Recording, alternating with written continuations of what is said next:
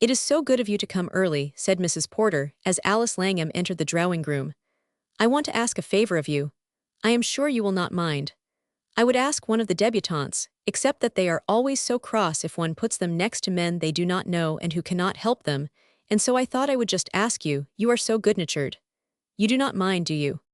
"I mind being called good-natured," said Miss Langham, smiling. "Mind what, Mrs. Porter?" she asked.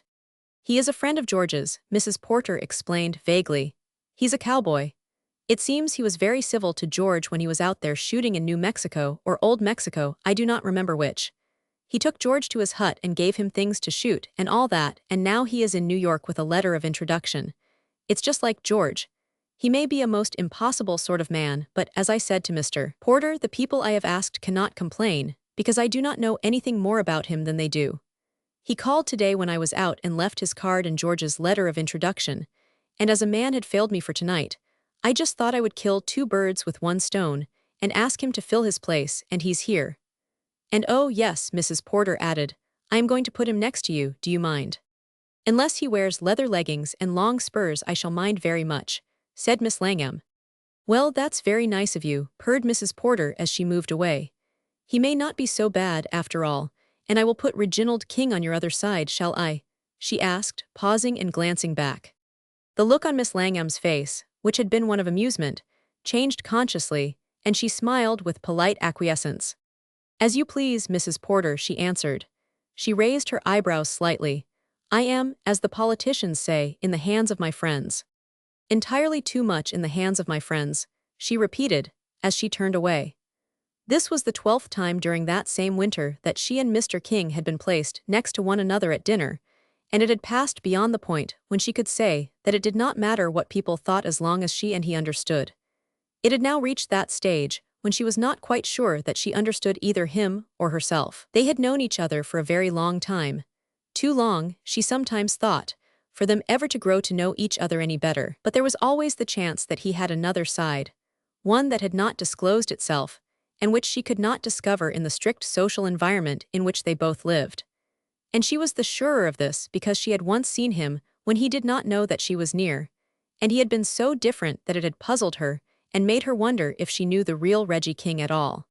It was at a dance at a studio, and some French pantomimists gave a little play. When it was over, King sat in the corner talking to one of the Frenchwomen, and while he waited on her, he was laughing at her and at her efforts to speak English. He was telling her how to say certain phrases, and not telling her correctly, and she suspected this and was accusing him of it.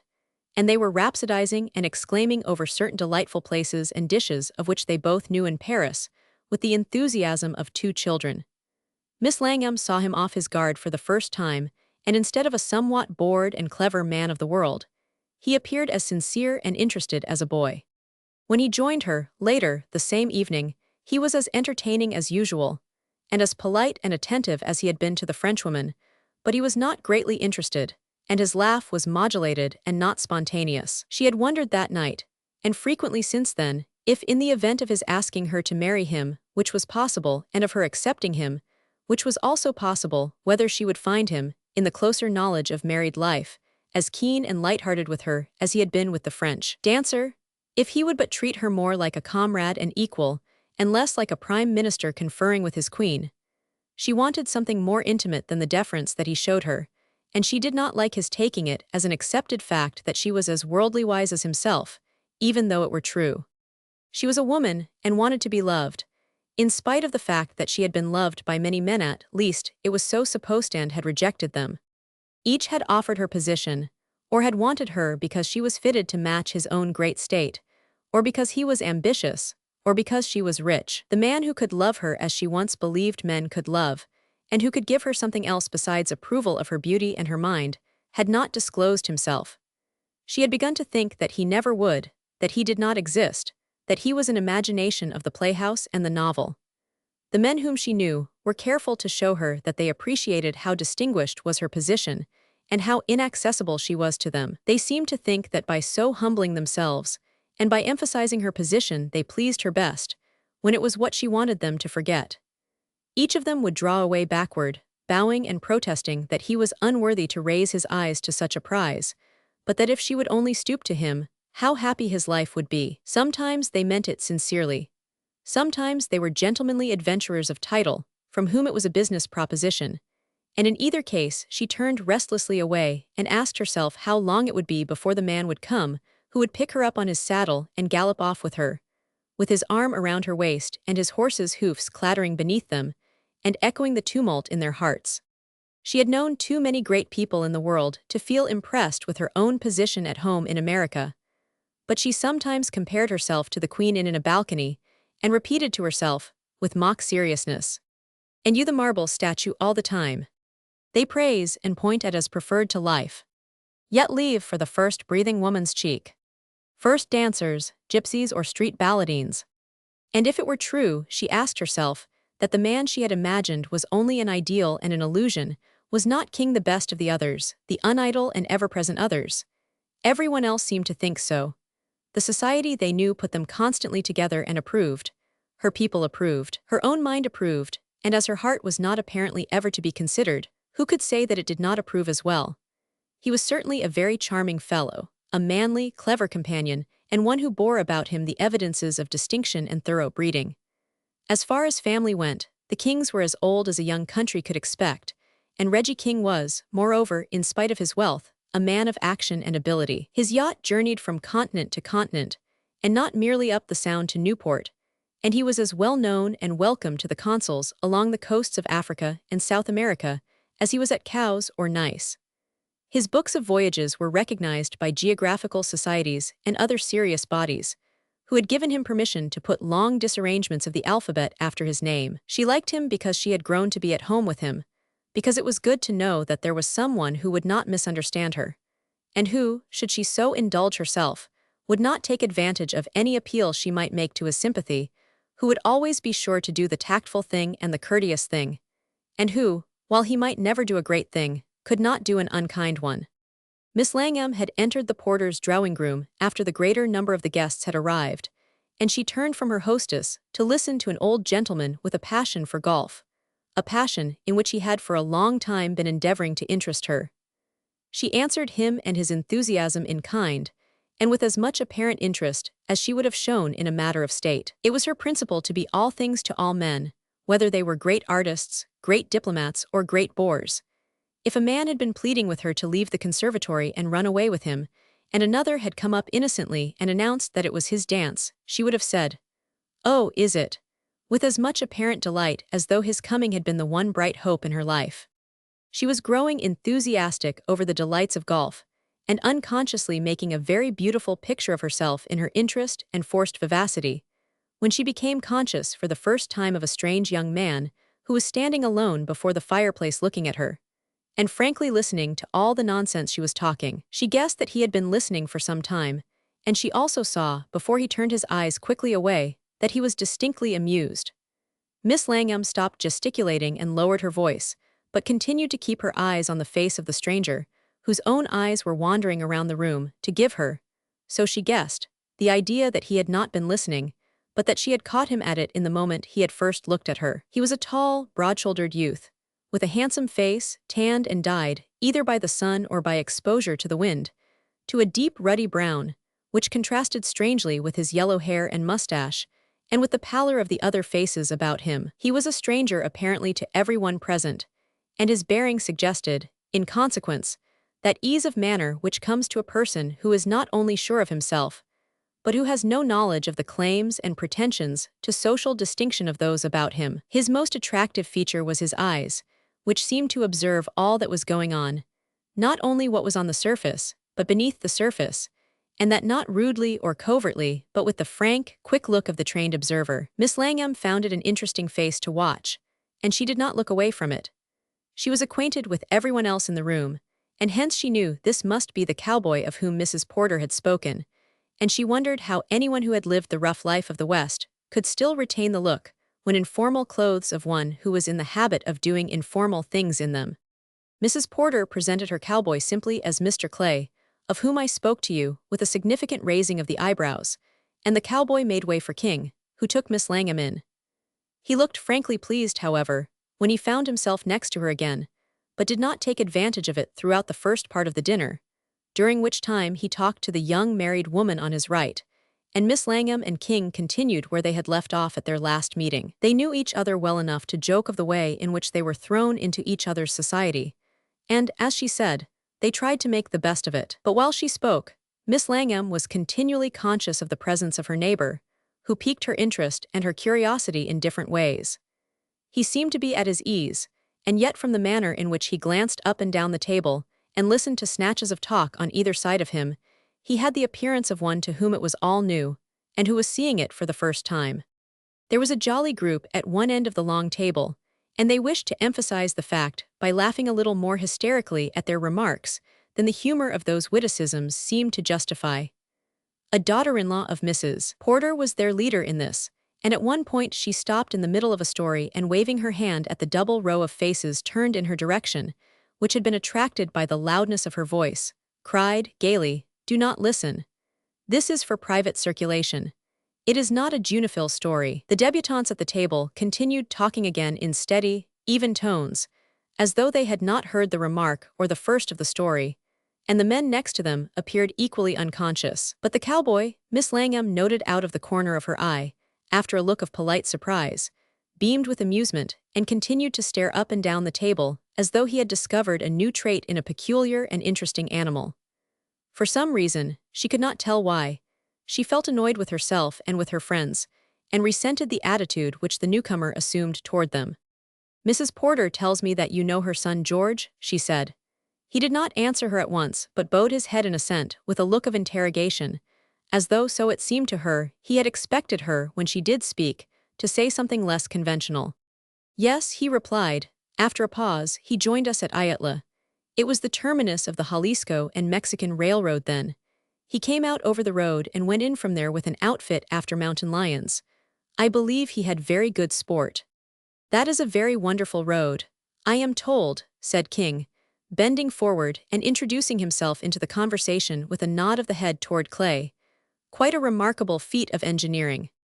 "It will open up the country, I believe," assented the other, indifferently.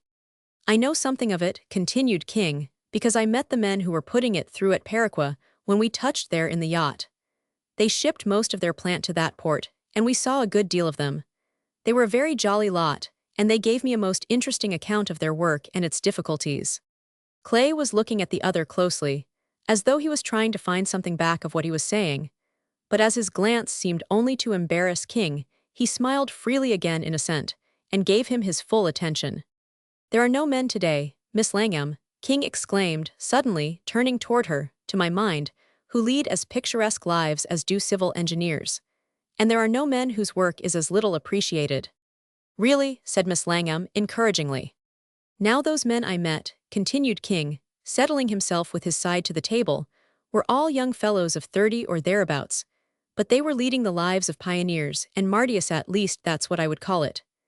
They were marching through an almost unknown part of Mexico, fighting nature at every step and carrying civilization with them. They were doing better work than soldiers, because soldiers destroy things, and these chaps were creating and making the way straight.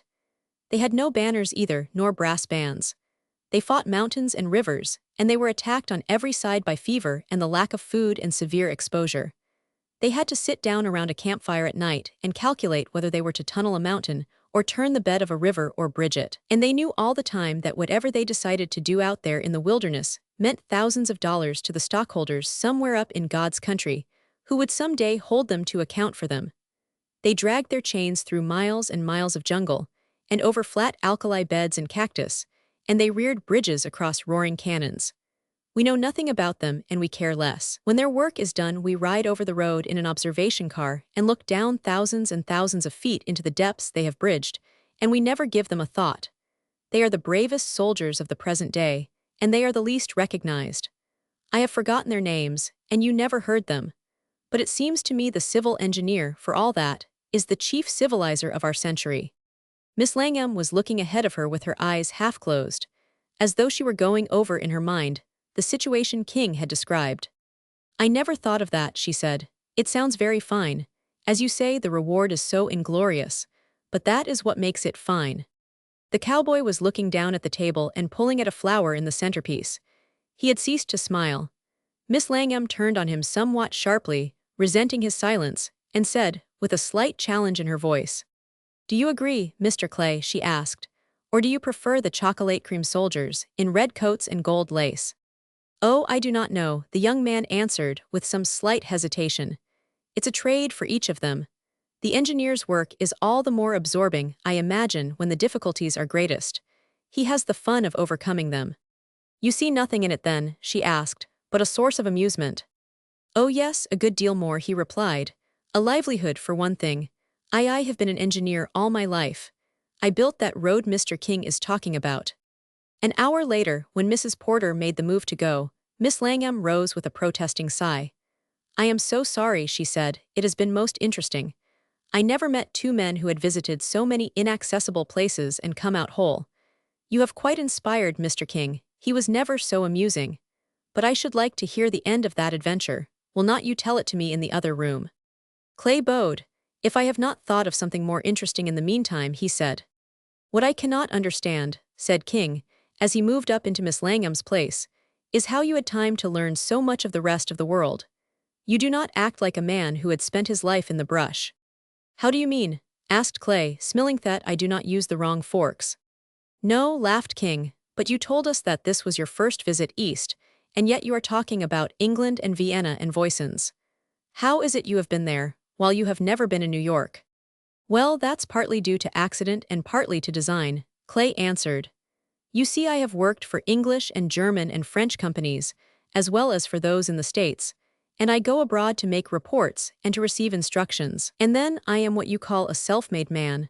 That is, I have never been to college. I have always had to educate myself, and whenever I did get a holiday it seemed to me that I ought to put it to the best advantage, and to spend it where civilization was the furthest advanced, at least, in years. When I settle down and become an expert, and demand large sums for just looking at the work other fellows have done, then I hope to live in New York. But until then, I go where the art galleries are biggest, and where they have got the science of enjoying themselves down to the very finest point. I have enough rough work 8 months of the year to make me appreciate that. So whenever I get a few months to myself, I take the Royal Mail to London, and from there to Paris or Vienna. I think I like Vienna the best. The directors are generally important people in their own cities, and they ask one about. And so, though I hope I am a good American, it happens that I have more friends on the continent than in the United States." "And how does this strike you?" asked King, with a movement of his shoulder toward the men about the dismantled table. "Oh, I do not know," laughed Clay. "You have lived abroad yourself. How does it strike you?" Clay was the first man to enter the drawing-room. He walked directly away from the others and over to Miss Langham, and, taking her fan out of her hands as though to assure himself of some hold upon her, seated himself with his back to everyone else. "You have come to finish that story," she said, smiling. Miss Langham was a careful young person, and would not have encouraged a man she knew even as well as she knew King, to talk to her through dinner, and after it as well. She fully recognized that because she was conspicuous certain innocent pleasures were denied her, which other girls could enjoy without attracting attention or comment. But Clay interested her beyond her usual self, and the look in his eyes was a tribute which she had no wish to put away from her. "I have thought of something more interesting to talk about," said Clay. "I am going to talk about you.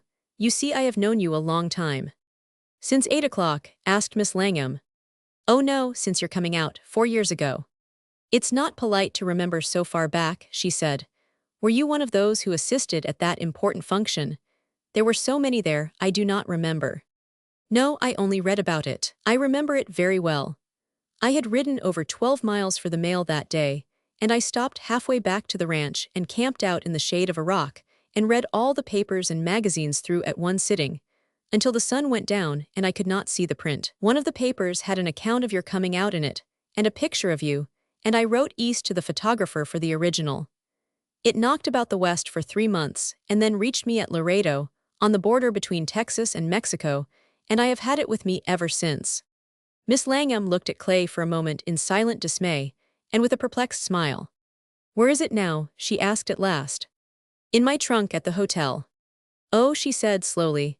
She was still in doubt as to how to treat this act of unconventionality.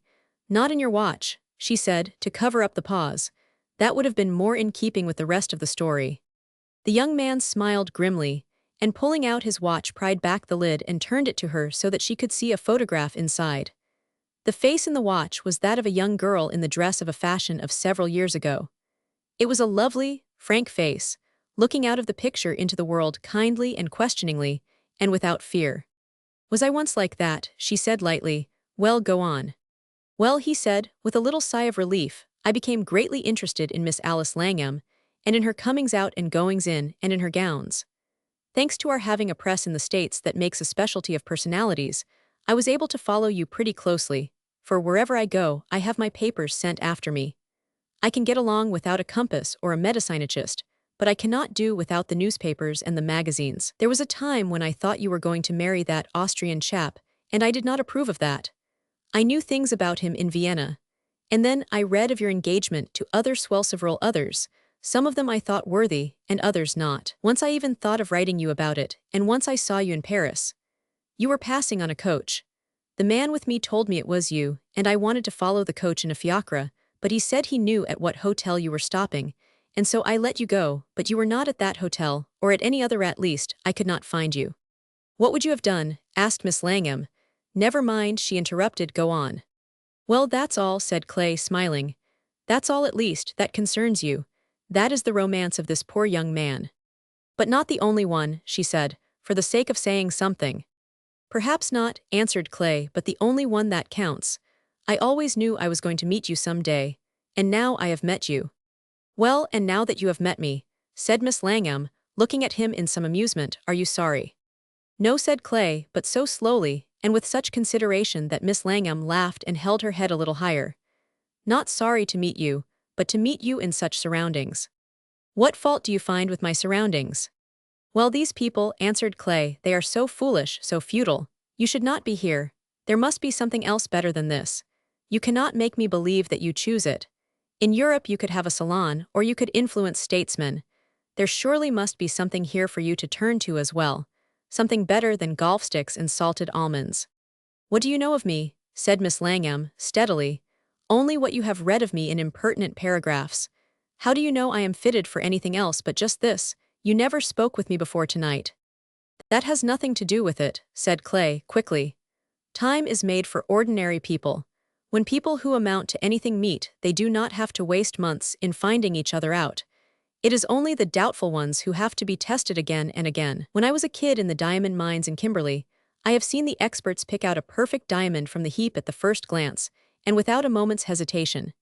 It was the cheap stones they spent most of the afternoon over. Suppose I have only seen you tonight for the first time. Suppose I shall not see you again, which is quite likely, for I sail tomorrow for South America ahead of that. I am just as sure of what you are as though I had known you for years." Miss Langham looked at him for a moment in silence. Her beauty was so great that she could take her time to speak. She was not afraid of losing anyone's attention. "And have you come out of the West, knowing me so well, just to tell me that I am wasting myself?" she said. "Is that all?" "That is all," answered Clay. "You know the things I would like to tell you," he added, looking at her closely. "I think I like to be told the other things best," she said. "They are the easier to believe." "You have to believe whatever I tell you," said Clay, smiling. The girl pressed her hands together in her lap and looked at him curiously. The people about them were moving and making their farewells, and they brought her back to the present with a start.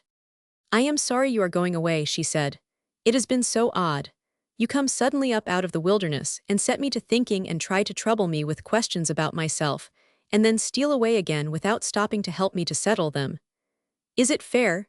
She rose and put out her hand, and he took it and held it for a moment, while they stood looking at one another. "I am coming back," he said, "and I will find that you have settled them for yourself." "Goodby," she said, in so low a tone that the people standing near them could not hear.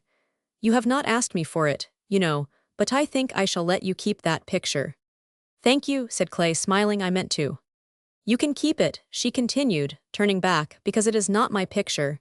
It is a picture of a girl who ceased to exist 4 years ago and whom you have never met. Good night." Mr. Langham and Hope, his younger daughter, had been to the theater. The performance had been one which delighted Miss Hope, and which satisfied her father because he loved to hear her laugh. Mr. Langham was the slave of his own good fortune. By instinct and education, he was a man of leisure and culture, but the wealth he had inherited was like an unruly child that needed his constant watching, and in keeping it well in hand, he had become a man of business, with time for nothing else.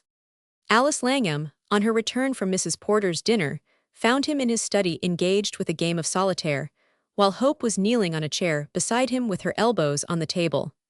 Mr. Langham had been troubled with insomnia of late, and so it often happened that when Alice returned from a ball she would find him sitting with a novel, or his game of solitaire, and Hope, who had crept downstairs from her bed, dozing in front of the open fire and keeping him silent company. The father and the younger daughter were very close to one another, and had grown especially so since his wife had died and his son and heir had gone to college. This fourth member of the family was a great bond of sympathy and interest between them, and his triumphs and escapades at Yale were the chief subjects of their conversation. It was told by the directors of a great Western railroad, who had come to New York to discuss an important question with Mr. Langham, that they had been ushered downstairs one night into his basement, where they had found the president of the board and his daughter Hope working out a game of football on the billiard table. They had chalked it off into what corresponded to 5-yard lines, and they were hurling 22 chessmen across it in flying wedges, and practicing the several tricks, which young Langham had entrusted to his sister under an oath of secrecy. The sight filled the directors with the horrible fear that business troubles had turned the president's mind.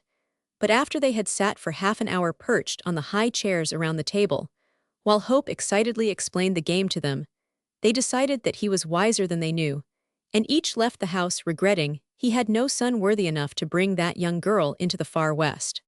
"You are home early," said Mr. Langham, as Alice stood above him pulling at her gloves. "I thought you said you were going on to some dance." "I was tired," his daughter answered. "Well, when I am out," commented Hope, "I will not come home at 11 o'clock. Alice always was a quitter." "A what?" asked the older sister. "Tell us what you had for dinner," said Hope. "I know it is not nice to ask," she added hastily, "but I always like to know." "I do not remember," Miss Langham answered, smiling at her father, except that he was very much sunburned and had most perplexing eyes. "Oh, of course," assented Hope. "I suppose you mean by that you talked with some man all through dinner. Well, I think there is a time for everything." "Father," interrupted Miss Langham, "do you know many engineers? I mean, do you come in contact with them through the railroads and mines you have an interest in?"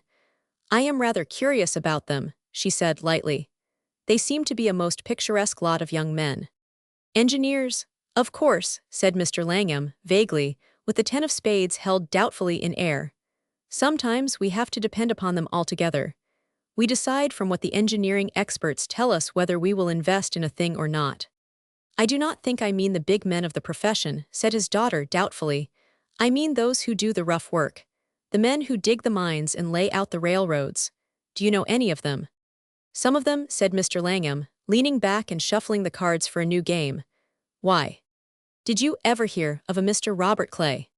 Mr. Langham smiled as he placed the cards one above the other in even rows. "Very often," he said. "He sails tomorrow to open up the largest iron deposits in South America. He goes for the Valencia Mining Company. Valencia is the capital of Alancho, one of those little republics down there." Are you interested in that company?" asked Miss Langham, seating herself before the fire and holding out her hands toward it. "Does Mr. Clay know that you are?" "Yes, I am interested in it," Mr. Langham replied, studying the cards before him, "but I do not think Clay knows it. Nobody knows it yet, except the president and the other officers." He lifted a card and put it down again in some indecision. "It's generally supposed to be operated by a company, but all the stock is owned by one man." "As a matter of fact, my dear children," exclaimed Mr. Langham, as he placed a deuce of clubs upon a deuce of spades with a smile of content, "the Valencia Mining Company is your beloved father."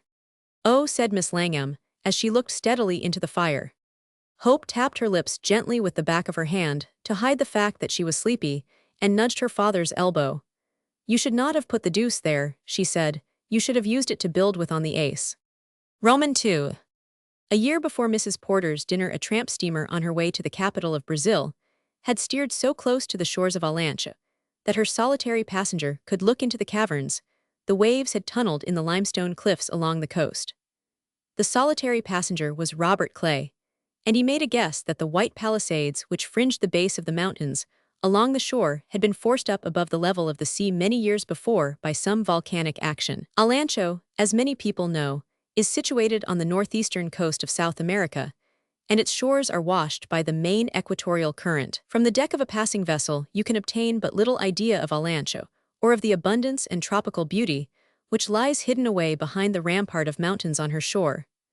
You can see only their desolate dark green front, and the white caves at their base, into which the waves rush with an echoing roar, and in and out of which fly continually thousands of frightened bats.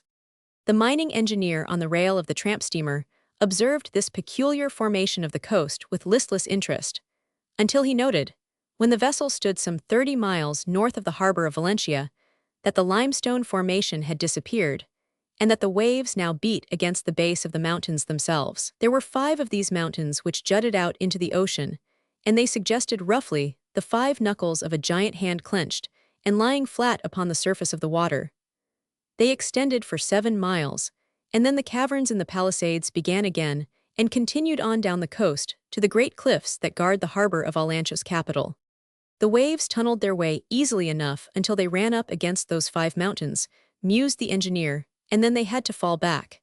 He walked to the captain's cabin and asked to look at a map of the coastline. "I believe I will not go to Rio," he said later in the day. "I think I will drop off here at Valencia." So he left the tramp steamer at that place, and disappeared into the interior with an ox cart and a couple of pack mules, and returned to write a lengthy letter from the consul's office to a Mr. Langham in the United States, knowing he was largely interested in mines and in mining. "There are 5 mountains filled with ore," Clay wrote, "which should be extracted by open-faced workings. I saw great masses of red hematite lying exposed on the side of the mountain, only waiting a pick and shovel, and at one place there were 5,000 tons in plain sight. I should call the stuff first-class Bessemer ore, running about 6 to 3% metallic iron. The people know it is there, but have no knowledge of its value, and are too lazy to ever work it themselves. As to transportation, it would only be necessary to run a freight railroad 20 miles along the seacoast to the harbor of Valencia, and dump your ore from your own pier into your own vessels. It would not, I think, be possible to ship direct from the mines themselves, even though, as I say, the ore runs right down into the water, because there is no place at which it would be safe for a large vessel to touch. I will look into the political side of it and see what sort of a concession I can get for you. I should think 10% of the output would satisfy them, and they would, of course, admit machinery and plant free of duty."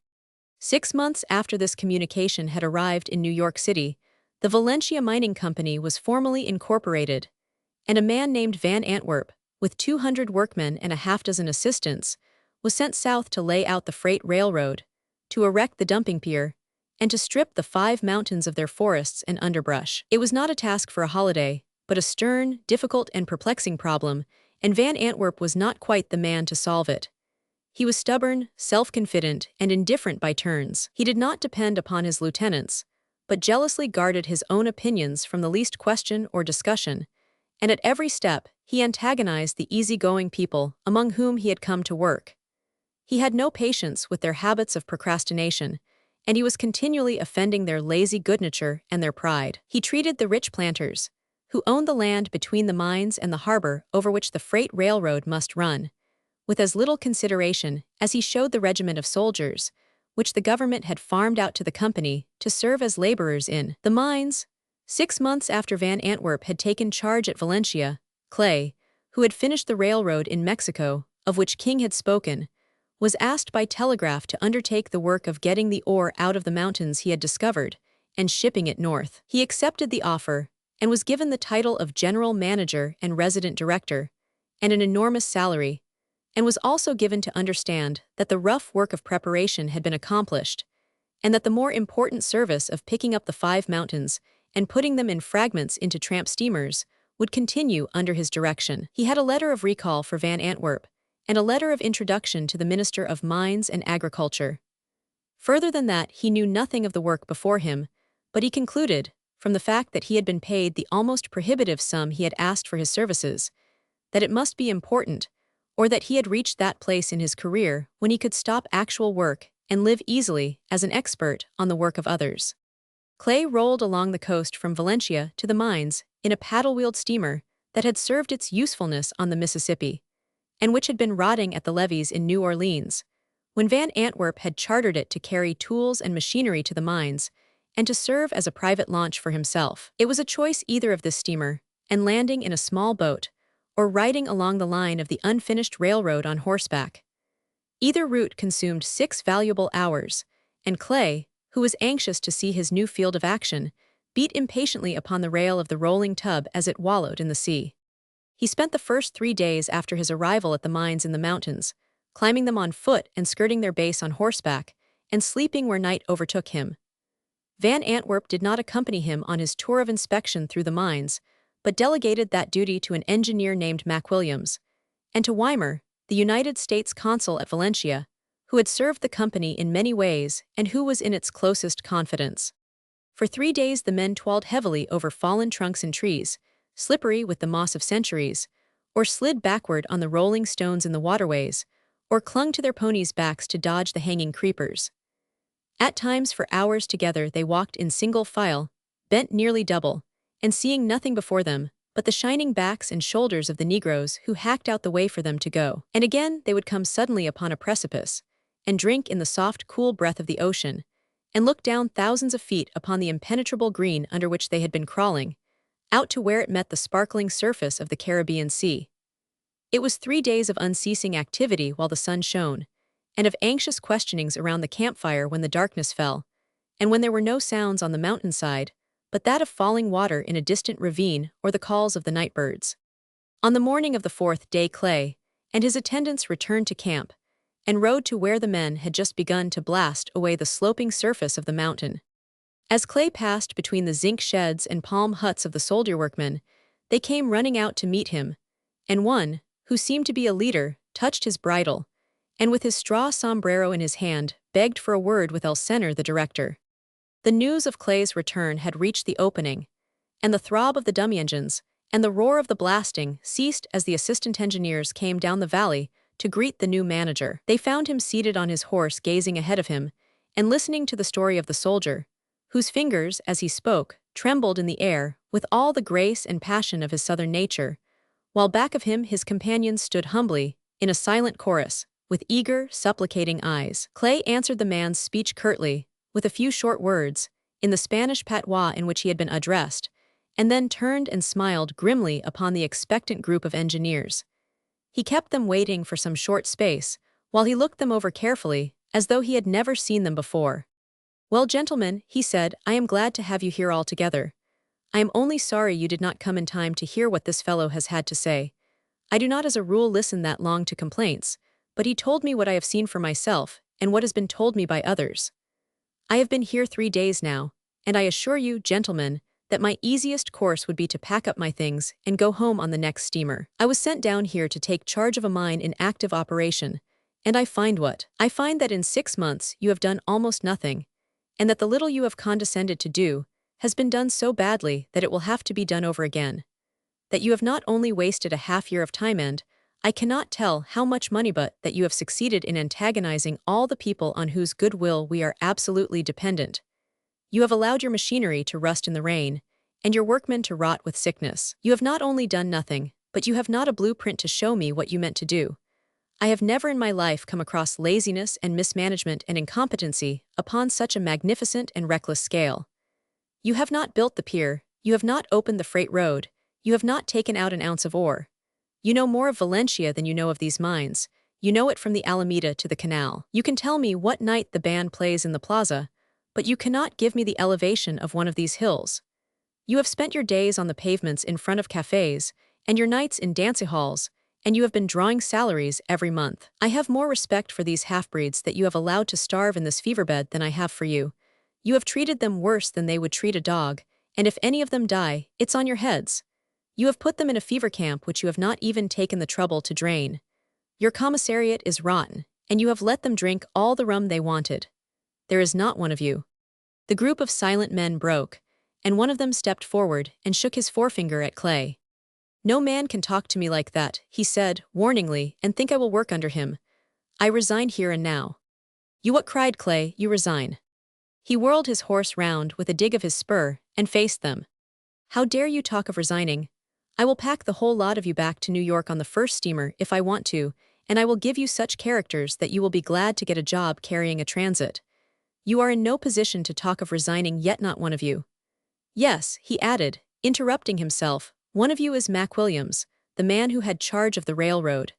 It's no fault of his that the road's not working. I understand that he could not get the right of way from the people who own the land, but I have seen what he has done and his plans, and I apologize to him to Mac Williams. As for the rest of you, I will give you a month's trial.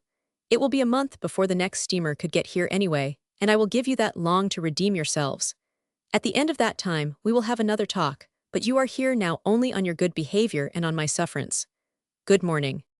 As Clay had boasted, he was not the man to throw up his position because he found the part he had to play was not that of leading man, but rather one of general utility, and although it had been several years since it had been part of his duties to oversee the setting up of machinery and the policing of a mining camp, he threw himself as earnestly into the work before him as though to show his subordinates that it did not matter who did the work, so long as it was done.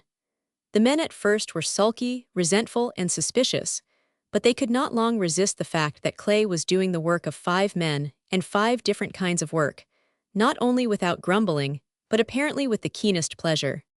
He conciliated the rich coffee planters who owned the land, which he wanted for the freight road, by calls of the most formal state and dinners of much less formality.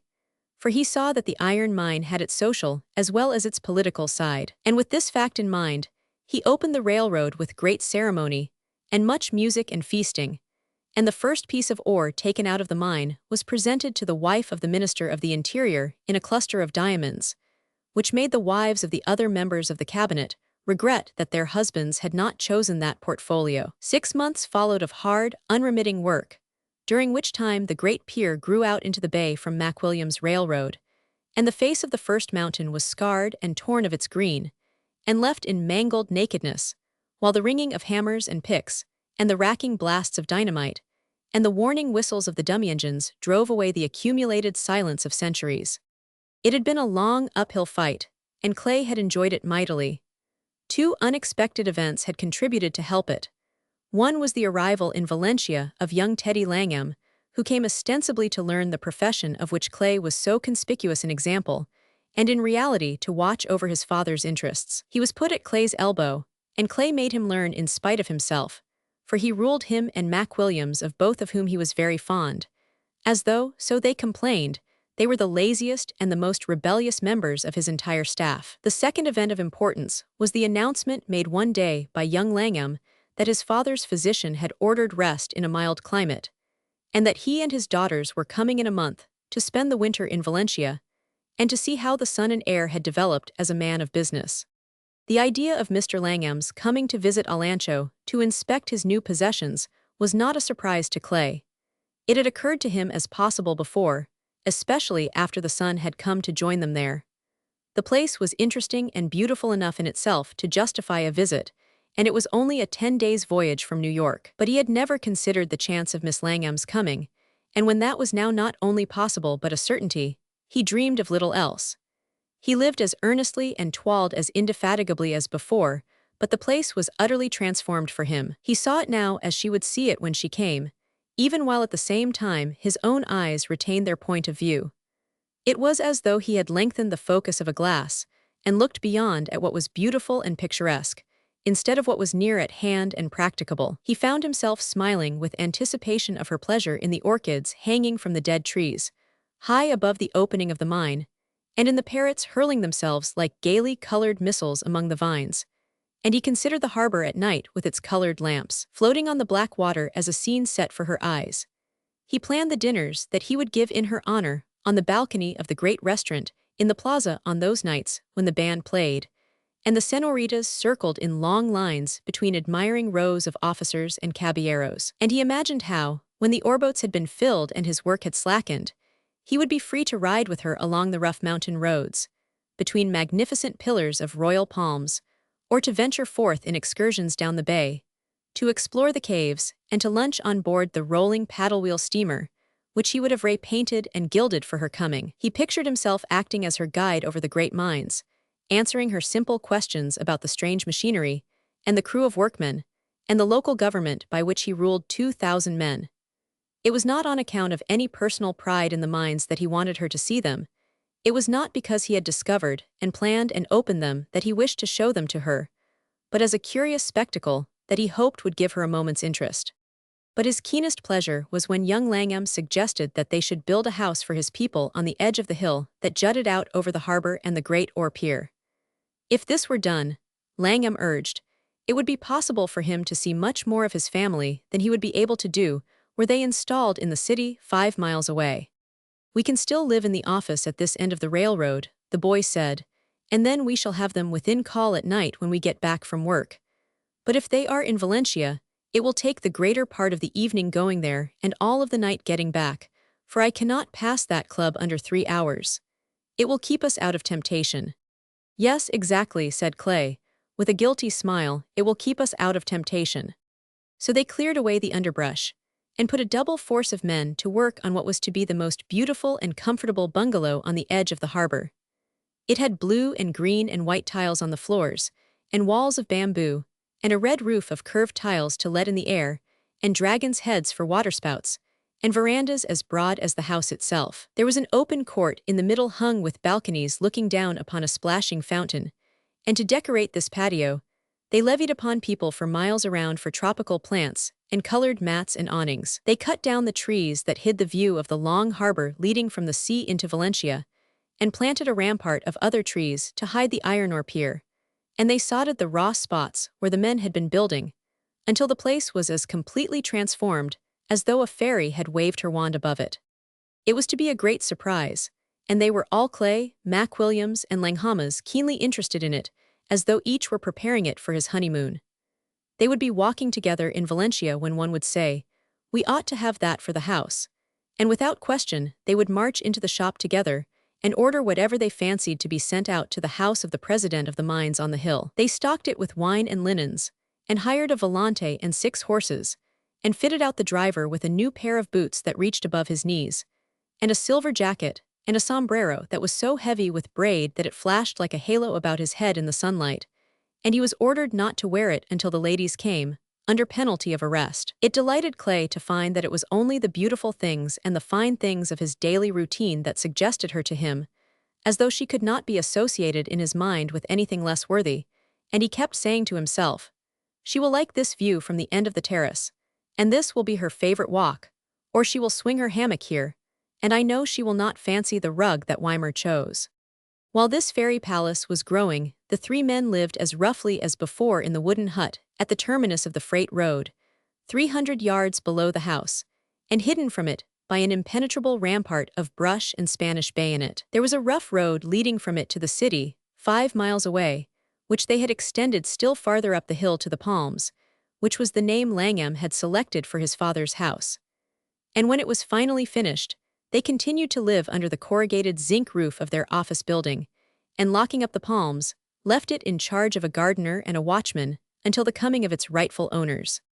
It had been a viciously hot, close day, and even now the air came in sickening waves, like a blast from the engineer room of a steamer, and the heat lightning played round the mountains over the harbor and showed the empty wharves, and the black outlines of the steamers, and the white front of the custom house, and the long half-circle of twinkling lamps along the quay. Mac Williams and Langham sat panting on the lower steps of the office porch, considering whether they were too lazy to clean themselves and be rowed over to the city, where, as it was Sunday night, was promised much entertainment.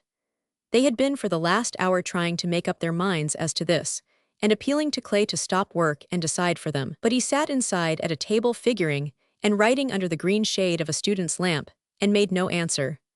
The walls of Clay's office were of unplaned boards, bristling with splinters, and hung with blueprints and outline maps of the mine. A gaudily colored portrait of Madame la Presidenta, the noble and beautiful woman whom Alvarez, the president of Alancho, had lately married in Spain, was pinned to the wall above the table. This table, with its green oilcloth top, and the lamp, about which winged insects beat noisily, and an earthen water jar from which the water dripped as regularly as the ticking of a clock, were the only articles of furniture in the office. On a shelf at one side of the door lay the men's machetes, a belt of cartridges, and a revolver in a holster. Clay rose from the table and stood in the light of the open door, stretching himself gingerly, for his joints were sore and stiff with fording streams and climbing the surfaces of rocks. The red ore and yellow mud of the mines were plastered over his boots and riding breeches, where he had stood knee-deep in the water, and his shirt stuck to him like a wet bathing suit, showing his ribs when he breathed and the curves of his broad chest. A ring of burning paper and hot ashes fell from his cigarette to his breast and burnt a hole through the cotton shirt, and he let it lie there and watched it burn with a grim smile. "I wanted to see," he explained, catching the look of listless curiosity in McWilliams's eye, "whether there was anything hotter than my blood. It's racing around like boiling water in a pot." "Listen," said Langham, holding up his hand. "There goes the call for prayers in the convent, and now it's too late to go to town. I am glad, rather. I am too tired to keep awake. And besides, they do not know how to amuse themselves in a civilized way, at least not in my way. I wish I could just drop in at home about now. Do not you, McWilliams?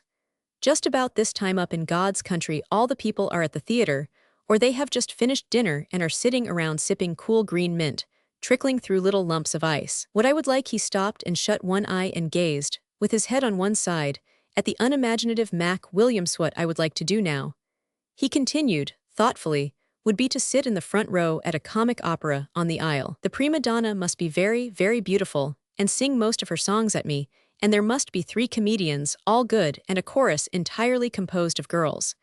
I never could see why they have men in the chorus anyway. No one ever looks at them. Now that's where I would like to be. What would you like, McWilliams?" McWilliams was a type with which Clay was intimately familiar, but to the college-bred Langham, he was a revelation and a joy. He came from some little town in the West, and had learned what he knew of engineering at the transit's mouth, after he had first served his apprenticeship by cutting sagebrush and driving stakes. His life had been spent in Mexico and Central America, and he spoke of the home he had not seen in 10 years with the aggressive loyalty of the confirmed wanderer. And he was known to prefer, and to import canned corn and canned tomatoes in preference to eating the wonderful fruits of the country, because the former came from the States and tasted to him of home. He had crowded into his young life experiences that would have shattered the nerves of any other man with a more sensitive conscience and a less happy sense of humor. But these same experiences had only served to make him shrewd and self-confident, and at his ease when the occasion or difficulty came. He pulled meditatively on his pipe, and considered Langham's question deeply, while Clay and the younger boy sat with their arms upon their knees and waited for his decision in thoughtful silence. "I would like to go to the theater, too," said McWilliams, with an air as though to show that he also was possessed of artistic tastes. "I would like to see a comical chap I saw once in '80, long ago before I joined the PQ 1000. He was funny. His name was Owens. That was his name, John E. Owens." "Oh, for heaven's sake, McWilliams," protested Langham in dismay. "He's been dead for 5 years." "Has he?" said McWilliams thoughtfully. "Well," he concluded, unabashed, "I cannot help that. He's the one I would like to see best." "You can have another wish, Mac, urged Langham, "cannot he, Clay?" Clay nodded gravely, and McWilliams frowned again in thought. "No," he said after an effort, "Owens, John E. Owens, that's the one I want to see." "Well, now I want another wish, too," said Langham. "I move we can each have 2 wishes. I wish." "Wait until I have had mine," said Clay. "You have had one turn. I want to be in a place I know in Vienna. It's not hot like this, but cool and fresh. It's an open, out-of-door concert garden with hundreds of colored lights and trees, and there's always a breeze coming through. And Eduard Strauss, the son, leads the orchestra there, and they play nothing but waltzes, and he stands in front of them, and begins by raising himself on his toes. And then he lifts his shoulders gently and then sinks back again, and raises his baton as though he were drawing the music out after it. And the whole place seems to rock and move. It's like being picked up and carried on the deck of a yacht over great waves. And all around you are the beautiful Viennese women and those tall Austrian officers in their long blue coats and flat hats and silver swords. And there are cool drinks," continued Clay, with his eyes fixed on the coming storm, "all sorts of cool drinks in high, thin glasses, full of ice, all the ice you want." "Oh, drop it, will you?" cried Langham with a shrug of his damp shoulders. "I cannot stand it. I am parching." "Wait a minute," interrupted McWilliams, leaning forward and looking into the night. "Someone's coming." There was a sound down the road of hoofs and the rattle of the landcrabs as they scrambled off into the bushes, and 2 men on horseback came suddenly out of the darkness and drew rein in the light from the open door. The first was General Mendoza, the leader of the opposition in the Senate, and the other, his orderly. The general dropped his Panama hat to his knee and bowed in the saddle 3 times. "Good evening, Your Excellency," said Clay, rising. "Tell that peon to get my coat, will you?" he added, turning to Langham. Langham clapped his hands, and the clanging of a guitar ceased, and their servant and cook came out from the back of the hut and held the general's horse while he dismounted. "Wait until I get you a chair," said Clay. "You will find those steps rather bad for White Duck." "I am fortunate in finding you at home," said the officer, smiling and showing his white teeth. "The telephone is not working. I tried at the club, but I could not call you." "It's the storm, I suppose," Clay answered as he struggled into his jacket. "Let me offer you something to drink." He entered the house and returned with several bottles on a tray and a bundle of cigars. The Spanish-American poured himself out a glass of water, mixing it with Jamaica rum, and said, smiling again, "It is a saying of your countrymen that when a man first comes to Olancho, he puts a little rum into his water, and that when he is here some time he puts a little water in his rum." "Yes," laughed Clay, "I am afraid that's true." There was a pause while the men sipped at their glasses and looked at the horses and the orderly. The clanging of the guitar began again from the kitchen. "You have a very beautiful view here of the harbor." "Yes," said Mendoza. He seemed to enjoy the pause after his ride, and to be in no haste to begin on the object of his errand. McWilliams and Langham eyed each other covertly, and Clay examined the end of his cigar, and they all waited. "And how are the mines progressing, eh?" asked the officer genially. "You find much good iron in them, they tell me." "Yes, we are doing very well," Clay assented. "It was difficult at first, but now that things are in working order, we are getting out about 10,000 tons a month. We hope to increase that soon to 20,000 when the new openings are developed and our shipping facilities are in better shape." "So much," exclaimed the general pleasantly, "of which the government of my country is to get its share of 10% on 1,000 tons. It is munificent." He laughed and shook his head slyly at Clay, who smiled in dissent. "But you see, sir," said Clay, "you cannot blame us. The mines have always been there, before this government came in, before the Spaniards were here, before there was any government at all.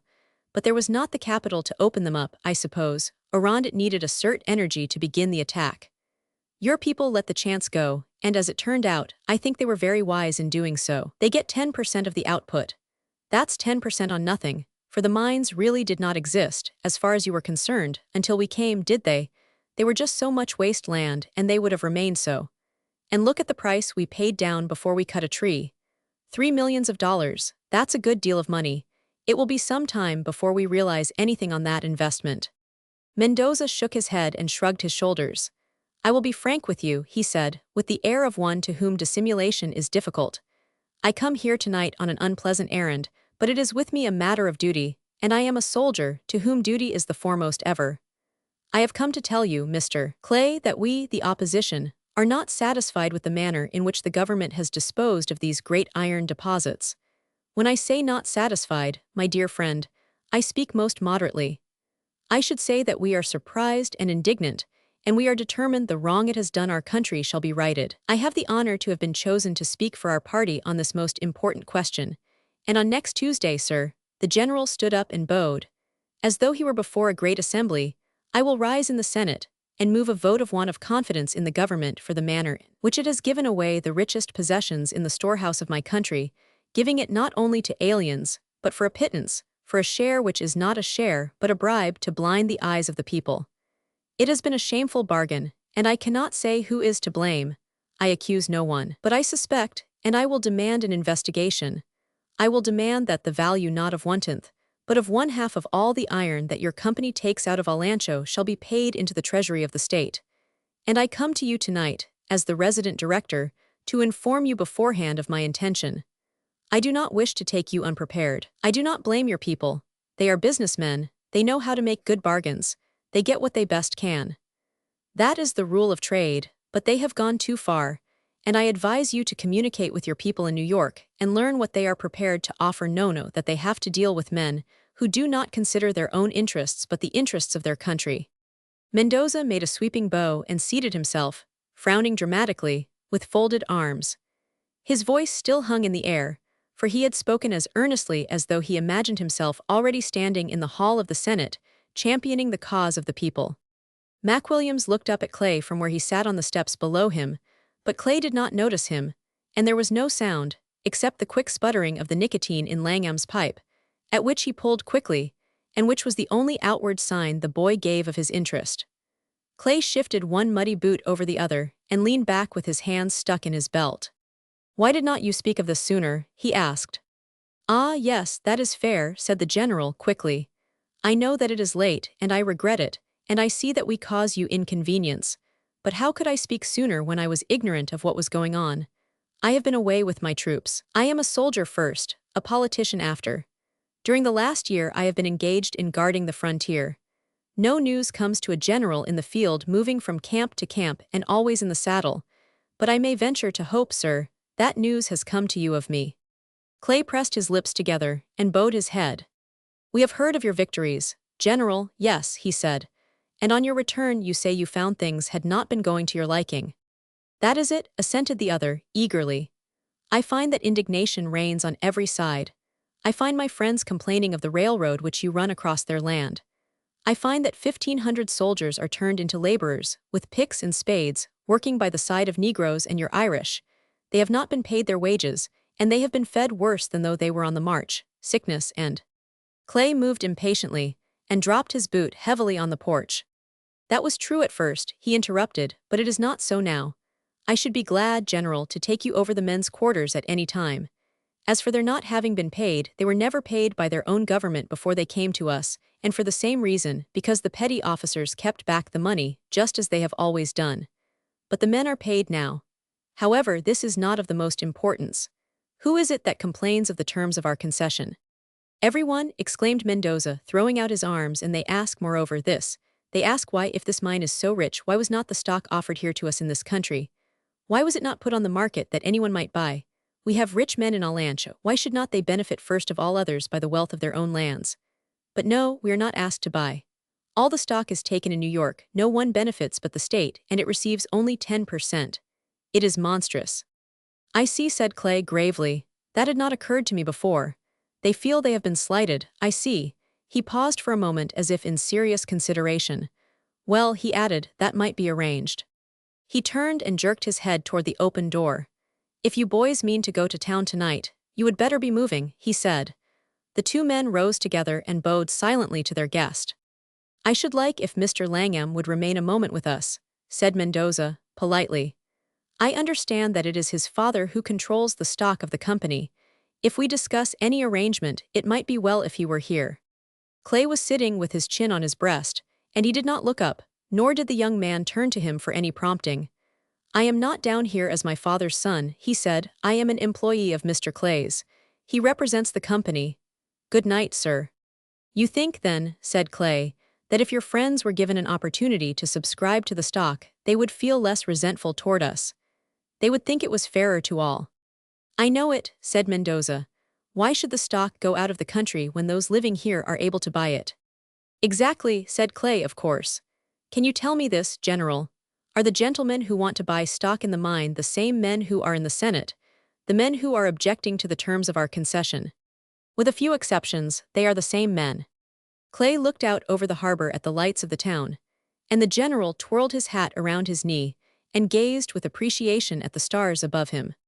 "Because if they are," Clay continued, "and they succeed in getting our share cut down from 90% to 50%, they must see that the stock would be worth just 40% less than it is now." "That is true," assented the other. "I have thought of that, and if the senators in opposition were given a chance to subscribe, I am sure they would see that it is better wisdom to drop their objections to the concession, and as stockholders allow you to keep 90% of the output. And again," continued Mendoza, "it is really better for the country that the money should go to its people than that it should be stored up in the vaults of the Treasury, when there is always the danger that the president will seize it. Or, if not this one, the next one." "I should think that it seems to me," said Clay with careful consideration, "that your excellency might be able to render us great help in this matter yourself. We need a friend among the opposition. In fact, I see where you could assist us in many ways, where your services would be strictly in the line of your public duty, and yet benefit us very much. Of course, I cannot speak authoritatively without first consulting Mr. Langham, but I should think he would allow you personally to purchase as large a block of the stock as you could wish, either to keep yourself or to resell and distribute among those of your friends in opposition where it would do the most good. Clay looked over inquiringly to where Mendoza sat in the light of the open door, and the general smiled faintly and emitted a pleased little sigh of relief. Indeed, continued Clay, I should think Mr. Langham might even save you the formality of purchasing the stock outright by sending you its money equivalent. I beg your pardon, he asked, interrupting himself, does your orderly understand English?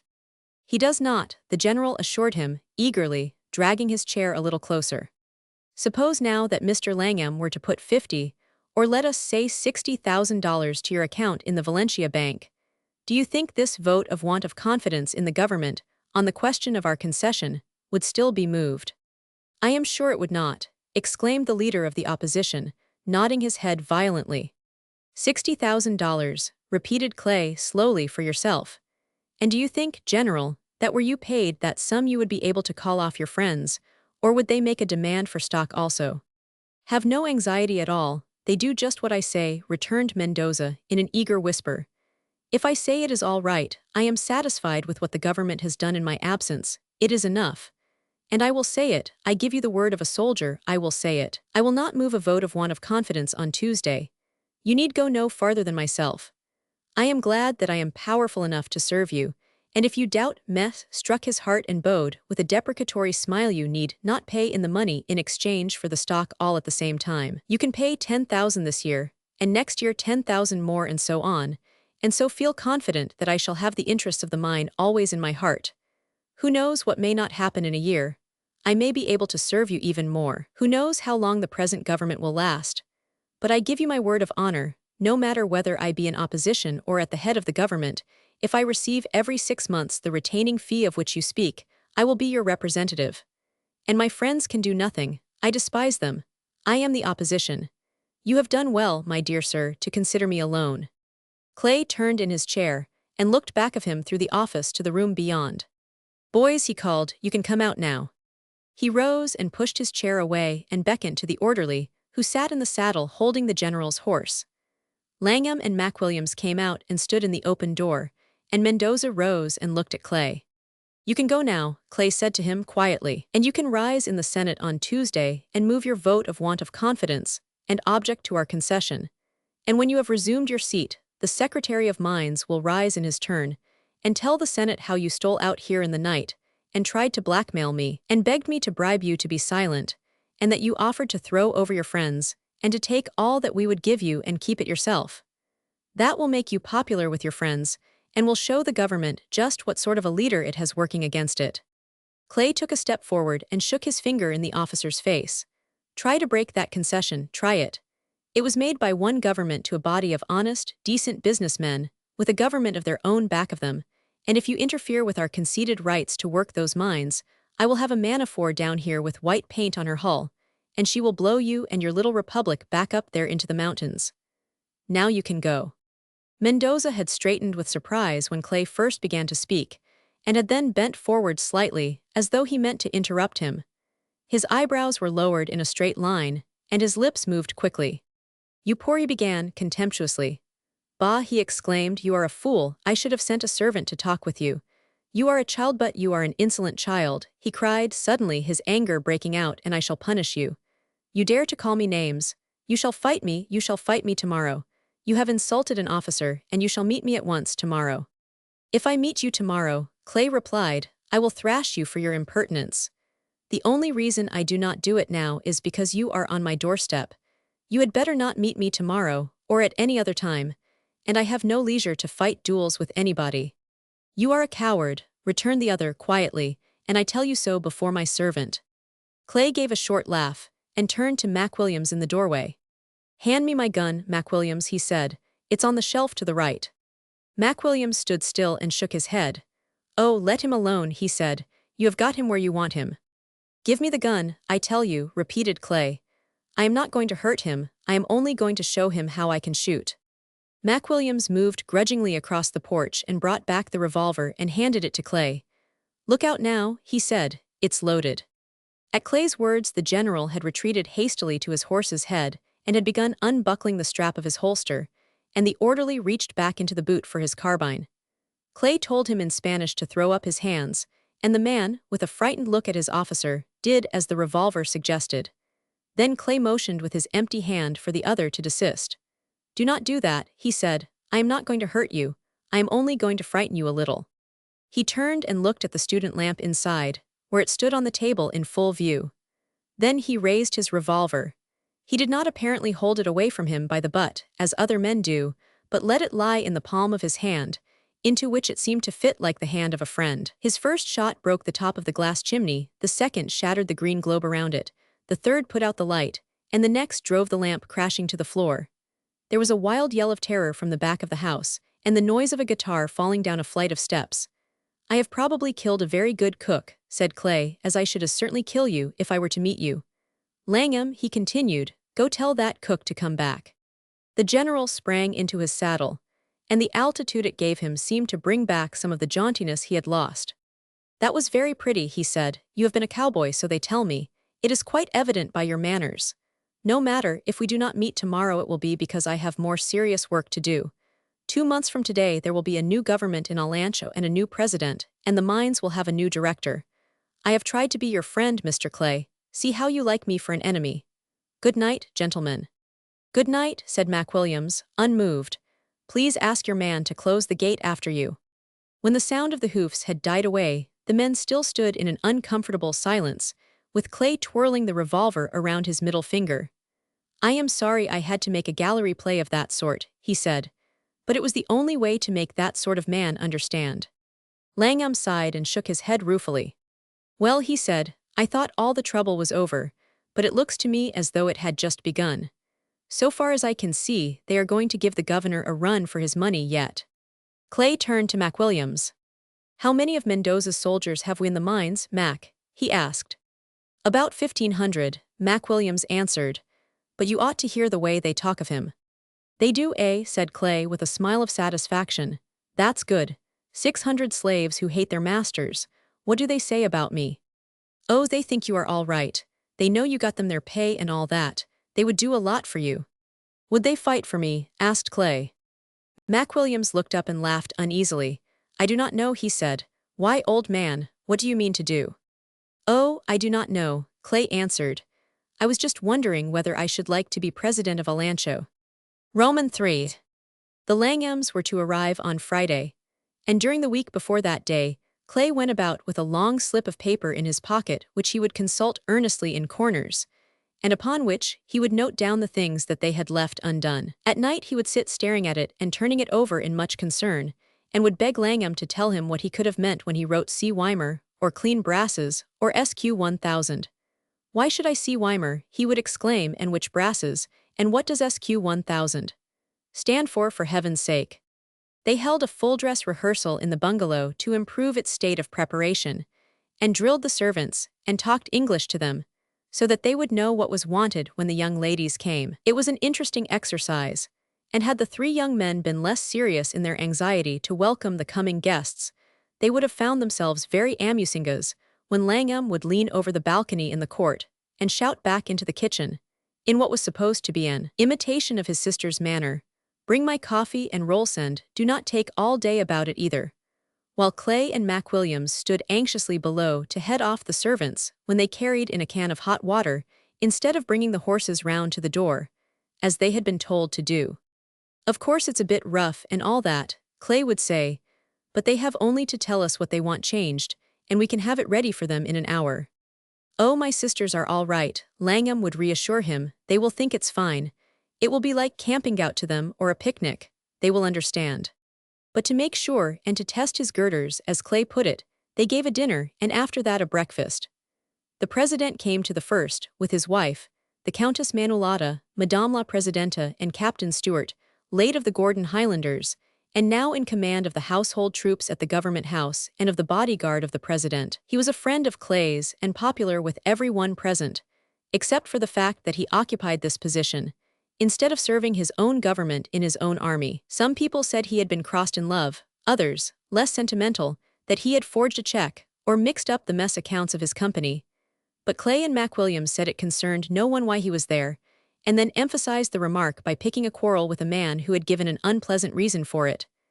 Stewart, so far as they were concerned, could do no wrong. The dinner went off very well, and the president consented to dine with them in a week, on the invitation of young Langham to meet his father. Miss Langham is very beautiful, they tell me, Madame Alvarez said to Clay. I heard of her one winter in Rome. She was presented there and much admired. Yes, I believe she is considered very beautiful, Clay said. I have only just met her, but she has traveled a great deal and knows everyone who is of interest, and I think you will like her very much. I mean to like her, said the woman. There are very few of the native ladies who have seen much of the world beyond a trip to Paris, where they live in their hotels and at the dressmakers while their husbands enjoy themselves, and sometimes I am rather heartsick for my home and my own people.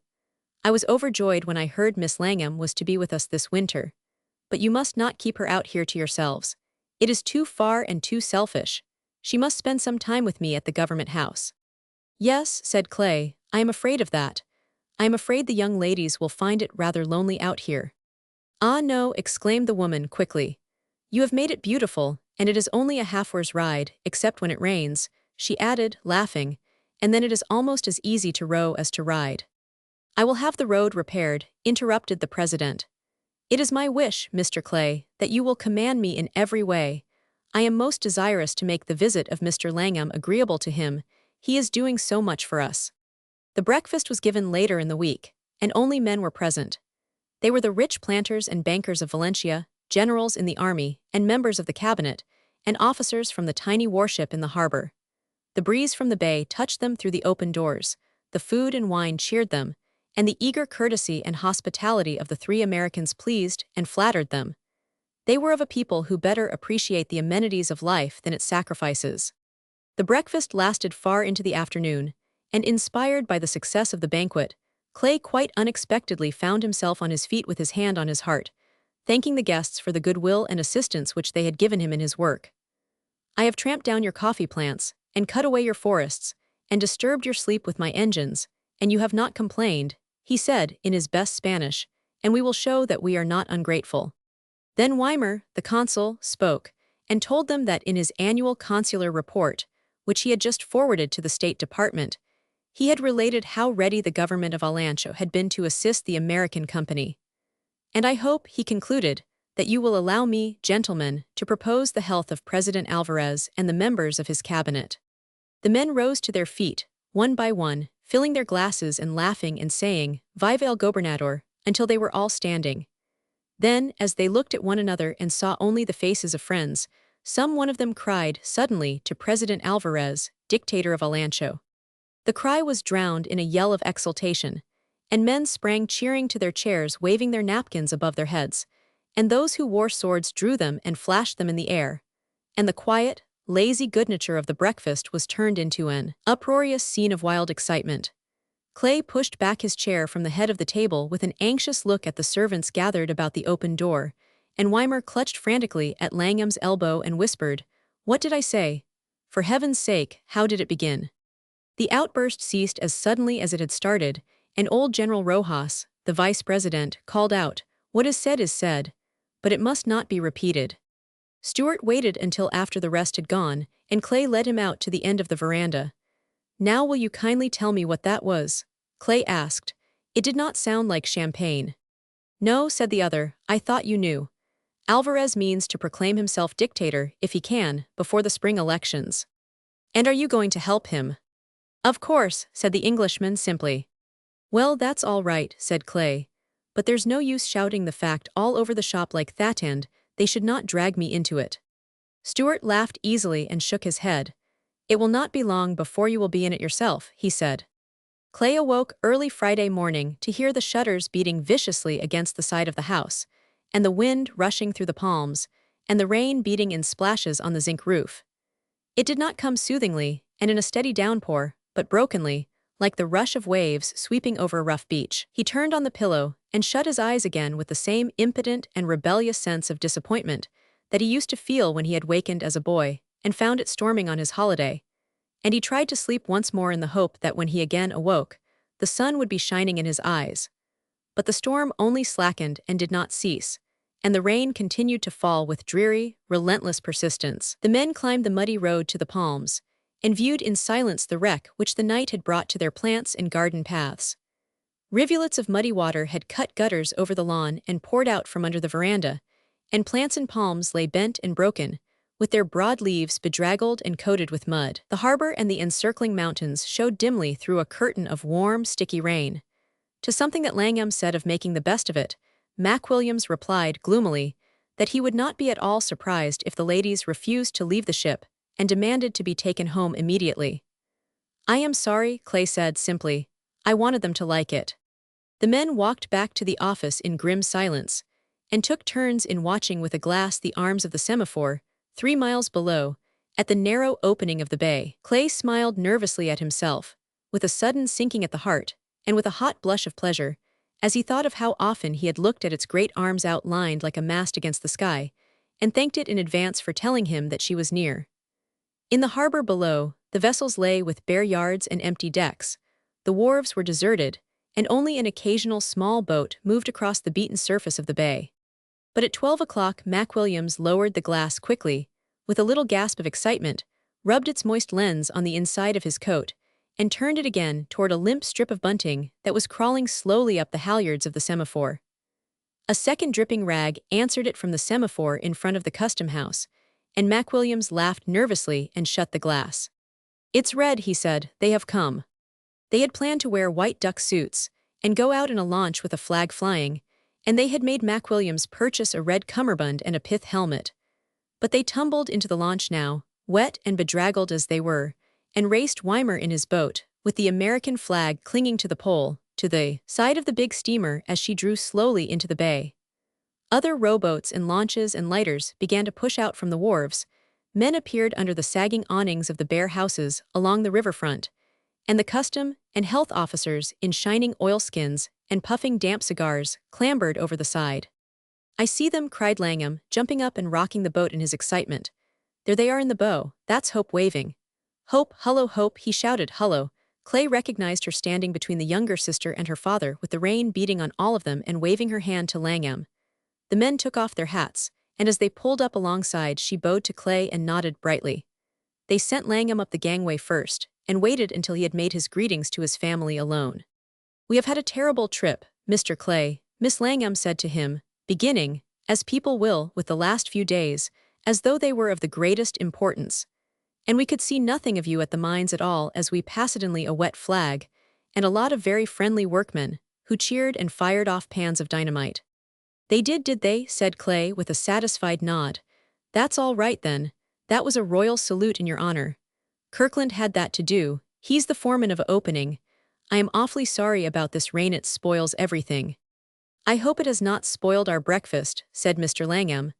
"We have not eaten anything this morning, because we wanted a change of diet, and the captain told us we should be on shore before now. We have some carriages for you at the wharf, and we will drive you right out to the Palms," said young Langham. "It's shorter by water, but there's a hill that the girls could not climb today. That's the house we built for you, Governor, with the flagpole up there on the hill, and there's your ugly old pier, and that's where we live, in the little shack above it with the tin roof, and that opening to the right is the terminus of the railroad Mac Williams built." "Where's Mac Williams?" "Here, Mac, I want you to know my father. This is Mac Williams, sir, of whom I wrote you." There was some delay about the baggage, and in getting the party together in the boats that Langham and the consul had brought, and after they had stood for some time on the wet dock, hungry and damp, it was rather aggravating to find that the carriages which Langham had ordered to be at one pier had gone to another. So the new arrivals sat rather silently under the shed of the levee on a row of cotton bales, while Clay and Mac Williams raced off after the carriages. "I wish we did not have to keep the hood down," young Langham said, anxiously, as they at last proceeded heavily up the muddy streets. "It makes it so hot, and you cannot see anything. Not that it's worth seeing in all this mud and muck, but it's great when the sun shines. We had planned it all so differently." He was alone with his family now in one carriage, and the other men and the servants were before them in 2 others.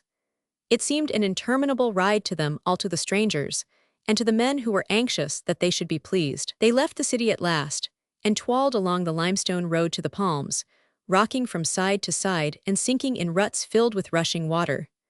When they opened the flap of the hood, the rain beat in on them, and when they closed it they stewed in a damp, warm atmosphere of wet leather and horsehair. "This is worse than a Turkish bath," said Hope faintly. Do not you live anywhere, Ted? Oh, it's not far now, said the younger brother, dismally. But even as he spoke, the carriage lurched forward and plunged to one side and came to a halt, and they could hear the streams rushing past the wheels like the water at the bow of a boat. A wet, black face appeared at the opening of the hood, and a man spoke despondently in Spanish. He says we are stuck in the mud, explained Langham. He looked at them so beseechingly and so pitifully, with the perspiration streaming down his face, and his clothes damp and bedraggled, that Hope leaned back and laughed, and his father patted him on the knee. It cannot be any worse, he said, cheerfully. It must mend now. It is not your fault, Ted, that we are starving and lost in the mud. Langham looked out to find Clay and Mac Williams knee-deep in the running water, with their shoulders against the muddy wheels, and the driver lashing at the horses and dragging at their bridles. He sprang out to their assistance, and Hope, shaking off her sister's detaining hands, jumped out after him, laughing. She splashed up the hill to the horses' heads, motioning to the driver to release his hold on their bridles. That is not the way to treat a horse, she said.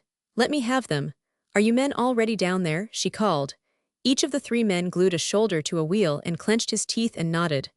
All right then, Hope called back. She took hold of the huge Mexican bits close to the mouth, where the pressure was not so cruel, and then coaxing and tugging by turns, and slipping as often as the horses themselves, she drew them out of the mud, and with the help of the men back of the carriage pulled it clear until it stood free again at the top of the hill. Then she released her hold on the bridles and looked down, in dismay, at her frock and hands, and then up at the three men. They appeared so utterly miserable and forlorn in their muddy garments, and with their faces washed with the rain and perspiration, that the girl gave way suddenly to an uncontrollable shriek of delight. The men stared blankly at her for a moment, and then inquiringly at one another, and as the humor of the situation struck them, they burst into an echoing shout of laughter, which rose above the noise of the wind and rain, and before which the disappointments and trials of the morning were swept away. Before they reached the palms, the sun was out and shining with fierce brilliancy, reflecting its rays on every damp leaf, and drinking up each glistening pool of water. Mac Williams and Clay left the Langhams alone together, and returned to the office, where they assured each other again and again that there was no doubt, from what each had heard different members of the family say, that they were greatly pleased with all that had been prepared for them.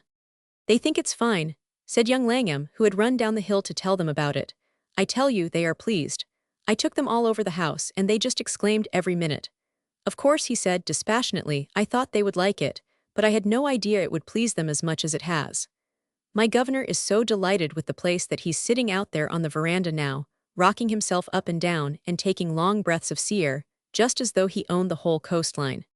Langham dined with his people that night, Clay and Mac Williams having promised to follow him up the hill later. It was a night of much moment to them all, and the two men ate their dinner in silence, each considering what the coming of the strangers might mean to him. As he was leaving the room, Mac Williams stopped and hovered uncertainly in the doorway. Are you going to get yourself into a dress suit tonight? He asked. Clay said that he thought he would. He wanted to feel quite clean once more. Well, all right, then, the other returned, reluctantly. I will do it for this once if you mean to, but you needn't think I am going to make a practice of it, for I am not. I have not worn a dress suit, he continued, as though explaining his principles in the matter, since your spread when we opened the railroad that's 6 months ago, and the time before that I wore one at Mac Goldrick's funeral. Mac Goldrick blew himself up at Puerto Truxillo, shooting rocks for the breakwater. We never found all of him, but we gave what we could get together as fine a funeral as those natives ever saw. The boys, they wanted to make him look respectable, so they asked me to lend them my dress suit, but I told them I meant to wear it myself. That's how I came to wear a dress suit at a funeral. It was either me or Mac Goldrick. Mac Williams, said Clay, as he stuck the toe of one boot into the heel of the other, if I had your imagination, I would give up railroading and take to writing war clouds for the newspapers. Do you mean you do not believe that story? Mac Williams demanded sternly. I do, said Clay. I mean I do not. Well, let it go, returned Mac Williams gloomily, but there's been funerals for less than that, let me tell you. A half-hour later Mac Williams appeared in the door and stood gazing attentively at Clay arranging his tie before a handglass, and then at himself in his unusual apparel. No wonder you voted to dress up, he exclaimed finally in a tone of personal injury. That's not a dress suit you have got on anyway. It has not any tails. And I hope for your sake, Mr. Clay, he continued, his voice rising in plaintive indignation, that you are not going to play that scarf on us for a vest. And you have not got a high collar on either. That's only a rough blueprint of a dress suit. Why, you look just as comfortable as though you were going to enjoy yourself, and you look cool, too. Well, why not? Laughed Clay. Well, but look at me, cried the other. Do I look cool? Do I look happy or comfortable? No, I do not. I look just about the way I feel, like a fool undertaker. I am going to take this thing right off.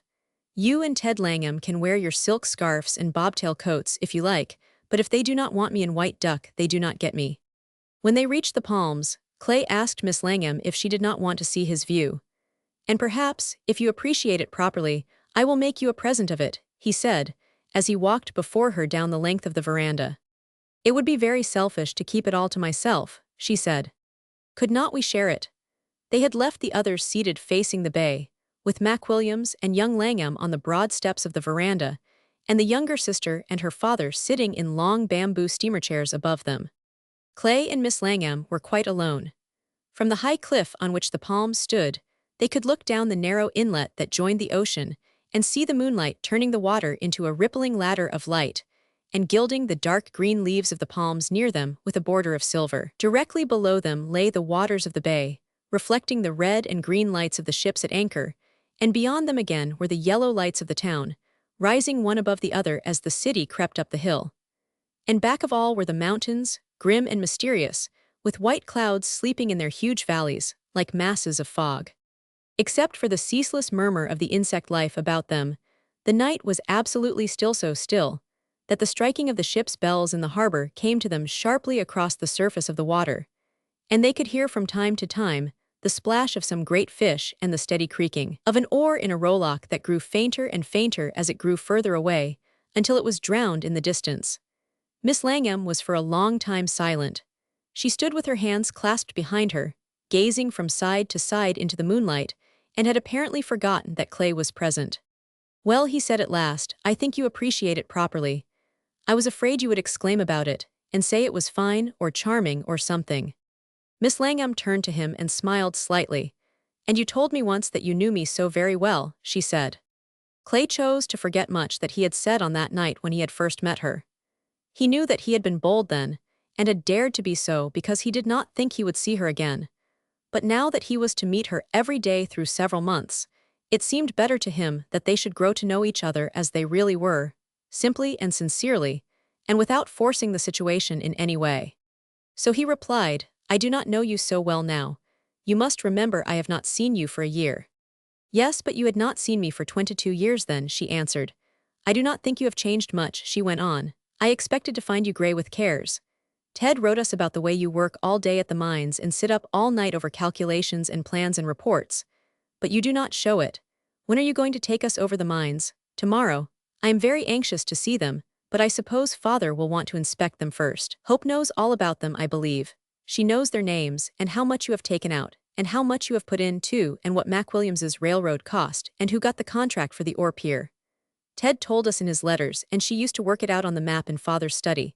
She's a most energetic child. I think sometimes she should have been a boy. I wish I could be the help to anyone that she is to my father and to me. Whenever I am blue or down, she makes fun of me and— Why should you ever be blue? Asked Clay abruptly. There is no real reason, I suppose, the girl answered, smiling, except that life is so very easy for me that I have to invent some woes. I should be better for a few reverses.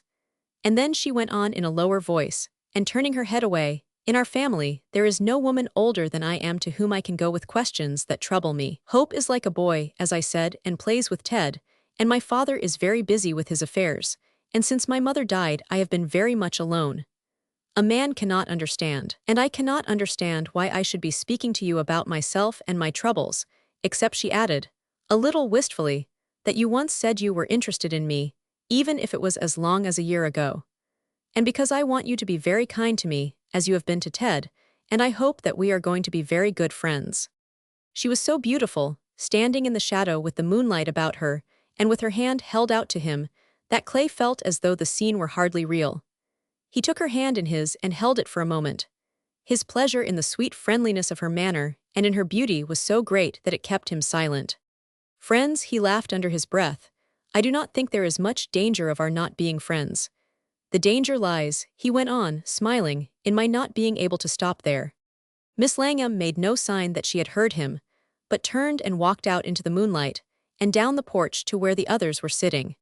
Young Langham had ordered a native orchestra of guitars and reed instruments from the town to serenade his people, and they were standing in front of the house in the moonlight as Miss Langham and Clay came forward. They played the shrill, eerie music of their country with a passion and feeling that filled out the strange tropical scene around them, but Clay heard them only as an accompaniment to his own thoughts, and as a part of the beautiful night and the tall, beautiful girl who had dominated it. He watched her from the shadow as she sat leaning easily forward and looking into the night. The moonlight fell full upon her, and though she did not once look at him or turn her head in his direction, he felt as though she must be conscious of his presence, as though there were already an understanding between them which she herself had established. She had asked him to be her friend. That was only a pretty speech, perhaps, but she had spoken of herself, and had hinted at her perplexities and her loneliness, and he argued that while it was no compliment to be asked to share another's pleasure, it must mean something when one was allowed to learn a little of another's troubles.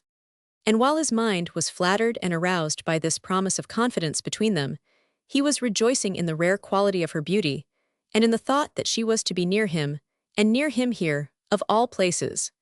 It seemed a very wonderful thing to Clay, something that could only have happened in a novel or a play. For while the man and the hour frequently appeared together, he had found that the one woman in the world and the place, and the man was a much more difficult combination to bring into effect. No one, he assured himself thankfully, could have designed a more lovely setting for his love story, if it was to be a love story, and he hoped it was, than this into which she had come of her own free will. It was a land of romance and adventure, of guitars and latticed windows, of warm, brilliant days and gorgeous silent nights, under purple heavens and white stars. And he was to have her all to himself, with no one near to interrupt, no other friends even, and no possible rival. She was not guarded now by a complex social system with its responsibilities. He was the most lucky of men. Others had only seen her in her drawing room or in an opera box, but he was free to ford mountain streams at her side, or ride with her under arches of the great palms, or to play a guitar boldly beneath her window. He was free to come and go at any hour, not only free to do so, but the very nature of his duties made it necessary that they should be thrown constantly together. The music of the violins moved him and touched him deeply, and stirred depths at which he had not guessed. It made him humble and deeply grateful, and he felt how mean and unworthy he was of such great happiness. He had never loved any woman as he felt that he could love this woman, as he hoped that he was to love her, for he was not so far blinded by her beauty, and by what he guessed her character to be, as to imagine that he really knew her. He only knew what he hoped she was, what he believed the soul must be that looked out of those kind, beautiful eyes, and that found utterance in that wonderful voice which could control him and move him by a word. He felt, as he looked at the group before him, how lonely his own life had been, how hard he had worked for so little for what other men found ready at hand when they were born into the world. He felt almost a touch of self-pity at his own imperfectness, and the power of his will and his confidence in himself, of which he was so proud, seemed misplaced and little, and then he wondered if he had not neglected chances.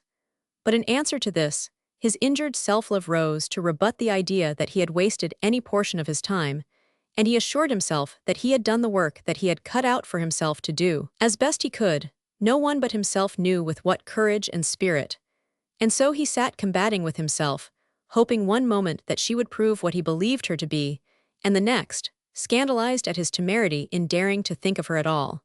The spell lifted as the music ceased, and Clay brought himself back to the moment and looked about him as though he were waking from a dream, and had expected to see the scene disappear and the figures near him fade into the moonlight.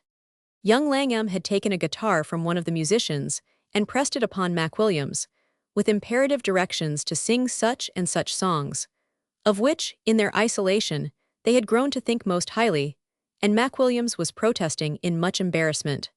Mac Williams had a tenor voice which he maltreated in the most villainous manner by singing directly through his nose.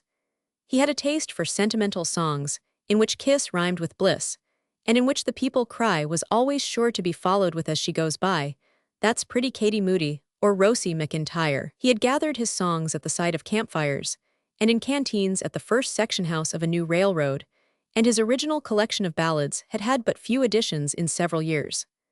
Mac Williams at first was shy, which was quite a new development, until he made them promise to laugh if they wanted to laugh, explaining that he would not mind that so much as he would the idea that he thought he was serious. The song of which he was especially fond was one called He Never Cares to Wander from His Own Fireside, which was especially appropriate in coming from a man who had visited almost every spot in the three Americas, except his home, in 10 years. Mac Williams always ended the evening's entertainment with this chorus, no matter how many times it had been sung previously, and seemed to regard it with much the same veneration that the true Briton feels for his national anthem. The words of the chorus were, "He never cares to wander from his own fireside. He never cares to wander or to roam. With his babies on his knee. He's as happy as can be. For there's no place like home, sweet home." Mac Williams loved accidentals, and what he called barbershop chords. He used a beautiful accidental at the word be, of which he was very fond, and he used to hang on that note for a long time, so that those in the extreme rear of the hall, as he was wont to explain, should get the full benefit of it. And it was his custom to emphasize for in the last line by speaking instead of singing it, and then coming to a full stop before dashing on again with the excellent truth that there is no place like home, sweet home. The men at the mines used to laugh at him and his song at first, but they saw that it was not to be so laughed away, and that he regarded it with some peculiar sentiment. So they suffered him to sing it in peace. Mac Williams went through his repertoire to the unconcealed amusement of young Langham and Hope. When he had finished, he asked Hope if she knew a comic song of which he had only heard by reputation. One of the men at the mines had gained a certain celebrity by claiming to have heard it in the States, but as he gave a completely new set of words to the tune of the Wearing of the Green as the true version, his veracity was doubted. Hope said she knew it, of course, and they all went into the drawing-room, where the men grouped themselves about the piano. It was a night they remembered long afterward. Hope sat at the piano protesting and laughing, but singing the songs of which the newcomers had become so weary, but which the three men heard open-eyed, and hailed with shouts of pleasure. The others enjoyed them and their delight, as though they were people in a play expressing themselves in this extravagant manner for their entertainment, until they understood how poverty-stricken their lives had been, and that they were not only enjoying the music for itself, but because it was characteristic of all that they had left behind them.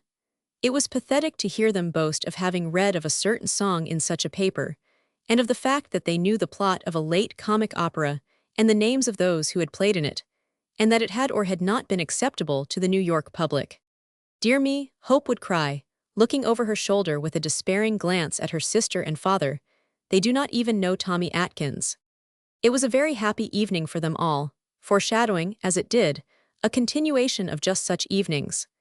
Young Langham was radiant with pleasure at the good account which Clay had given of him to his father, and Mr. Langham was gratified and proud of the manner in which his son and heir had conducted himself. And Mac Williams, who had never before been taken so simply and sincerely by people of a class that he had always held in humorous awe, felt a sudden accession of dignity, and an unhappy fear that when they laughed at what he said, it was because its sense was so utterly different from their point of view, and not because they saw the humor of it. He did not know what the word snob signified, and in his roughened, easy-going nature there was no touch of false pride. But he could not help thinking how surprised his people would be if they could see him, whom they regarded as a wanderer and renegade on the face of the earth and the prodigal of the family, and for that reason the best loved, leaning over a grand piano, while one daughter of his muck-revered president played comic songs for his delectation, and the other, who according to the newspapers refused princes daily, and who was the most wonderful creature he had ever seen, poured out his coffee and brought it to him with her own hands. The evening came to an end at last, and the new arrivals accompanied their visitors to the veranda as they started to their cabin for the night. Clay was asking Mr. Langham when he wished to visit the mines, and the others were laughing over farewell speeches, when young Langham startled them all by hurrying down the length of the veranda and calling on them to follow. "Look," he cried, pointing down the inlet. "Here comes a man-of-war or a yacht. Is not she smart-looking? What can she want here at this hour of the night? They will not let them land. Can you make her out, Mac Williams?" A long, white ship was steaming slowly up the inlet, and passed within a few hundred feet of the cliff on which they were standing. "Why, it's the Vesta," exclaimed Hope wonderingly. "I thought she was not coming for a week." "It cannot be the Vesta," said the elder sister. She was not to have sailed from Havana until today. What do you mean? Asked Langham. Is it King's boat? Do you expect him here? Oh, what fun. I say, Clay, here's the Vesta, Reggie King's yacht, and he's no end of a sport. We can go all over the place now, and he can land us right at the door of the mines if we want to. Is it the King I met at dinner that night? Asked Clay, turning to Miss Langham. Yes, she said. He wanted us to come down on the yacht, but we thought the steamer would be faster. So he sailed without us and was to have touched at Havana, but he has apparently changed his course. Does not she look like a phantom ship in the moonlight? Young Langham thought he could distinguish King among the white figures on the bridge, and tossed his hat and shouted. And a man in the stern of the yacht replied with a wave of his hand. That must be Mr. King, said Hope. He did not bring anyone with him, and he seems to be the only man aft. They stood watching the yacht as she stopped with a rattle of anchor chains and a confusion of orders that came sharply across the water. And then the party separated, and the three men walked down the hill, Langham eagerly assuring the other two that King was a very good sort, and telling them what a treasure house his yacht was, and how he would have probably brought the latest papers, and that he would certainly give a dance on board in their honor. The men stood for some short time together, after they had reached the office, discussing the great events of the day, and then with cheerful good nights disappeared into their separate rooms. An hour later Clay stood without his coat, and with a pen in his hand, at MacWilliams's bedside and shook him by the shoulder. I am not asleep, said MacWilliams, sitting up. What is it?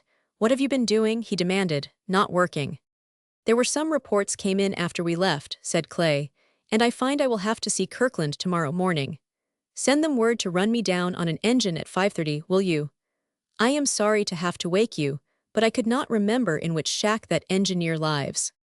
MacWilliams jumped from his bed and began kicking about the floor for his boots. Oh, that's all right, he said. I was not asleep. I was just. He lowered his voice that Langham might not hear him through the canvas partitions. I was just lying awake playing duets with the president and racing for the International Cup in my new centerboard yacht. That's all. MacWilliams buttoned a waterproof coat over his pajamas and stamped his bare feet into his boots. Oh, I tell you, Clay, he said with a grim chuckle, we are mixing right in with the 400, we are. I am substitute and understudy when anybody gets 99. We are right in our own class at last. Pure amateurs with no professional record against us. Me and President Langham, I guess. He struck a match and lit the smoky wick in a tin lantern. But now, he said, cheerfully, my time being too valuable for me to sleep, I will go wake up that nigger engine driver and set his alarm clock at 5:30. 5:30, I believe you said. All right, good night. And whistling cheerfully to himself, MacWilliams disappeared up the hill, his body hidden in the darkness and his legs showing fantastically in the light of the swinging lantern. Clay walked out upon the veranda and stood with his back to one of the pillars. MacWilliams and his pleasantries disturbed and troubled him. Perhaps, after all, the boy was right. It seemed absurd, but it was true. They were only employees of Langhampto of the thousands of young men who were working all over the United States to please him, to make him richer, to whom he was only a name and a power, which meant an increase of salary or the loss of place. Clay laughed and shrugged his shoulders. He knew that he was not in that class. If he did good work, it was because his self-respect demanded it of him. He did not work for Langham or the Alancho Mining Company Limited. And yet he turned with almost a feeling of resentment toward the white yacht lying calmly in magnificent repose 100 yards from his porch. He could see her as clearly in her circle of electric lights, as though she were a picture, and held in the light of a stereopticon on a screen. He could see her white decks, and the rails of polished brass, and the comfortable wicker chairs and gay cushions and flat coils of rope, and the tapering masts and intricate rigging. How easy it was made for some men.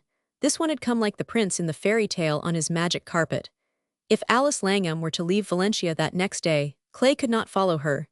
He had his duties and responsibilities. He was at another man's bidding. But this Prince Fortunatus had but to raise anchor and start in pursuit, knowing that he would be welcome wherever he found her. That was the worst of it to Clay, for he knew that men did not follow women from continent to continent without some assurance of a friendly greeting.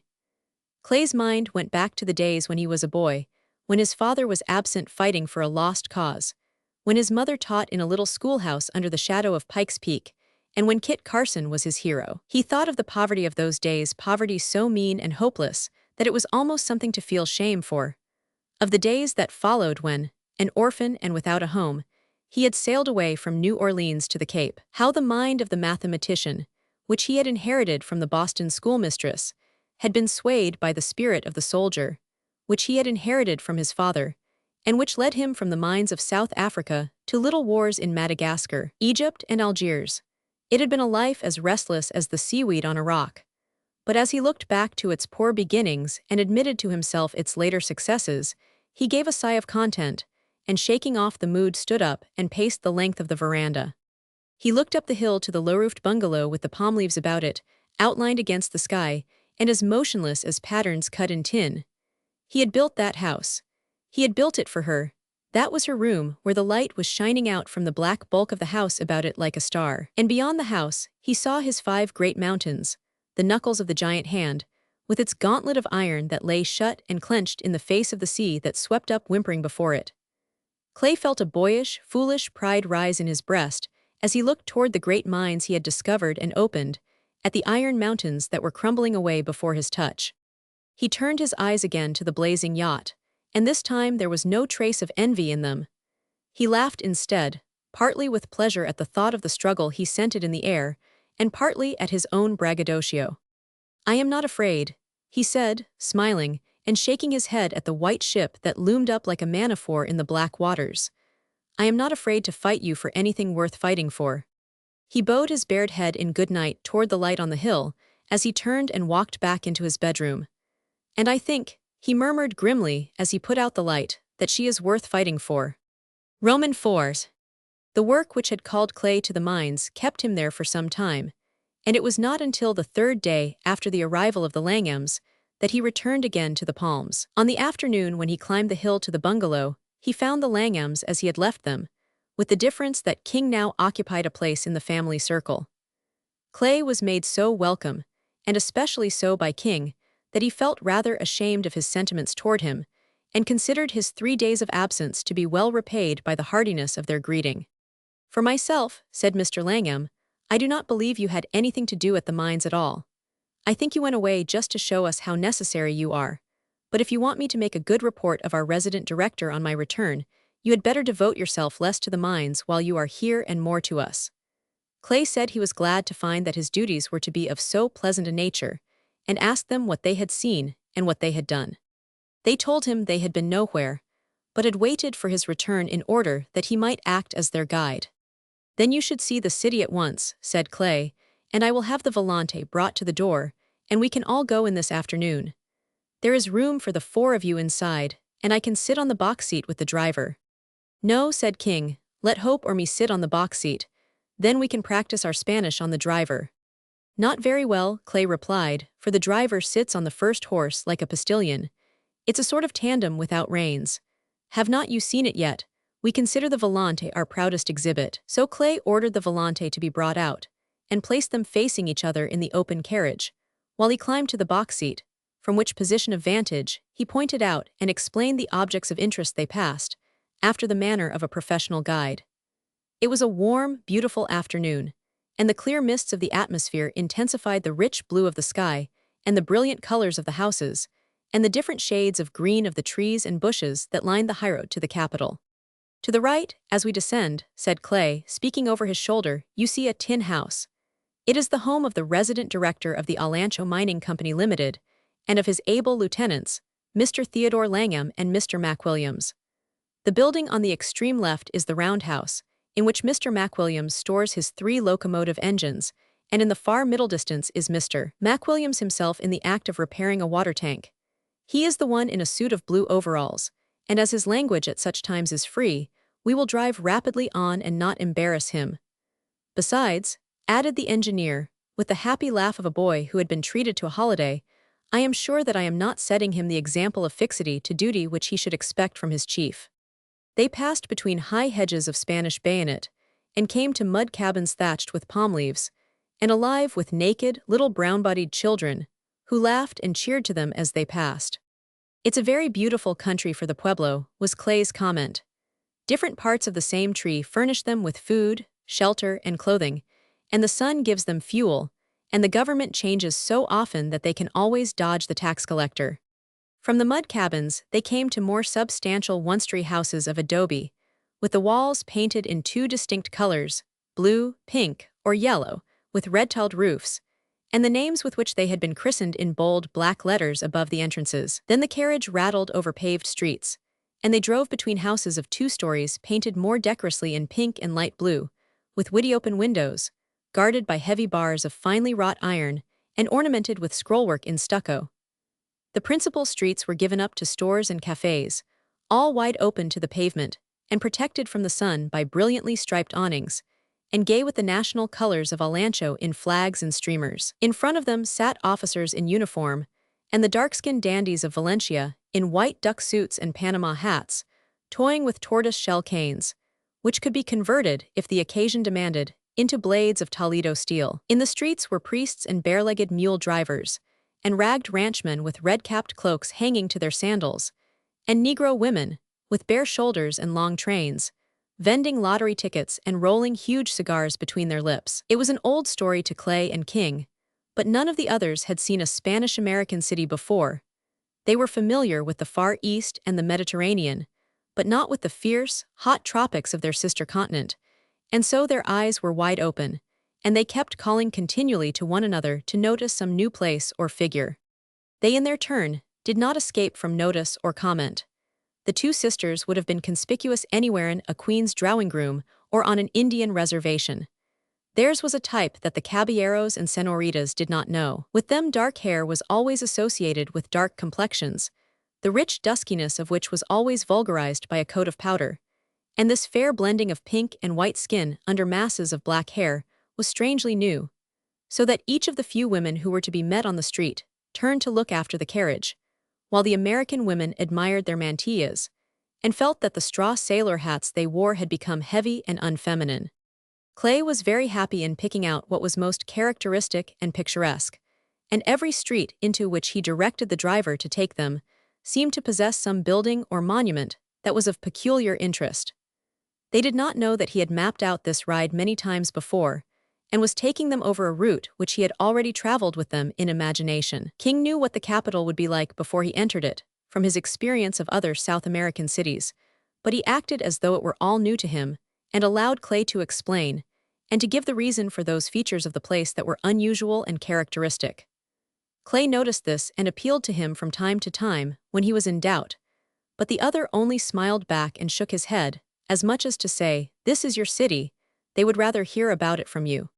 Clay took them to the principal shops, where the 2 girls held whispered consultations over lace mantillas, which they had at once determined to adopt, and bought the gorgeous paper fans, covered with brilliant pictures of bullfighters in suits of silver tinsel. And from these open stores, he led them to a dingy little shop, where there was old silver and precious, hand-painted fans of mother-of-pearl that had been pawned by families who had risked and lost all in some revolution, and then to another shop, where 2 old maiden ladies made a particularly good guava, and to tobacconists, where the men bought a few of the native cigars, which, as they were a monopoly of the government, were as bad as government monopolies always are.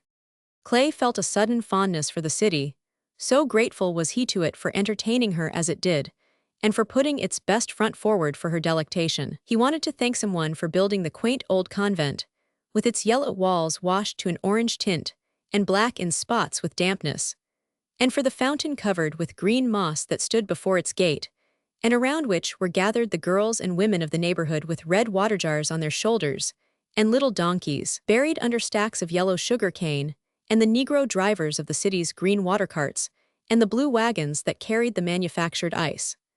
Toward 5 o'clock they decided to spend the rest of the day in the city, and to telephone for the 2 boys to join them at La Venus, the great restaurant on the plaza, where Clay had invited them to dine. He suggested that they should fill out the time meanwhile by a call on the president, and after a search for cards in various pocketbooks, they drove to the government palace, which stood in an open square in the heart of the city. As they arrived, the president and his wife were leaving for their afternoon drive on the Alameda, the fashionable parade ground of the city, and the state carriage and a squad of cavalry appeared from the side of the palace as the visitors drove up to the entrance.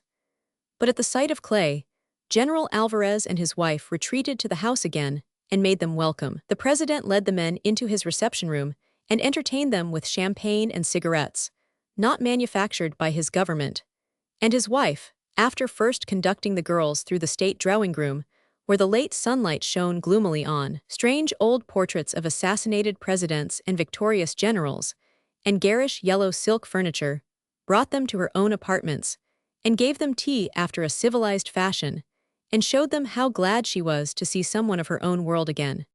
During their short visit, Madame Alvarez talked a greater part of the time herself, addressing what she said to Miss Langham but looking at Hope. It was unusual for Hope to be singled out in this way when her sister was present, and both the sisters noticed it and spoke of it afterwards. They thought Madame Alvarez very beautiful and distinguished-looking, and she impressed them, even after that short knowledge of her, as a woman of great force of character. She was very well dressed for a Spanish woman, was Miss Langham's comment, later in the afternoon. But everything she had on was just a year behind the fashions, or 12 steamer days behind, as Mr. McWilliams puts it. She reminded me, said Hope, of a black panther I saw once in a circus. Dear me, exclaimed the sister, I do not see that at all. Why? Hope said she did not know why. She was not given to analyzing her impressions or offering reasons for them. Because the panther looked so unhappy, she explained, doubtfully and restless, and he kept pacing up and down all the time and hitting his head against the bars as he walked as though he liked the pain.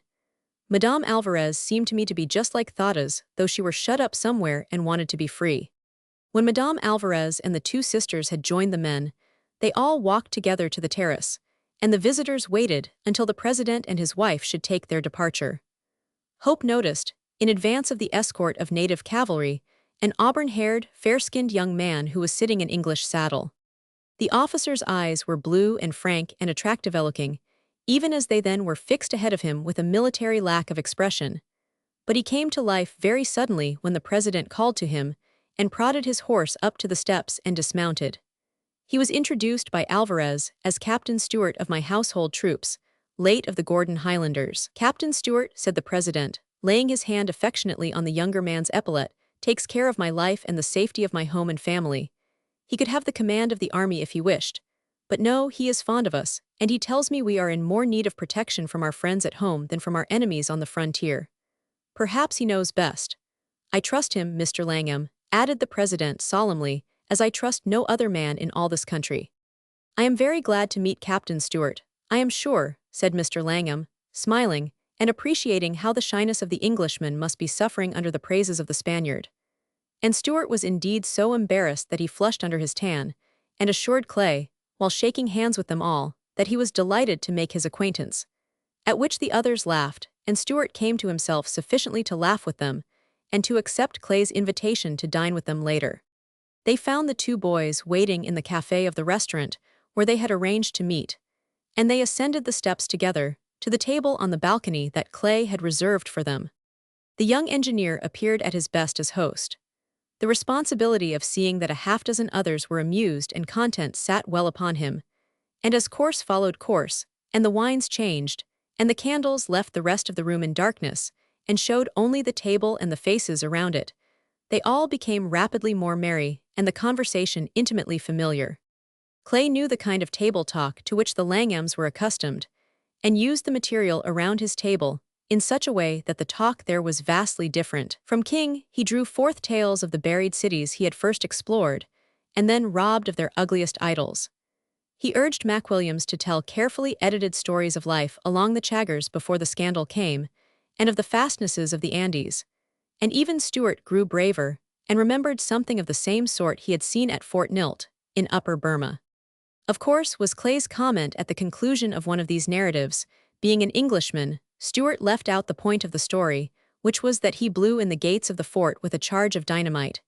He got a 500 SO for doing it. Being an Englishman, said Hope, smiling encouragingly on the conscious Stewart, he naturally would leave that out. Mr. Langham and his daughters formed an eager audience. They had never before met at one table three men who had known such experiences, and who spoke of them as though they must be as familiar in the lives of the others as in their own, men who spoiled in the telling stories that would have furnished incidents for melodramas, and who impressed their hearers more with what they left unsaid, and what was only suggested, than what in their view was the most important point. The dinner came to an end at last, and Mr. Langham proposed that they should go down and walk with the people in the plaza. But his two daughters preferred to remain as spectators on the balcony, and Clay and Stuart stayed with them. At last, sighed Clay under his breath, seating himself at Miss Langham's side, as she sat leaning forward with her arms upon the railing and looking down into the plaza below. She made no sign at first that she had heard him, but as the voices of Stuart and Hope rose from the other end of the balcony, she turned her head and asked, "Why at last?" "Oh, you could not understand," laughed Clay. "You have not been looking forward to just one thing and then had it come true. It is the only thing that ever did come true to me, and I thought it never would." "You do not try to make me understand," said the girl, smiling, but without turning her eyes from the moving spectacle below her.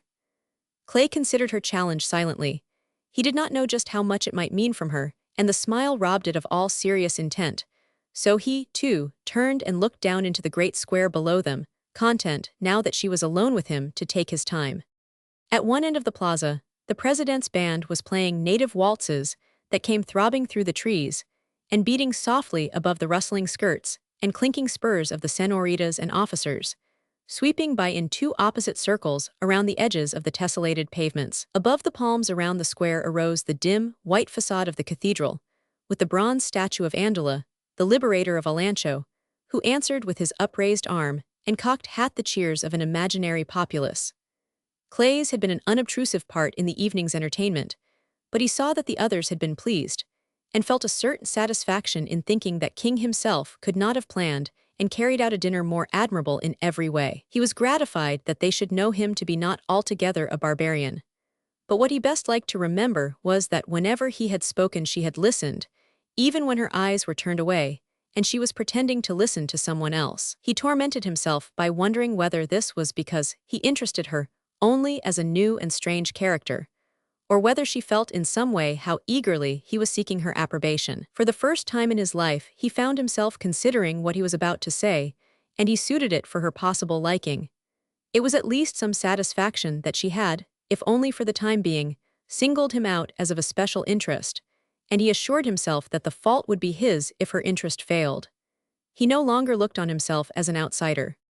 Stuart's voice arose from the farther end of the balcony, where the white figure of Hope showed dimly in the darkness. "They are talking about you over there," said Miss Langham, turning toward him. "Well, I do not mind," answered Clay, "as long as they talk about Mova there." Miss Langham shook her head. "You are very frank and audacious," she replied doubtfully, "but it is rather pleasant as a change." "I do not call that audacious, to say I do not want to be interrupted when I am talking to you. Are not the men you meet generally audacious?" he asked. "I can see why not though," he continued, "you awe them." "I cannot think that's a nice way to affect people," protested Miss Langham, after a pause. "I do not awe you, do I?" "Oh, you affect me in many different ways," returned Clay, cheerfully. "Sometimes I am very much afraid of you, and then again my feelings are only those of unlimited admiration." "There again, what did I tell you?" said Miss Langham. "Well, I cannot help doing that," said Clay. "That is one of the few privileges that is left to a man in my position. It does not matter what I say. That is the advantage of being of no account and hopelessly detrimental. The eligible men of the world, you see, have to be so very careful. A prime minister, for instance, cannot talk as he wishes, and call names if he wants to, or write letters, even. Whatever he says is so important, because he says it, that he must be very discreet. I am so unimportant that no one minds what I say, and so I say it. It's the only comfort I have." "Are you in the habit of going around the world, saying whatever you choose to every woman you happen to?" Miss Langham hesitated. "To admire very much," suggested Clay. "To meet," corrected Miss Langham. "Because, if you are, it is a very dangerous and selfish practice, and I think your theory of non-responsibility is a very wicked one." "Well, I would not say it to a child," mused Clay, "but to one who must have heard it before." "And who, you think, would like to hear it again, perhaps," interrupted Miss Langham. "No, not at all," said Clay. "I do not say it to give her pleasure, but because it gives me pleasure to say what I think." "If we are to continue good friends, Mr. Clay," said Miss Langham, in decisive tones, "we must keep our relationship on more of a social and less of a personal basis. It was all very well that first night I met you," she went on, in a kindly tone. "You rushed in then, and by a sort of tour de force, made me think a great deal about myself and also about you. Your stories of cherished photographs and distant devotion and all that were very interesting. But now we are to be together a great deal, and if we are to talk about ourselves all the time, I for one shall grow very tired of it. As a matter of fact, you do not know what your feelings are concerning me, and until you do we will talk less about them and more about the things you are certain of. When are you going to take us to the mines, for instance, and who was Andala, the liberator of Alancho, on that pedestal over there? Now, is not that much more instructive? Clay smiled grimly and made no answer, but sat with knitted brows looking out across the trees of the plaza. His face was so serious, and he was apparently giving such earnest consideration to what she had said that Miss Langham felt an uneasy sense of remorse. And moreover, the young man's profile, as he sat looking away from her, was very fine, and the head on his broad shoulders was as well-modeled as the head of an Athenian statue. Miss Langham was not insensible to beauty of any sort, and she regarded the profile with perplexity and with a softening spirit. "You understand," she said, gently, being quite certain that she did not understand this new order of young man herself. "You are not offended with me?" she asked. Clay turned and frowned, and then smiled in a puzzled way and stretched out his hand toward the equestrian statue in the plaza. Andala, or Andala, the treaty maker, as they call him, was born in 1700, he said. He was a most picturesque sort of a chap, and freed this country from the yoke of Spain.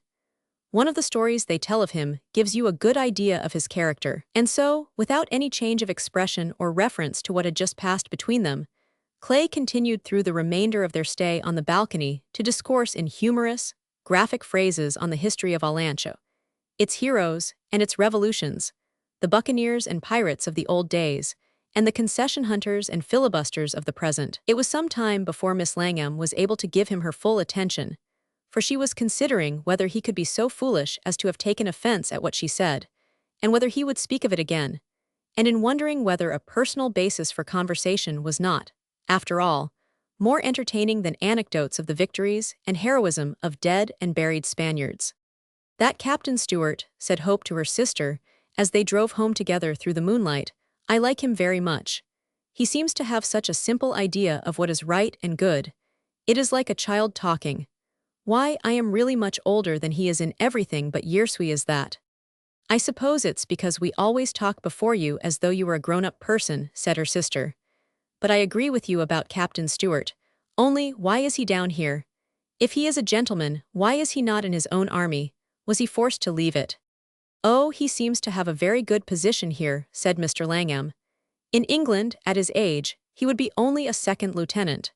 Do not you remember what the president said, that he would trust him with the command of his army? That's certainly a responsible position, and it shows great confidence in him." "Not so great, it seems to me," said King carelessly, "as he is showing him in making him the guardian of his hearth and home. Did you hear what he said today? He guards my home and my family. I do not think a man's home and family are among the things he can afford to leave to the protection of stray English subalterns. From all I hear, it would be better if President Alvarez did less plotting and protected his own house himself." "The young man did not strike me as the sort of person," said Mr. Langham, warmly, "who would be likely to break his word to the man who is feeding him and sheltering him, and whose uniform he wears. I do not think the president's home is in any danger from within. Madame Alvarez." Clay turned suddenly in his place on the box seat of the carriage, where he had been sitting, a silent, misty statue in the moonlight, and peered down on those in the carriage below him. "Madame Alvarez needs no protection, as you were about to say, Mr. Langham," he interrupted quickly. "Those who know her could say nothing against her, and those who do not know her would not so far forget themselves as to dare to do it. Have you noticed the effect of the moonlight on the walls of the convent?" he continued, gently. "It makes them quite white." "No," exclaimed Mr. Langham and King, hurriedly, as they both turned and gazed with absorbing interest at the convent on the hills above them. Before the sisters went to sleep that night, Hope came to the door of her sister's room and watched Alice admiringly as she sat before the mirror brushing out her hair. "I think it's going to be fine down here, do not you, Alice?" she asked. "Everything is so different from what it is at home, and so beautiful, and I like the men we have met. Is not that Mr. MacWilliams funny, and he is so tough? And Captain Stewart, it is a pity he's shy. The only thing he seems to be able to talk about is Mr. Clay. He worships Mr. Clay." "Yes," assented her sister. "I noticed on the balcony that you seemed to have found some way to make him speak." "Well, that was it. He likes to talk about Mr. Clay and I wanted to listen. Oh, he is a fine man. He has done more exciting things. Who, Captain Stewart? No, Mr. Clay. He's been in 3 real wars and about a dozen little ones, and he's built thousands of miles of railroads. I do not know how many thousands, but Captain Stewart knows. And he built the highest bridge in Peru. It swings in the air across a chasm, and it rocks when the wind blows. And the German emperor made him a baron. Why? I do not know, I could not understand. It was something about plans for fortifications. He, Mr. Clay, put up a fort in the harbor of Rio de Janeiro during a revolution, and the officers on a German man of war saw it and copied the plans, and the Germans built one just like it, only larger on the Baltic. And when the emperor found out whose design it was, he sent Mr. Clay the order of something Gorother and made him a baron. Really, exclaimed the elder sister, is not he afraid that someone will marry him for his title? Oh well, you can laugh, but I think it's pretty fine, and so does Ted, added Hope, with the air of one who propounds a final argument. Oh, I beg your pardon, laughed Alice. If Ted approves, we must all go down and worship. And father, too, continued Hope. He said he thought Mr. Clay was one of the most remarkable men for his years that he had ever met. Miss Langham's eyes were hidden by the masses of her black hair that she had shaken over her face, and she said nothing. And I liked the way he shut Reggie King up too, continued Hope stoutly, when he and father were talking that way about Madame Alvarez. Yes, upon my word, exclaimed her sister, impatiently tossing her hair back over her shoulders. I really cannot see that Madame Alvarez is in need of any champion. I thought Mr. Clay made it very much worse by rushing in the way he 999. Why should he take it upon himself to correct a man as old as my father? I suppose because Madame Alvarez is a friend of his, Hope answered. My dear child, a beautiful woman can always find some man to take her part, said Miss Langham. But I have no doubt, she added, rising and kissing her sister good night, that he is all that your Captain Stewart thinks him. But he is not going to keep us awake any longer, is he, even if he does show such gallant interest in old ladies? Old ladies, exclaimed Hope in amazement. Why, Alice? But her sister only laughed and waved her out of the room, and Hope walked away frowning in much perplexity. The visit to the city was imitated on the 3 succeeding evenings by similar excursions.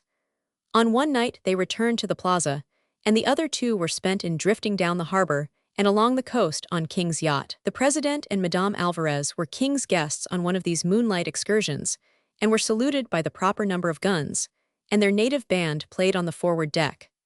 Clay felt that King held the center of the stage for the time being, and obliterated himself completely.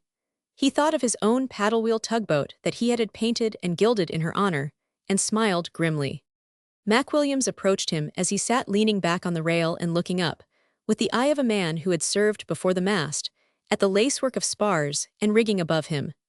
Mac Williams came toward him on tiptoe and dropped carefully into a wicker chair. There do not seem to be any doormats on this boat, he said. In every other respect she seems fitted out quite complete. All the latest magazines and enameled bathtubs, and Chinese waiterboys with cocktails up their sleeves. But there ought to be a mat at the top of each of those stairways that hang over the side, otherwise someone is sure to soil the deck. Have you been down in the engineer room yet? He asked. Well, do not go then, he advised solemnly. It will only make you feel badly. I have asked the Admiral if I can send those half-breed engine drivers over tomorrow to show them what a clean engineer room looks like. I have just been talking to the chief. His name's Mac Kenzie, and I told him I was Scotch myself, and he said it was a great pleasure to find a gentleman so well acquainted with the movements of machinery. He thought I was one of King's friends, I guess, so I did not tell him I pulled a lever for a living myself. I gave him a cigar though, and he said, "Thank ye, sir," and touched his cap to me. Mac Williams chuckled at the recollection and crossed his legs comfortably. One of King's cigars, too, he said. Real Havana, he leaves them lying around loose in the cabin. Have you had one? Ted Langham and I took about a box between us. Clay made no answer, and Mac Williams settled himself contentedly in the great wicker chair and puffed grandly on a huge cigar. It's demoralizing, is not it? He said at last. What? Asked Clay absently. Oh, this associating with white people again, as we are doing now. It spoils you for tortillas and rice, does not it? It's going to be great fun while it lasts, but when they have all gone, and Ted's gone too and the yacht's vanished, and we fall back to tramping around the plaza twice a week, It will not be gay, will it? No, it will not be gay. We are having the spree of our lives now, I guess, but there's going to be a difference in the morning. Oh, it's worth a headache, I think, said Clay, as he shrugged his shoulders and walked away to find Miss Langham. The day set for the visit to the mines rose bright and clear. Mac Williams had rigged out his single-passenger car with rugs and cushions, and flags flew from its canvas top that flapped and billowed in the wind of the slow-moving train. Their observation car, as Mac Williams termed it, was placed in front of the locomotive, and they were pushed gently along the narrow rails between forests of Manaka palms and through swamps and jungles, and at times over the limestone formation along the coast, where the waves dashed as high as the smokestack of the locomotive, covering the excursionists with a sprinkling of white spray. Thousands of land crabs, painted red and black and yellow, scrambled with a rattle like dead men's bones across the rails to be crushed by the hundreds under the wheels of the juggernaut. Great lizards ran from sunny rocks at the sound of their approach, and a deer bounded across the tracks 50 feet in front of the cowcatcher. Mac Williams escorted Hope out into the cab of the locomotive and taught her how to increase and slacken the speed of the engine until she showed an unruly desire to throw the lever open altogether and shoot them off the rails into the ocean beyond. Clay sat at the back of the car with Miss Langham and told her and her father of the difficulties with which young Mac Williams had had to contend. Miss Langham found her chief pleasure in noting the attention which her father gave to all that Clay had to tell him. Knowing her father as she did, and being familiar with his manner toward other men, she knew that he was treating Clay with unusual consideration. And this pleased her greatly, for it justified her own interest in him. She regarded Clay as a discovery of her own, but she was glad to have her opinion of him shared by others. Their coming was a great event in the history of the mines. Kirkland, the foreman, and Chapman, who handled the dynamite, Weimer, the consul, and the native doctor, who cared for the fever-stricken and the casualties, were all at the station to meet them in the whitest of white duck, and with a bunch of ponies to carry them on their tour of inspection, and the village of mudcabins and zinchuts that stood clear of the bare sun-baked earth on whitewashed wooden piles was as clean as Clay's 100 policemen could sweep it. Mr. Langham rode in advance of the cavalcade, and the head of each of the different departments took his turn in riding at his side, and explained what had been done, and showed him the proud result. The village was empty, except for the families of the native workmen and the ownerless dogs, the scavengers of the colony, that snarled and barked and ran leaping in front of the ponies' heads.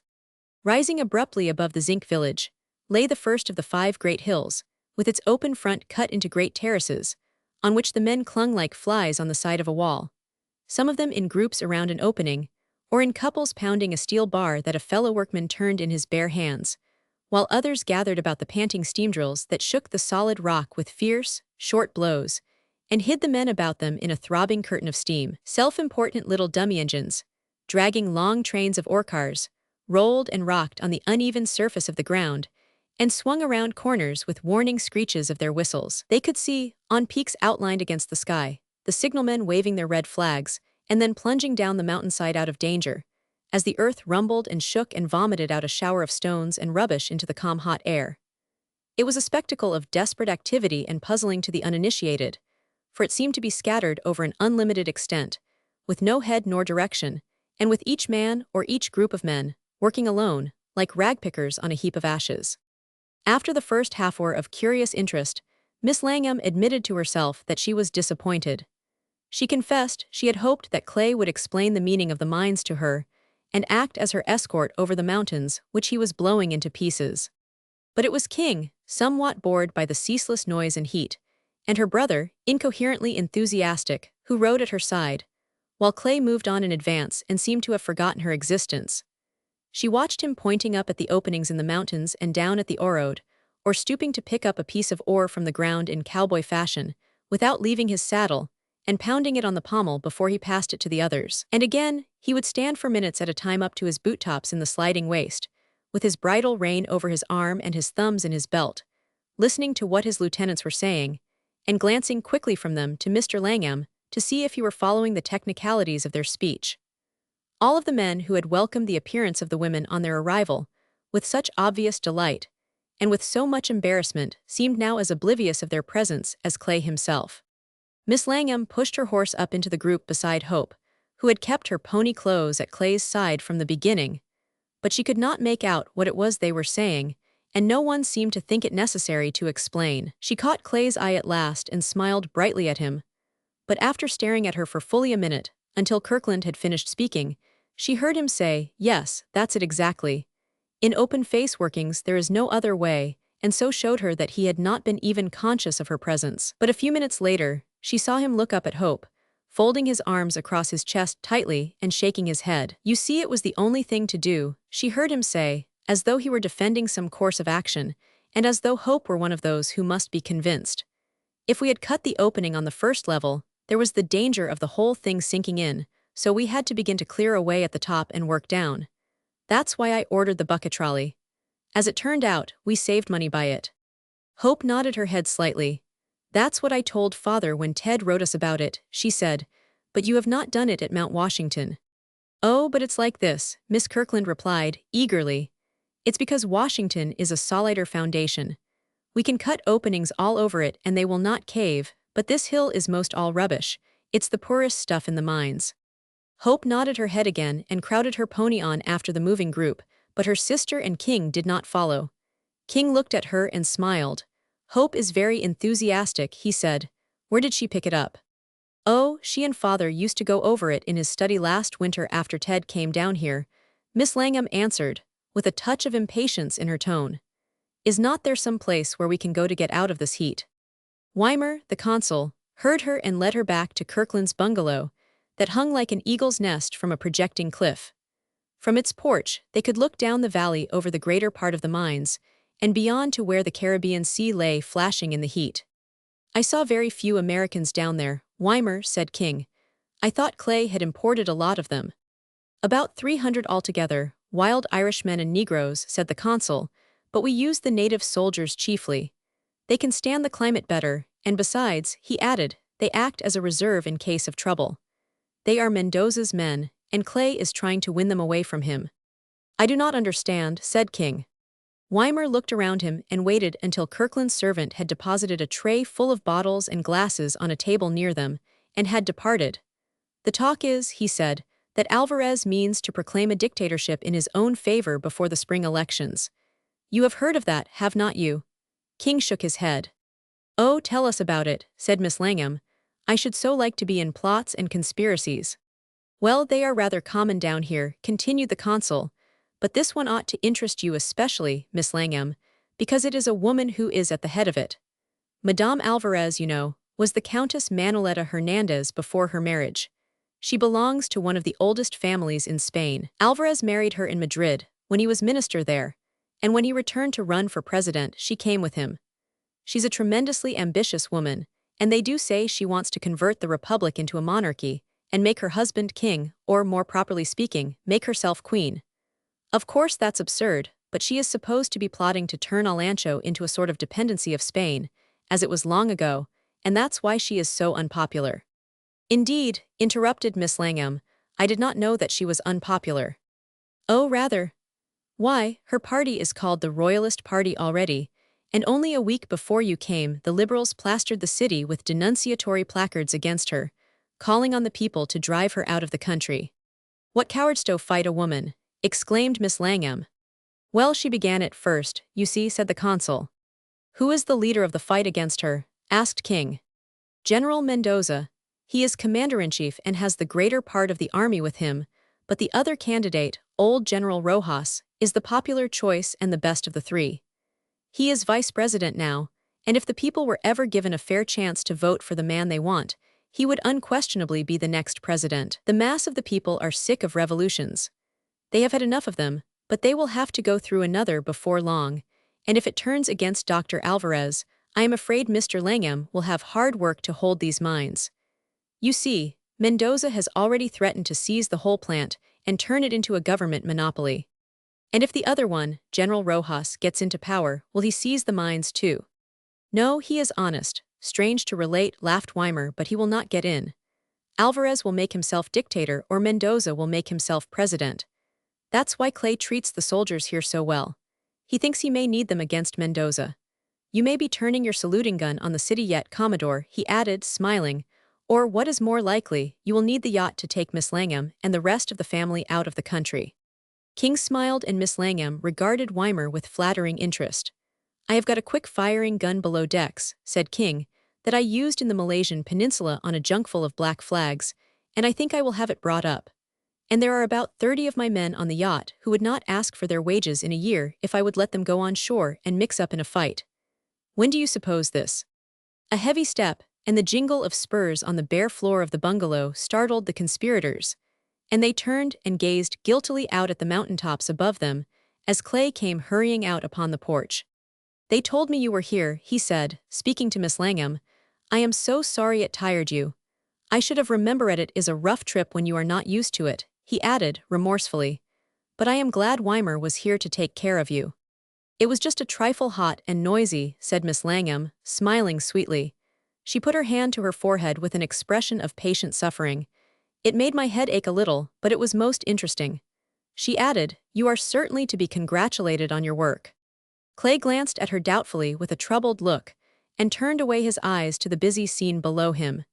He was greatly hurt that she should have cared so little, and indignant at himself for being so unjust. Why should he expect a woman to find interest in that hive of noise and sweating energy? But even as he stood arguing with himself, his eyes fell on a slight figure sitting erect and graceful on her pony's back, her white habit soiled and stained red with the ore of the mines, and green where it had crushed against the leaves. She was coming slowly up the trail with a bodyguard of half a dozen men crowding closely around her, telling her the difficulties of the work, and explaining their successes, and eager for a share of her quick sympathy. Clay's eyes fixed themselves on the picture, and he smiled at its significance. Miss Langham noticed the look, and glanced below to see what it was that had so interested him, and then back at him again. He was still watching the approaching cavalcade intently, and smiling to himself. Miss Langham drew in her breath and raised her head and shoulders quickly, like a deer that hears a footstep in the forest, and when Hope presently stepped out upon the porch, she turned quickly toward her, and regarded her steadily, as though she were a stranger to her, and as though she were trying to see her with the eyes of one who looked at her for the first time. Hope, she said, do look at your dress. Hope's face was glowing with the unusual exercise, and her eyes were brilliant. Her hair had slipped down beneath the visor of her helmet. I am so tired and so hungry. She was laughing and looking directly at Clay. It has been a wonderful thing to have seen, she said, tugging at her heavy gauntlet, and to have done, she added. She pulled off her glove and held out her hand to Clay, moist and scarred with the pressure of the reins. Thank you, she said simply. The master of the mines took it with a quick rush of gratitude, and looking into the girl's eyes, saw something there that startled him, so that he glanced quickly past her at the circle of booted men grouped in the door behind her. They were each smiling in appreciation of the tableau, her father and Ted, Mac Williams and Kirkland, and all the others who had helped him. They seemed to envy, but not to grudge, the whole credit which the girl had given to him. Clay thought, why could it not have been the other? But he said aloud, thank you, you have given me my reward. Miss Langham looked down impatiently into the valley below, and found that it seemed more hot and noisy, and more grimy than before. Romans 6. Clay believed that Alice Langham's visit to the mines had opened his eyes fully to vast differences between them. He laughed and railed at himself for having dared to imagine that he was in a position to care for her. Confident as he was at times, and sure as he was of his ability in certain directions, he was uneasy and fearful when he matched himself against a man of gentle birth and gentle breeding, and one who, like King, was part of a world of which he knew little, and to which, in his ignorance concerning it, he attributed many advantages that it did not possess. He believed that he would always lack the mysterious something which these others held by right of inheritance. He was still young and full of the illusions of youth, and so gave false values to his own qualities, and values equally false to the qualities he lacked. For the next week he avoided Miss Langham, unless there were other people present, and whenever she showed him special favor, he hastily recalled to his mind her failure to sympathize in his work, and assured himself that if she could not interest herself in the engineer, he did not care to have her interested in the man. Other women had found him attractive in himself, they had cared for his strength of will and mind, and because he was good to look at. But he determined that this one must sympathize with his work in the world, no matter how unpicturesque it might seem to her. His work was the best of him, he assured himself, and he would stand or fall with it. It was a week after the visit to the mines that President Alvarez gave a great ball in honor of the Langhams, to which all of the important people of Alancho, and the foreign ministers were invited. Miss Langham met Clay on the afternoon of the day set for the ball, as she was going down the hill to join Hope and her father at dinner on the yacht. "Are you not coming too?" she asked. "I wish I could," Clay answered. "King asked me, but a steamer load of new machinery arrived today, and I have to see it through the custom house." Miss Langham gave an impatient little laugh and shook her head. "You might wait until we were gone before you bother with your machinery," she said. "When you are gone, I will not be in a state of mind to attend to machinery or anything else," Clay answered. Miss Langham seemed so far encouraged by this speech that she seated herself in the boathouse at the end of the wharf. She pushed her mantilla back from her face and looked up at him, smiling brightly. "The time has come," the walrus said, she quoted, "to talk of many things." Clay laughed and dropped down beside her. "Well," he said, "you have been rather unkind to me this last week," the girl began, with her eyes fixed steadily on his. "And that day at the mines when I counted on you so, you acted abominably." Clay's face showed so plainly his surprise at this charge, which he thought he only had the right to make, that Miss Langham stopped. "I do not understand," said Clay quietly. "How did I treat you abominably?" He had taken her so seriously that Miss Langham dropped her lighter tone and spoken one more kindly. "I went out there to see your work at its best. I was only interested in going because it was your work, and because it was you who had done it all, and I expected that you would try to explain it to me and help me to understand, but you did not. You treated me as though I had no interest in the matter at all, as though I was not capable of understanding it. You did not seem to care whether I was interested or not. In fact, you forgot me altogether." Clay exhibited no evidence of a reproving conscience. "I am sorry you had a stupid time," he said gravely. "I did not mean that, and you know I did not mean that," the girl answered. "I wanted to hear about it from you because you did it. I was not interested so much in what had been done as I was in the man who had accomplished it."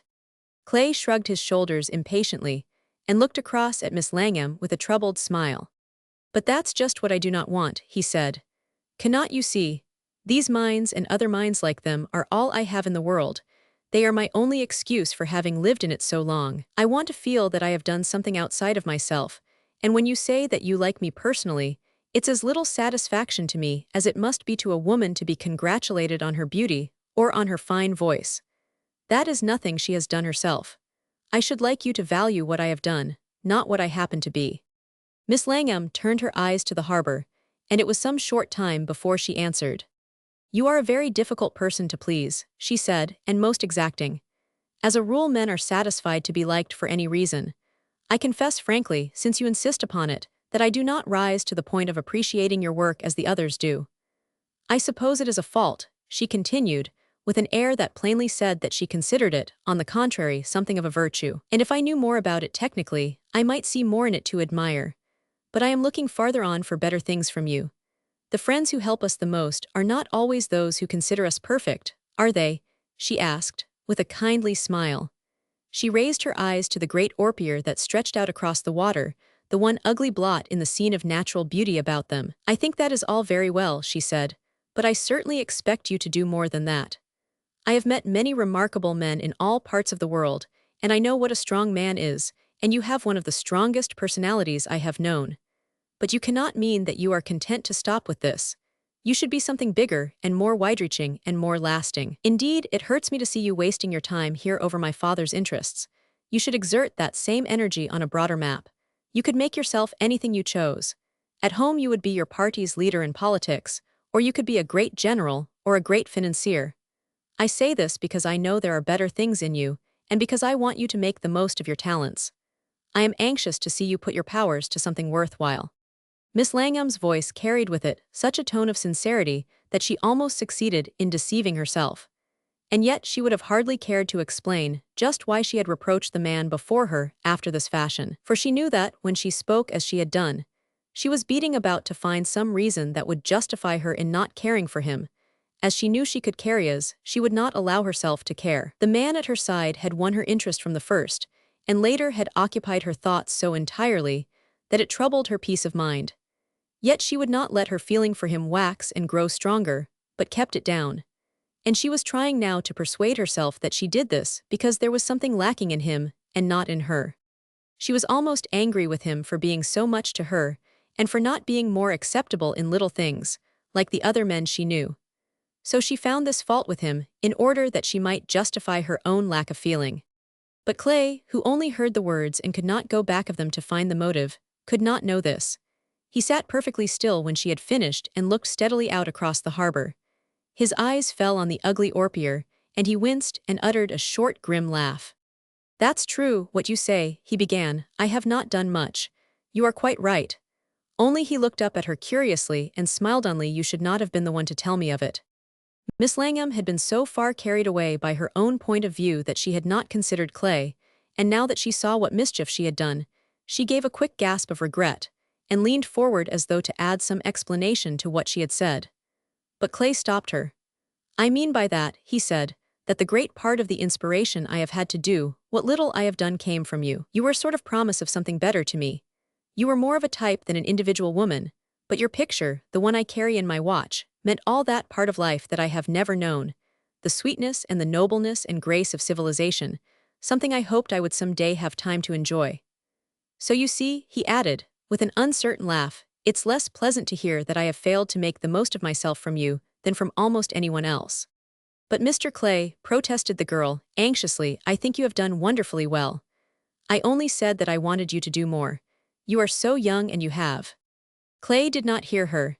He was leaning forward, looking moodily out across the water, with his folded arms clasped across his knees.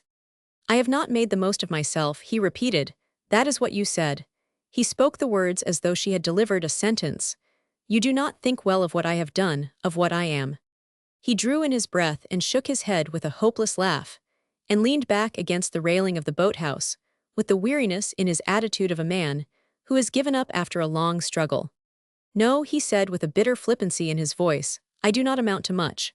But my God," he laughed, and turning his head away, "when you think what I was, this does not seem much to you, and it does not seem much to me now that I have your point of view on it, but when I remember—" Clay stopped again and pressed his lips together and shook his head. His half-closed eyes, that seemed to be looking back into his past, lighted as they fell on King's white yacht, and he raised his arm and pointed to it with a wave of the hand.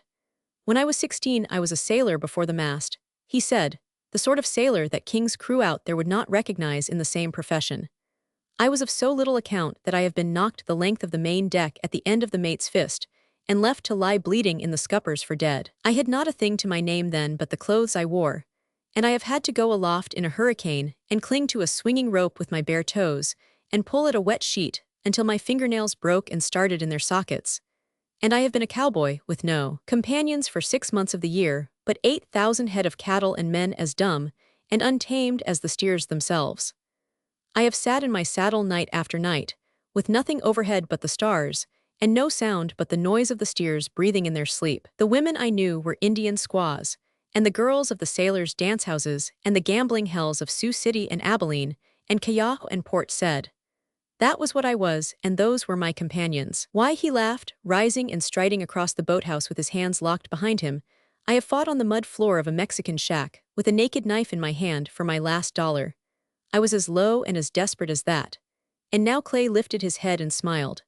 "Now," he said, in a lower voice and addressing Miss Langham with a return of his usual grave politeness, "I am able to sit beside you and talk to you. I have risen to that. I am quite content."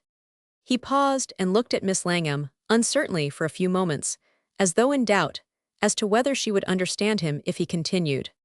"And though it means nothing to you," he said, "and though as you say I am here as your father's employee, there are other places, perhaps, where I am better known. In Edinburgh or Berlin or Paris, if you were to ask the people of my own profession, they could tell you something of me. If I wished it, I could drop this active work tomorrow and continue as an advisor, as an expert, but I like the active part better. I like doing things myself.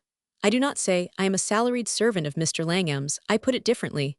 I say there are 5 mountains of iron.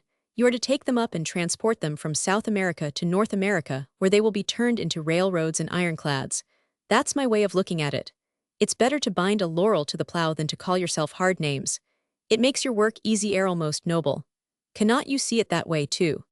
Before Miss Langham could answer, a deprecatory cough from one side of the open boathouse startled them, and turning they saw Mac Williams coming toward them. They had been so intent upon what Clay was saying that he had approached them over the soft sand of the beach without their knowing it. Miss Langham welcomed his arrival with evident pleasure. "The launch is waiting for you at the end of the pier," Mac Williams said. Miss Langham rose, and the three walked together down the length of the wharf, Mac Williams moving briskly in advance in order to enable them to continue the conversation he had interrupted, but they followed close behind him, as though neither of them were desirous of such an opportunity. Hope and King had both come for Miss Langham, and while the latter was helping her to a place on the cushions and repeating his regrets that the men were not coming also, Hope started the launch, with a brisk ringing of bells and a whirl of the wheel and a smile over her shoulder at the figures on the wharf. "Why did not you go?" said Clay. "You have no business at the custom house." "Neither have you," said Mac Williams. "But I guess we both understand. There's no good pushing your luck too far." "What do you mean by that this time?" "Why, what have we to do with all of this?" cried Mac Williams. "It's what I keep telling you every day. We are not in that class, and you are only making it harder for yourself when they have gone. I call it cruelty to animals myself, having women like that around. Up north, where everybody's white, you do not notice it so much, but down here, Lord." "That's absurd," Clay answered. "Why should you turn your back on civilization when it comes to you, just because you are not going back to civilization by the next steamer? Every person you meet either helps you or hurts you. Those girls help us, even if they do make the life here seem bare and mean." "Bare and mean," repeated Mac Williams incredulously. "I think that's just what they do not do. I like it all the better because they are mixed up in it. I never took so much interest in your minds until she took to riding over them, and I did not think great shakes of my old Orode, either, but now that she's got to acting as engineer, it's sort of nickel-plated the whole outfit. I am going to name the new engine after her when it gets here if her old man will let me." "What do you mean? Miss Langham has not been to the mines but once, has she?" "Miss Langham," exclaimed Mac Williams. "No, I mean the other Miss Hope. She comes out with Ted nearly every day now, and she's learning how to run a locomotive. Just for fun, you know," he added, reassuringly. "I did not suppose she had any intention of joining the Brotherhood," said Clay. "So she's been out every day, has she? I like that," he commented enthusiastically. "She's a fine, sweet girl." "Fine, sweet girl," growled Mac Williams. "I should hope so, she's the best. They do not make them any better than that, and just think, if she's like that now, what will she be when she's grown up, when she's learned a few things? Now her sister. You can see just what her sister will be at 30, and at 50, and at 80. She's thoroughbred, and she's the most beautiful woman to look at I ever saw, but my Sanch is too careful. She has not any illusions, and no sense of humor. And a woman with no illusions and no sense of humor is going to be monotonous. You cannot teach her anything. You cannot imagine yourself telling her anything she does not know. The things we think important do not reach her at all. They are not in her line, and in everything else she knows more than we could ever guess at. But that Miss Hope, it's a privilege to show her about. She wants to see everything and learn everything, and she goes poking her head into openings and down shafts like a little fox terrier. And she will sit still and listen with her eyes wide open and tears in them, too, and she does not know it until you cannot talk yourself for just looking at her." Clay rose and moved on to the house in silence. He was glad that Mac Williams had interrupted him when he 999. He wondered whether he understood Alice Langham after all. He had seen many fine ladies before during his brief visits to London and Berlin and Vienna, and they had shown him favor. He had known other women not so fine. Spanish-American senoritas through Central and South America, the wives and daughters of English merchants exiled along the Pacific coast, whose fair skin and yellow hair whitened and bleached under the hot tropical suns. He had known many women, and he could have quoted, "Trials and troubles Amity have proved me. One or two women, God bless them, have loved me. But the woman he was to marry must have all the things he lacked. She must fill out and complete him where he was wanting.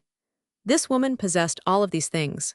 She appealed to every ambition and to every taste he cherished, and yet he knew that he had hesitated and mistrusted her, when he should have declared himself eagerly and vehemently, and forced her to listen with all the strength of his will." Miss Langham dropped among the soft cushions of the launch, with a sense of having been rescued from herself, and of delight in finding refuge again in her own environment. The sight of King standing in the bow beside Hope, with his cigarette hanging from his lips, and peering with half-closed eyes into the fading light, gave her a sense of restfulness and content. She did not know what she wished from that other strange young man. He was so bold, so handsome, and he looked at life and spoke of it in such a fresh, unhackneyed spirit. He might make himself anything he pleased. But here was a man who already had everything, or who could get it as easily as he could increase the speed of the launch by pulling some wire with his finger. She recalled one day when they were all on board of the same launch, and the machinery had broken down, and McWilliams had gone forward to look at it. He had called Clay to help him, and she remembered how they had both gone down on their knees and asked the engineer and fireman to pass them wrenches and oil cans, while King protested mildly, and the rest sat helplessly in the hot glare of the sea, as the boat rose and fell on the waves. She resented Clay's interest in the accident, and his pleasure when he had made the machinery right once more, and his appearance as he came back to them with oily hands and with his face glowing from the heat of the furnace, wiping his grimy fingers on a piece of packing. She had resented the equality with which he treated the engineer in asking his advice, and it rather surprised her that the crew saluted him when he stepped into the launch again that night as though he were the owner.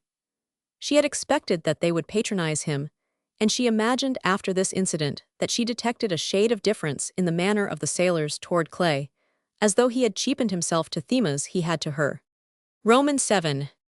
At 10 o'clock that same evening Clay began to prepare himself for the ball at the government palace, and McWilliams, who was not invited, watched him dress with critical approval that showed no sign of envy. The better to do honor to the president, Clay had brought out several foreign orders, and McWilliams helped him to tie around his neck the collar of the red eagle which the German emperor had given him, and to fasten the ribbon and cross of the Star of Alancho across his breast, and a Spanish order and the Legion of Honor to the lapel of his coat. McWilliams surveyed the effect of the tiny enameled crosses with his head on one side, and with the same air of affectionate pride and concern that a mother shows over her daughter's first ball dress. "Got any more?" he asked anxiously. "I have some war medals," Clay answered, smiling doubtfully, "but I am not in uniform." "Oh, that's all right," declared McWilliams. Put 'em all on. Give the girls a treat. Everybody will think they were given for feats of swimming anyway, but they will show up well from the front. Now then, you look like a drummager or a conjuring chap." "I do not," said Clay. "I look like a French ambassador, and I hardly understand how you find courage to speak to me at all." He went up the hill in high spirits, and found the carriage at the door and King, Mr. Langham, and Miss Langham sitting waiting for him. They were ready to depart, and Miss Langham had but just seated herself in the carriage when they heard hurrying across the tiled floor a quick, light step, and the rustle of silk, and turning they saw Hope standing in the doorway, radiant and smiling. She wore a white frock that reached to the ground, and that left her arms and shoulders bare. Her hair was dressed high upon her head, and she was pulling vigorously at a pair of long, tan-colored gloves. The transformation was so complete, and the girl looked so much older and so stately and beautiful, that the two young men stared at her in silent admiration and astonishment. "Why, Hope," exclaimed her sister, "what does this mean?" Hope stopped in some alarm, and clasped her hair with both hands. "What is it?" she asked. "Is anything wrong?" "Why, my dear child," said her sister, "you are not thinking of going with us, are you?" "Not going?" echoed the younger sister in dismay. "Why, Alice, why not?" I was asked. "But Hope, father," said the elder sister, stepping out of the carriage and turning to Mr. Langham, "you did not intend that Hope should go, did you? She's not out yet." "Oh, nonsense," said Hope defiantly. But she drew in her breath quickly and blushed, as she saw the two young men moving away out of hearing of this family crisis. She felt that she was being made to look like a spoiled child. "It does not count down here," she said, "and I want to go. I thought you knew I was going all the time. Marie made this frock for me on purpose." "I do not think Hope is old enough," the elder sister said, addressing her father, "and if she goes to dances here, there's no reason why she should not go to those at home." "But I do not want to go to dances at home," interrupted Hope. Mr. Langham looked exceedingly uncomfortable and turned appealingly to his elder daughter. "What do you think, Alice?" he said doubtfully. "I am sorry," Miss Langham replied, "but I know it would not be at all proper. I hate to seem horrid about it, Hope, but indeed you are too young, and the men here are not the men a young girl ought to meet." "You meet them, Alice," said Hope, but pulling off her gloves in token of defeat. "But my dear child, I am 50 years older than you are." "Perhaps Alice knows best, Hope," Mr. Langham said. "I am sorry if you are disappointed." Hope held her head a little higher, and turned toward the door. "I do not mind if you do not wish it, father," she said. "Good night." She moved away but apparently thought better of it and came back and stood smiling and nodding to them as they seated themselves in the carriage. Mr. Langham leaned forward and said, in a troubled voice, "We will tell you all about it in the morning. I am very sorry. You will not be lonely, will you? I will stay with you if you wish." "Nonsense," laughed Hope. "Why, it's given to you, father, do not bother about me. I will read something or other and go to bed." "Good night, Cinderella," King called out to her. "Good night, Prince Charming," Hope answered. Both Clay and King felt that the girl would not mind missing the ball so much, as she would the fact of having been treated like a child in their presence. So they refrained from any expression of sympathy or regret, but raised their hats and bowed a little more impressively than usual as the carriage drove away. The picture Hope made, as she stood deserted and forlorn on the steps of the empty house in her new finery, struck Clay as unnecessarily pathetic. He felt a strong sense of resentment against her sister and her father, and thanked heaven devoutly that he was out of their class. And when Miss Langham continued to express her sorrow that she had been forced to act as she had done, he remained silent. It seemed to Clay such a simple thing to give children pleasure, and to remember that their woes were always out of all proportion to the cause. Children, dumb animals, and blind people were always grouped together in his mind as objects demanding the most tender and constant consideration.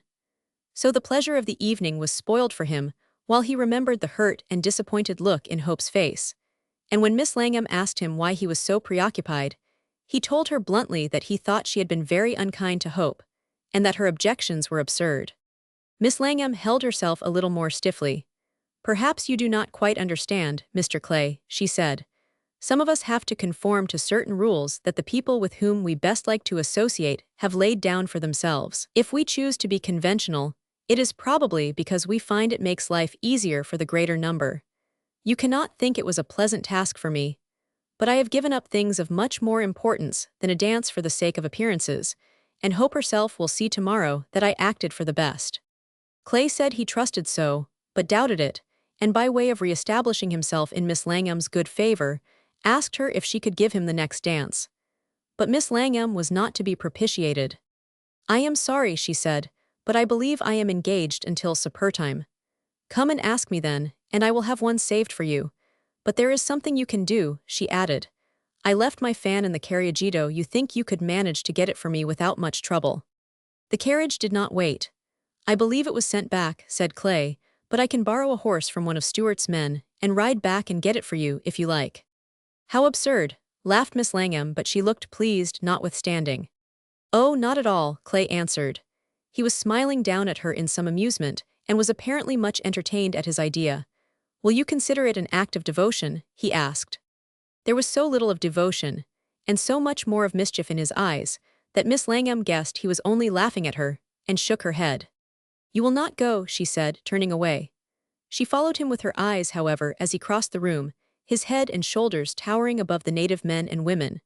She had never seen him so resplendent, and she noted, with an eye that considered trifles, the orders and his well-fitting white gloves, and his manner of bowing in the continental fashion, holding his opera hat on his thigh, as though his hand rested on a sword. She noticed that the little Alanchones stopped and looked after him, as he pushed his way among them, and she could see that the men were telling the women who he was. Sir Julian Pindar, the old British minister, stopped him, and she watched them as they laughed together over the English war medals on the American's breast, which Sir Julian touched with his finger.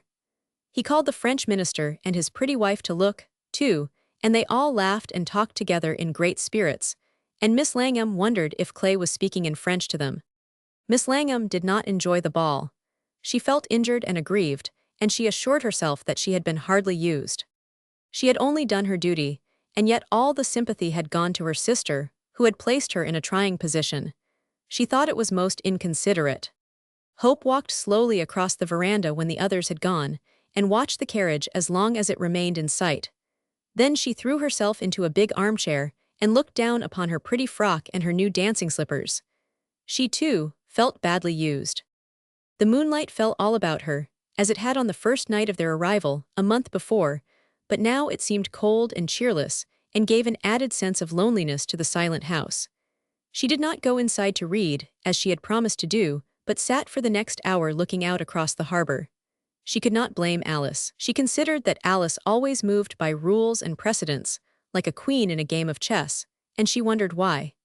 It made life so tame and uninteresting, and yet people invariably admired Alice, and someone had spoken of her as the noblest example of the modern gentlewoman. She was sure she could not grow up to be anything like that. She was quite confident that she was going to disappoint her family. She wondered if people would like her better if she were discreet like Alice, and less like her brother Ted. If Mr. Clay, for instance, would like her better. She wondered if he disapproved of her riding on the engine with Mac Williams, and of her tearing through the mines on her pony, and spearing with a lance of sugar cane at the mongrel curs that ran to snap at his flanks. She remembered his look of astonished amusement the day he had caught her in this impromptu pig-sticking, and she felt herself growing red at the recollection. She was sure he thought her a tomboy. Probably he never thought of her at all. Hope leaned back in the chair and looked up at the stars above the mountains, and tried to think of any of her heroes and princes in fiction who had gone through such interesting experiences as had Mr. Clay. Some of them had done so, but they were creatures in a book, and this hero was alive, and she knew him, and had probably made him despise her as a silly little girl who was scolded and sent off to bed like a disobedient child. Hope felt a choking in her throat, and something like a tear creep to her eyes, but she was surprised to find that the fact did not make her ashamed of herself. She owned that she was wounded and disappointed, and to make it harder she could not help picturing Alice and Clay laughing and talking together in some corner away from the ballroom, while she, who understood him so well, and who could not find the words to tell him how much she valued what he was and what he had done, was forgotten and sitting here alone, like Cinderella, by the empty fireplace. The picture was so pathetic as Hope drew it, that for a moment she felt almost a touch of self-pity, but the next she laughed scornfully at her own foolishness, and rising with an impatient shrug, walked away in the direction of her room.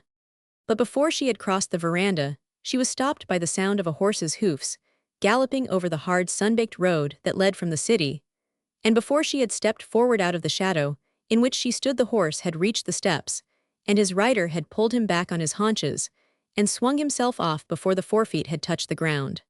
Hope had guessed that it was Clay by his riding, and she feared from his haste that some one of her people were 99.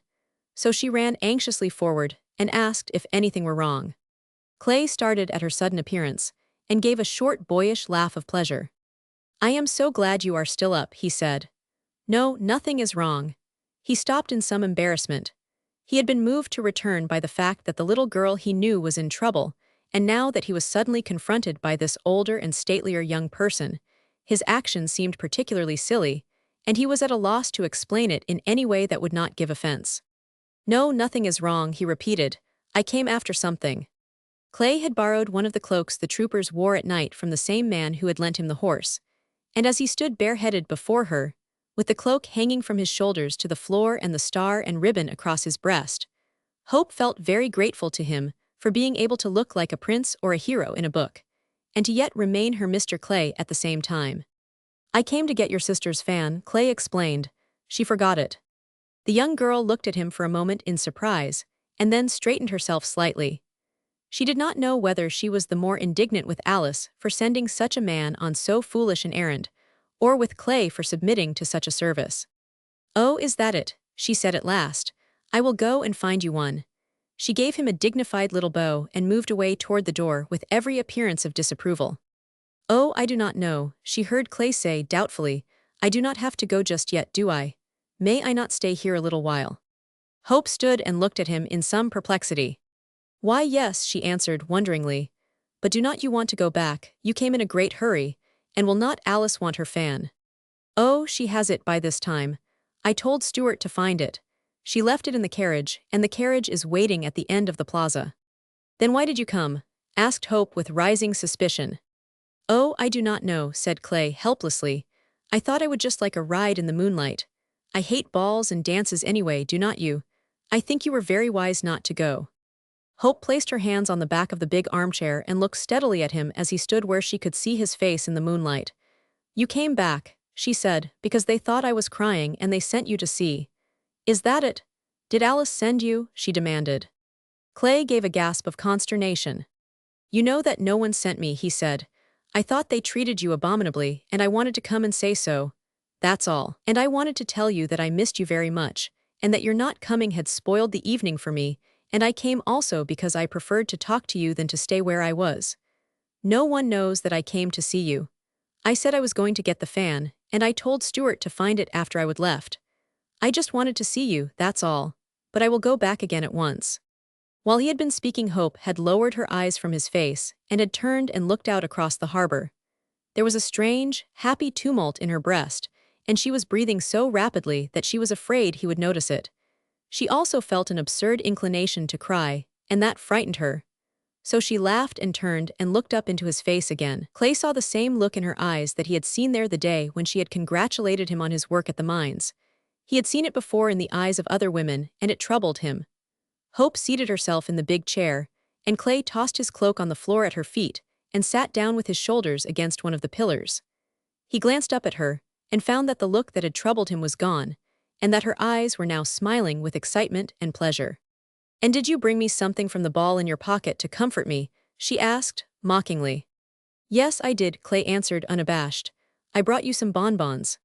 "You did not really," Hope cried with a shriek of delight. "How absurd of you, the sort you pull." "The sort you pull," Clay repeated, gravely. "And also a dance-a-card, which is a relic of barbarism still existing in this southern capital. It has the arms of Alancho on it in gold, and I thought you might like to keep it as a souvenir." He pulled the card from his coat pocket and said, "May I have this dance?" "You may," Hope answered. "But you would not mind if we sat it out, would you?" "I should prefer it," Clay said, as he scrawled his name across the card. "It is so crowded inside, and the company is rather mixed." They both laughed lightly at their own foolishness, and Hope smiled down upon him affectionately and proudly. "You may smoke if you choose, and would you like something cool to drink?" she asked anxiously. "After your ride, you know," she suggested with hospitable intent. Clay said that he was very comfortable without a drink, but lighted a cigar and watched her covertly through the smoke, as she sat smiling happily and quite unconsciously upon the moonlit world around them. She caught Clay's eye fixed on her and laughed lightly. "What is it?" he said. "Oh, I was just thinking," Hope replied, "that it was much better to have a dance come to you than to go to the dance.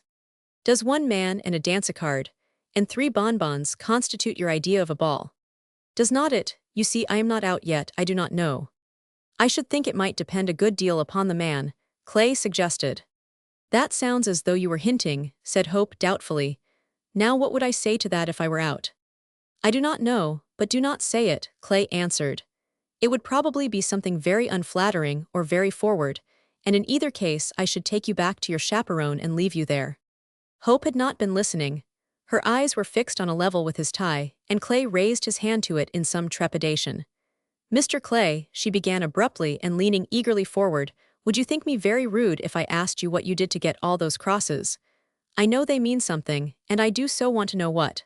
Please tell me." "Oh, those," said Clay. "The reason I put them on tonight is because wearing them is supposed to be a sort of compliment to your host. I got in the habit abroad." "I did not ask you that," said Hope severely.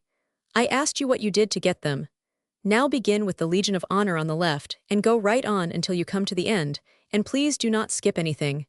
Leave in all the bloodthirsty parts, and please do not be modest."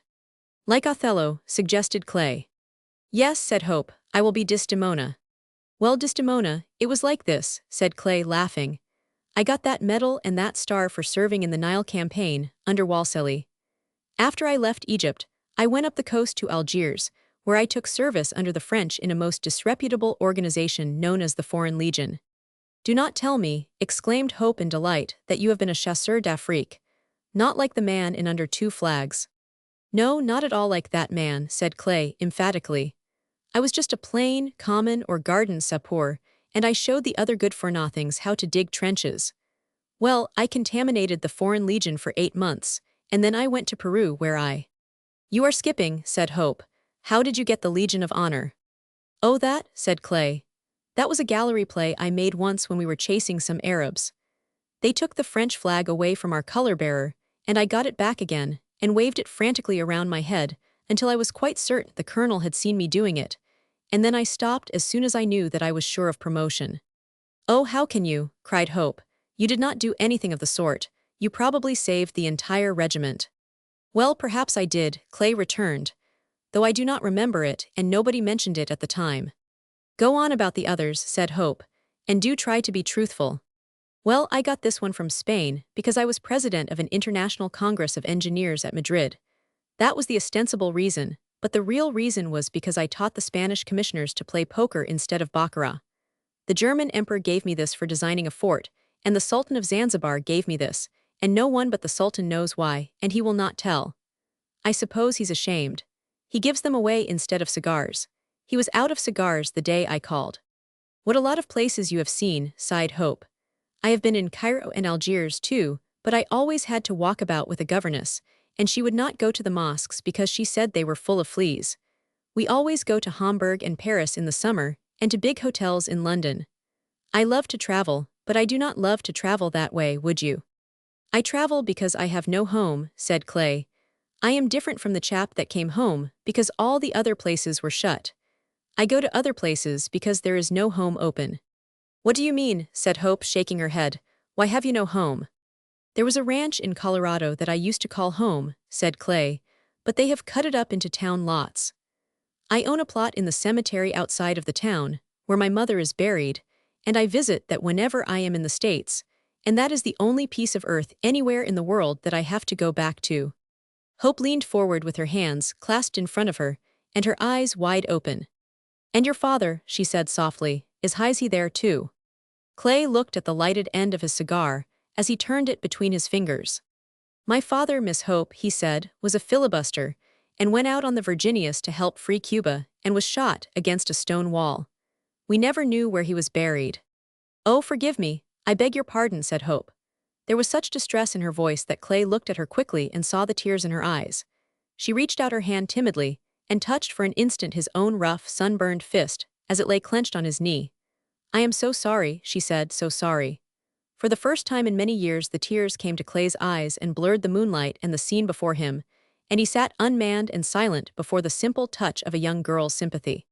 An hour later, when his pony struck the gravel from beneath his hoofs on the race back to the city, and Clay turned to wave his hand to Hope in the doorway, she seemed, as she stood with the moonlight falling about her white figure, like a spirit beckoning the way to a new paradise. Roman 8. Clay reached the president's palace during the supper and found Mr. Langham and his daughter at the president's table. Madame Alvarez pointed to a place for him beside Alice Langham, who held up her hand in welcome. You were very foolish to rush off like that, she said. It was not there, said Clay, crowding into the place beside her. No, it was here in the carriage all the time. Captain Stewart found it for me. Oh, he did he? Said Clay. That's why I could not find it. I am hungry, he laughed. My ride gave me an appetite. He looked over and grinned at Stewart, but that gentleman was staring fixedly at the candles on the table before him, his eyes filled with concern. Clay observed that Madame Alvarez was covertly watching the young officer and frowning her disapproval at his preoccupation. So he stretched his leg under the table and kicked viciously at Stewart's boots. Old General Rojas, the vice president, who sat next to Stewart, moved suddenly and then blinked violently at the ceiling with an expression of patient suffering. But the exclamation which had escaped him brought Stewart back to the present, and he talked with the woman next him in a perfunctory manner. Miss Langham and her father were waiting for their carriage in the great hall of the palace, as Stewart came up to Clay, and putting his hand affectionately on his shoulder, began pointing to something farther back in the hall. To the nightbirds of the streets and the noisy fiacre drivers outside, and to the crowd of guests who stood on the high marble steps waiting for their turn to depart, he might have been relating an amusing anecdote of the ball just over. I am in great trouble, old man, was what he said. I must see you alone tonight. I would ask you to my rooms, but they watch me all the time, and I do not want them to suspect you are in this until they must. Go on in the carriage, but get out as you pass the Plaza Boulevard and wait for me by the statue there. Clay smiled, apparently in great amusement. That's very good, he said. He crossed over to where King stood surveying the powdered beauties of Alancho and their gowns of a past fashion, with an intensity of admiration which would have been suspicious to those who knew his tastes. When we get into the carriage, said Clay, in a low voice, we will both call to Stewart that we will see him tomorrow morning at breakfast. All right, assented King, what's up? Stewart helped Miss Langham into her carriage, and as it moved away King shouted to him in English to remember that he was breakfasting with him on the morrow, and Clay called out in Spanish, until tomorrow at breakfast, do not forget. And Stewart answered, steadily, good night until tomorrow at 1. As their carriage jolted through the dark and narrow street, empty now of all noise or movement, one of Stuart's troopers dashed by it at a gallop, with a lighted lantern swinging at his side. He raised it as he passed each street crossing, and held it high above his head, so that its light fell upon the walls of the houses at the four corners. The clatter of his horse's hoofs had not ceased before another trooper galloped toward them riding more slowly, and throwing the light of his lantern over the trunks of the trees that lined the pavements. As the carriage passed him, he brought his horse to its side with a jerk of the bridle, and swung his lantern in the faces of its occupants. "Who lives?" he challenged. "Alancho," Clay replied. "Who answers?" "Free men," Clay answered again, and pointed at the star on his coat. The soldier muttered an apology, and striking his heels into his horse's side, dashed noisily away, his lantern tossing from side to side, high in the air, as he drew rein to scan each tree and passed from one lamppost to the next. "What does that mean?" said Mr. Langham. "Did he take us for highwaymen?" "It is the custom," said Clay. "We are out rather late, you see." "If I remember rightly," Clay said King, "they gave a ball at Brussels on the eve of Waterloo." "I believe they did," said Clay, smiling. He spoke to the driver to stop the carriage and stepped down into the street. "I have to leave you here," he said. "Drive on quickly, please. I can explain better in the morning." The Plaza Boulevard stood in what had once been the center of the fashionable life of Alancho, but the town had moved farther up the hill, and it was now far in the suburbs, its walks neglected, and its turf overrun with weeds. The houses about it had fallen into disuse, and the few that were still occupied at the time Clay entered it showed no sign of life. Clay picked his way over the grass-grown paths to the statue of Bolivar, the hero of the sister republic of Venezuela, which still stood on its pedestal in a tangle of underbrush and hanging vines. The iron railing that had once surrounded it was broken down, and the branches of the trees near were black with sleeping buzzards. Two great palms reared themselves in the moonlight at either side, and beat their leaves together in the night wind, whispering and murmuring together like two living conspirators. "This ought to be safe enough," Clay murmured to himself. "It's just the place for plotting. I hope there are no snakes." He seated himself on the steps of the pedestal and, lighting a cigar, remained smoking and peering into the shadows about him, until a shadow blacker than the darkness rose at his feet, and a voice said, sternly, "Put out that light." "I saw it half a mile away." Clay rose and crushed his cigar under his foot. "Now then, old man," he demanded briskly, "what's up? It's nearly daylight and we must hurry." Stuart seated himself heavily on the stone steps, like a man tired in mind and body, and unfolded a printed piece of paper. Its blank side was damp and sticky with paste. "It is too dark for you to see this," he began, in a strained voice, "so I will translate it to you. It is an attack on Madame Alvarez and myself. They put them up during the ball, when they knew my men would be at the palace. I have had them scouring the streets for the last 2 hours tearing them down, but they are all over the place, in the cafes and clubs. They have done what they were meant to do." Clay took another cigar from his pocket and rolled it between his lips. "What does it say?" he asked. "It goes over the old ground first. It says Alvarez has given the richest birthright of his country to aliens. That means the mines, and Langhamand has put an alien in command of the army that is meant for me. I have no more to do with the army than you have. I only wish I had." And then it says that the boundary aggressions of Ecuador and Venezuela have not been resented in consequence. It asks, what can be expected of a president who is as blind to the dishonor of his country as he is to the dishonor of his own home? Clay muttered under his breath, "Well, go on. Is it explicit, more explicit than that?" "Yes," said Stuart grimly. "I cannot repeat it. It is quite clear what they mean." "Have you got any of them?" Clay asked. "Can you fix it on someone that you can fight?" "Mendoza did it, of course," Stuart answered, "but we cannot prove it. And if we could, we are not strong enough to take him. He has the city full of his men now, and the troops are pouring in every hour." "Well, Alvarez can stop that, cannot he? They are coming in for the annual review. He cannot show the people that he is afraid of his own army." "What are you going to do?" "What am I going to do?" Stuart repeated dully. "That is what I want you to tell me. There is nothing I can do now.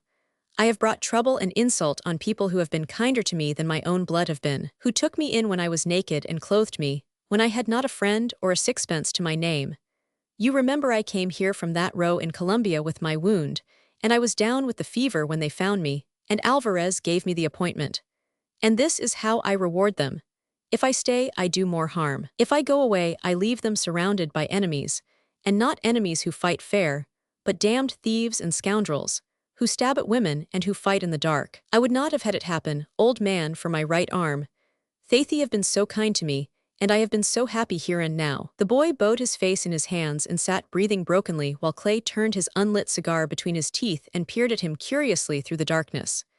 Now I have made them both unhappy, and they hate me, and I hate myself, and I have brought nothing but trouble to everyone.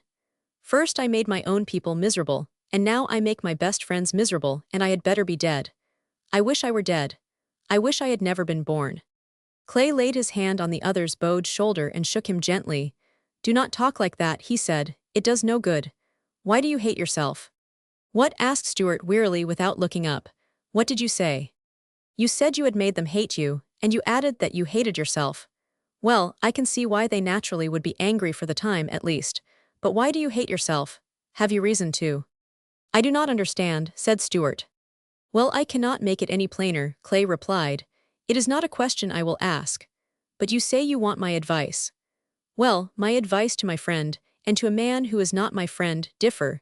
And in this case it depends on whether what that thing Clay kicked the paper which had fallen on the ground what that thing says is true. The younger man looked at the paper below him, and then back at Clay, and sprang to his feet. Why damn you, he cried, what do you mean? He stood above Clay with both arms rigid at his side and his head bent forward. The dawn had just broken, and the two men saw each other in the ghastly gray light of the morning. If any man, cried Stuart thickly, dares to say that that blackguardly lie is true, I will kill him. You or anyone else. Is that what you mean, damn you? If it is, say so, and I will break every bone of your body. Well, that's much better, growled Clay, sullenly. The way you went on wishing you were dead and hating yourself made me almost lose faith in mankind. Now you go make that speech to the president, and then find the man who put up those placards, and if you cannot find the right man, take any man you meet and make him eat it, paste and all, and beat him to death if he does not. Why, this is no time to whimper because the world is full of liars. Go out and fight them and show them you are not afraid. Confound you, you had me so scared there that I almost thrashed you myself. Forgive me, will not you? He begged earnestly. He rose and held out his hand and the other took it doubtfully. It was your own fault, you young idiot, protested Clay. You told your story the wrong way. Now go home and get some sleep and I will be back in a few hours to help you. Look, he said. He pointed through the trees to the sun that shot up like a red-hot disk of heat above the cool green of the mountains. See, said Clay, God has given us another day. 7 battles were fought in 7 days once in my country. Let's be thankful, old man, that we are not dead, but alive to fight our own and other people's battles. The younger man sighed, and pressed Clay's hand again before he dropped it. You are very good to me, he said. I am not just quite myself this morning. I am a bit nervous, I think. You will surely come, will not you? By noon, Clay promised. And if it does come, he added, do not forget my 1,500 men at the mines. Good, I will not, Stuart replied. I will call on you if I need them. He raised his fingers mechanically to his helmet in salute, and catching up his sword turned and strode away erect and soldierly through the debris and weeds of the deserted plaza. Clay remained motionless on the steps of the pedestal and followed the younger man with his eyes.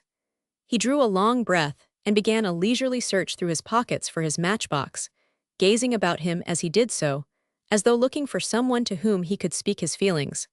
He lifted his eyes to the stern, smooth-shaven face of the bronze statue above him that seemed to be watching Stuart's departing figure.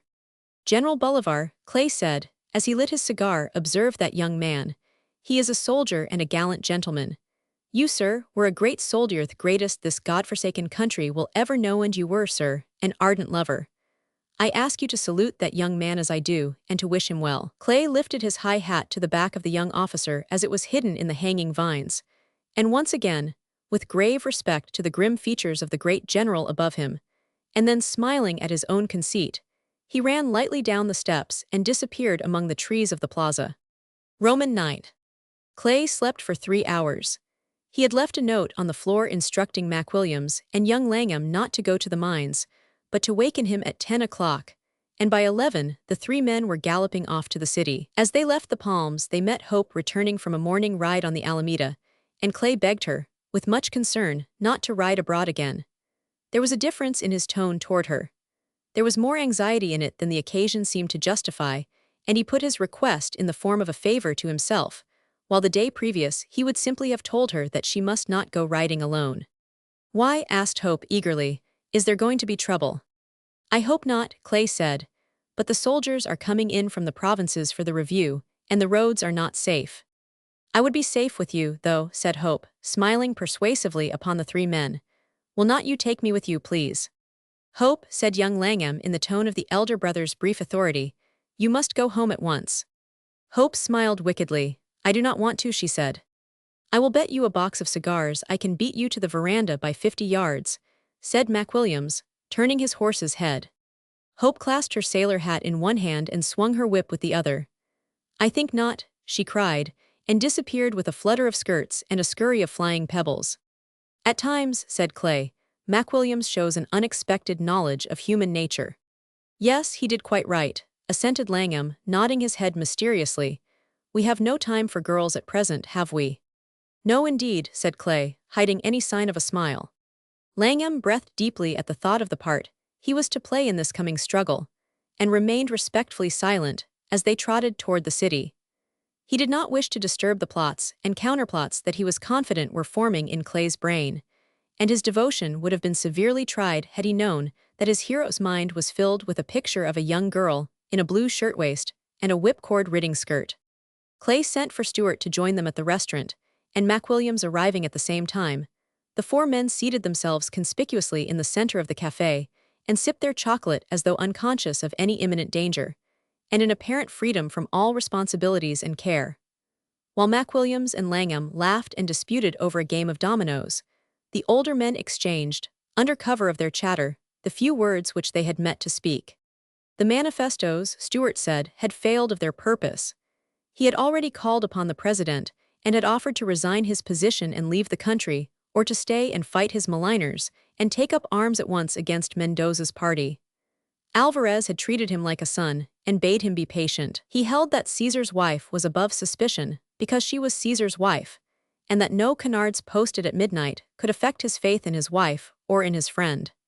He refused to believe that any coup d'etat was imminent, save the one which he himself meditated when he was ready to proclaim the country in a state of revolution, and to assume a military dictatorship. "What nonsense!" exclaimed Clay. "What is a military dictatorship without soldiers? Cannot he see that the army is with Mendoza?" "No," Stewart replied. "Rojas and I were with him all the morning. Rojas is an old trump, Clay. He's not bright and he's old-fashioned, but he is honest, and the people know it. If I had Rojas for a chief instead of Alvarez, I would arrest Mendoza with my own hand, and I would not be afraid to take him to the cárcel through the streets. The people would not help him, but the president does not dare. Not that he has not pluck," added the young lieutenant loyally, "for he takes his life in his hands when he goes to the review tomorrow, and he knows it. Think of it, will you, out there alone with a field of 5,000 men around him. Rojas thinks he can hold half of them, as many as Mendoza can, and I have my 50. But you cannot tell what any one of them will do for a drink or a dollar. They are no more soldiers than these waiters. They are bandits in uniform, and they will kill for the man that pays best." "Then why does not Alvarez pay them?" Clay growled. Stewart looked away and lowered his eyes to the table. "He has not the money, I suppose," he said, evasively. He has transferred every cent of it into drafts on Rothschild. They are at the house now, representing $5 million in gold and her jewels, two-packed ready for flight." "Then he does expect trouble," said Clay. "You told me." "They are all alike. You know them," said Stewart. "They will not believe they are in danger until the explosion comes, but they always have a special train ready, and they keep the funds of the government under their pillows. He engaged apartments on the Avenue Kleber 6 months ago." "Bah," said Clay, "it's the old story. Why do not you quit him?" Stewart raised his eyes and dropped them again, and Clay sighed. "I am sorry," he said. McWilliams interrupted them in an indignant stage whisper. "Say, how long have we got to keep up this fake game?" he asked. "I do not know anything about dominoes, and neither does Ted. Tell us what you have been saying. Is there going to be trouble? If there is, Ted and I want to be in it. We are looking for trouble." Clay had tipped back his chair, and was surveying the restaurant and the blazing plaza beyond its open front, with an expression of cheerful unconcern. Two men were reading the morning papers near the door, and two others were dragging through a game of dominoes in a far corner. The heat of midday had settled on the place, and the waiters dozed, with their chairs tipped back against the walls. Outside, the awning of the restaurant threw a broad shadow across the marble-topped tables on the sidewalk, and half a dozen fiacre drivers slept peacefully in their carriages before the door. The town was taking its siesta, and the brisk step of a stranger who crossed the tessellated floor and rapped with his knuckles on the top of the cigar case was the only sign of life. The newcomer turned with one hand on the glass case and swept the room carelessly with his eyes. They were hard blue eyes under straight eyebrows. Their owner was dressed unobtrusively in a suit of rough tweed, and this and his black hat, and the fact that he was smooth-shaven, distinguished him as a foreigner. As he faced them, the four legs of Clay's chair descended slowly to the floor, and he began to smile comprehendingly, and to nod his head as though the coming of the stranger had explained something of which he had been in doubt. His companions turned and followed the direction of his eyes, but saw nothing of interest in the newcomer. He looked as though he might be a concession hunter from the States, or a Manchester drummer, prepared to offer 6 months' credit on blankets and hardware. Clay rose and strode across the room, circling the tables in such a way that he could keep himself between the stranger and the door. At his approach, the newcomer turned his back and fumbled with his change on the counter. "Captain Burke, I believe," said Clay. The stranger bit the cigar he had just purchased and shook his head. "I am very glad to see you," Clay continued. "Sit down, will not you? I want to talk with you." "I think you have made a mistake," the stranger answered quietly. "My name is—" "Colonel, perhaps then," said Clay. "I might have known it. I congratulate you, Colonel."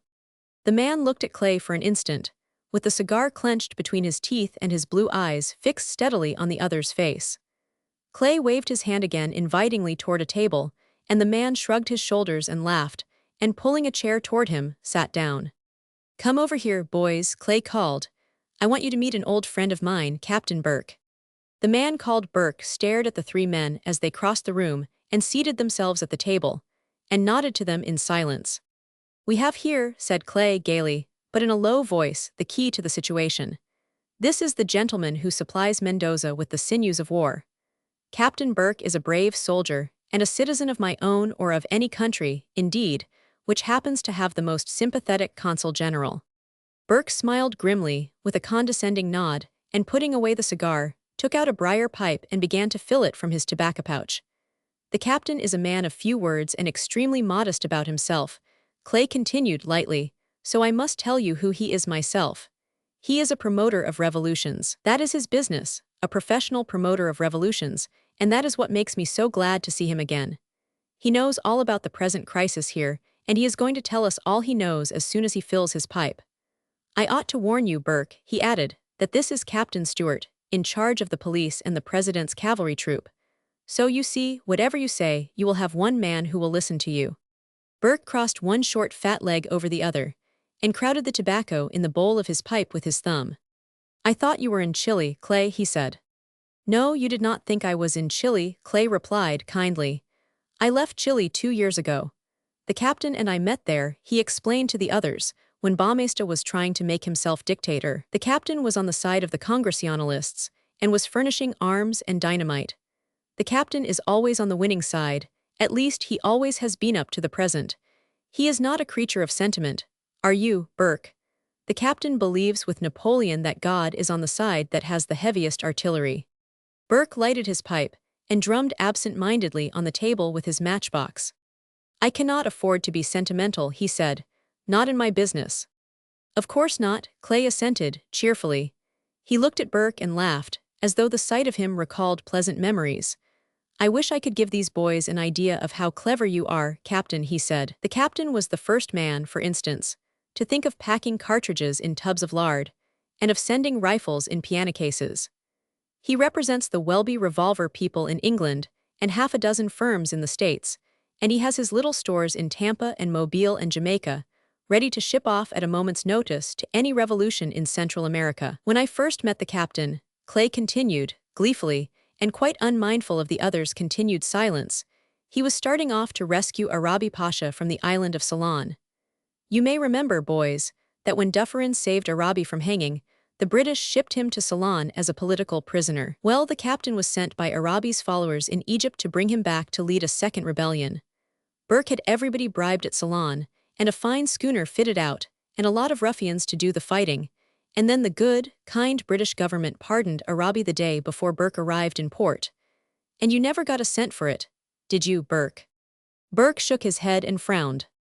£6,000 sterling I was to have got for that, he said, with a touch of pardonable pride in his voice, and they set him free the day before I got there, just as Mr. Clay tells you. And then you headed Granville Prior's expedition for buried treasure off the island of Cocos, did not you? Said Clay. Go on, tell them about it, be sociable.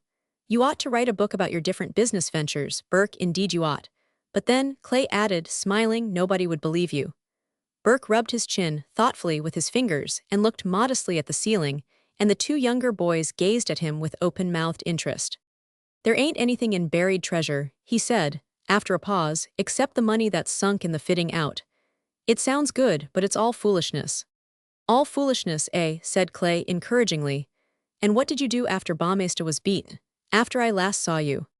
Crespo, Burke replied, after a pause, during which he pulled gently on his pipe. Caroline Brewer cleared from Key West for Curacao, with cargo of sewing machines and plow-speeched below Maracaibo 35,000 rounds, and 2,000 rifles at 20 bolivars apiece. Of course, said Clay, in a tone of genuine appreciation. I might have known you would be in that.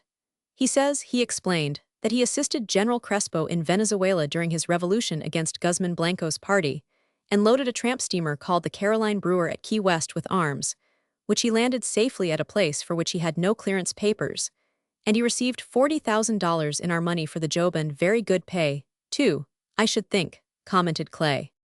Well, I do not know, Burke demurred. You take in the cost of leasing the boat and provisioning her, and the crew's wages, and the cost of the cargo, that cuts into profits. Then I had to stand offshore between Trinidad and Curacao for over 3 weeks before I got the signal to run in, and after that I was chased by a gunboat for 3 days, and the crazy fool put a shot clean through my engineer room. Cost me about $1,200 in repairs. There was a pause, and Clay turned his eyes to the street, and then asked, abruptly, what are you doing now? Trying to get orders for smokeless powder, Burke answered promptly. He met Clay's look with eyes as undisturbed as his own. But they will not touch it down here, he went on. It does not appeal to them. It's too expensive, and they would rather see the smoke. It makes them think. How long did you expect to stay here? Clay interrupted. How long? Repeated Burke, like a man in a witness box who is trying to gain time. Well, I was thinking of leaving by Friday and taking a mule train over to Bogotá instead of waiting for the steamer to Colon. He blew a mouthful of smoke into the air and watched it drifting toward the door with apparent interest. The Santiago leaves here Saturday for New York. I guess you had better wait over for her, Clay said. I will engage your passage, and in the meantime, Captain Stewart here will see that they treat you well in the cuartel. The men around the table started, and sat motionless looking at Clay, but Burke only took his pipe from his mouth and knocked the ashes out on the heel of his boot. What am I going to the cuartel for? He asked. Well, the public good, I suppose, laughed Clay. I am sorry, but it's your own fault. You should not have shown yourself here at all. What have you got to do with it? Asked Burke calmly, as he began to refill his pipe.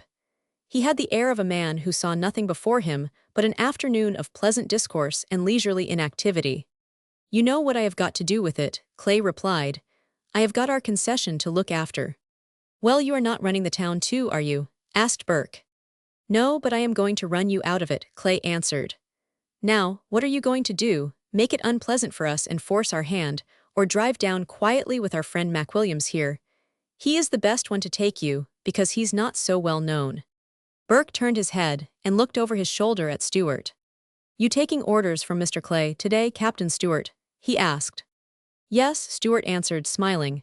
I agree with Mr. Clay in whatever he thinks right. Oh, well, in that case, said Burke, rising reluctantly with a protesting sigh, I guess I would better call on the American minister. You cannot. He's in Ecuador on his annual visit, said Clay. Indeed, that's bad for me, muttered Burke, as though in much concern. Well then, I will ask you to let me see our consul here. Certainly, Clay assented with alacrity.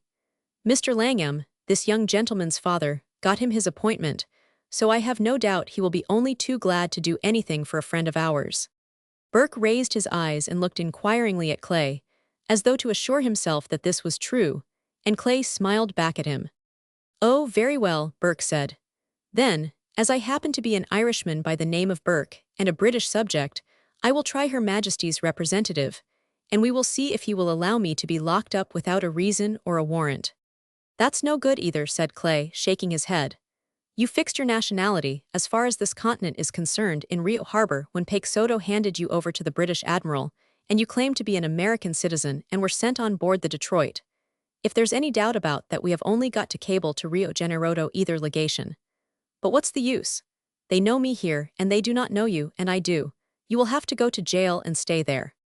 "Oh well, if you put it that way, I will go," said Burke. But he added, in a lower voice, "It's too late, Clay." The expression of amusement on Clay's face, and his ease of manner, fell from him at the words, and he pulled Burke back into the chair again. "What do you mean?" he asked, anxiously. "I mean just that, it's too late," Burke answered. "I do not mind going to jail. I will not be there long. My work's all done and paid for. I was only staying on to see the fun at the finish, to see you fellows made fools of." "Oh, you are sure of that, are you?" asked Clay. "My dear boy," exclaimed the American, with a suggestion in his speech of his Irish origin as his interest rose. "Did you ever know me to go into anything of this sort for the sentiment of it? Did you ever know me to back the losing side?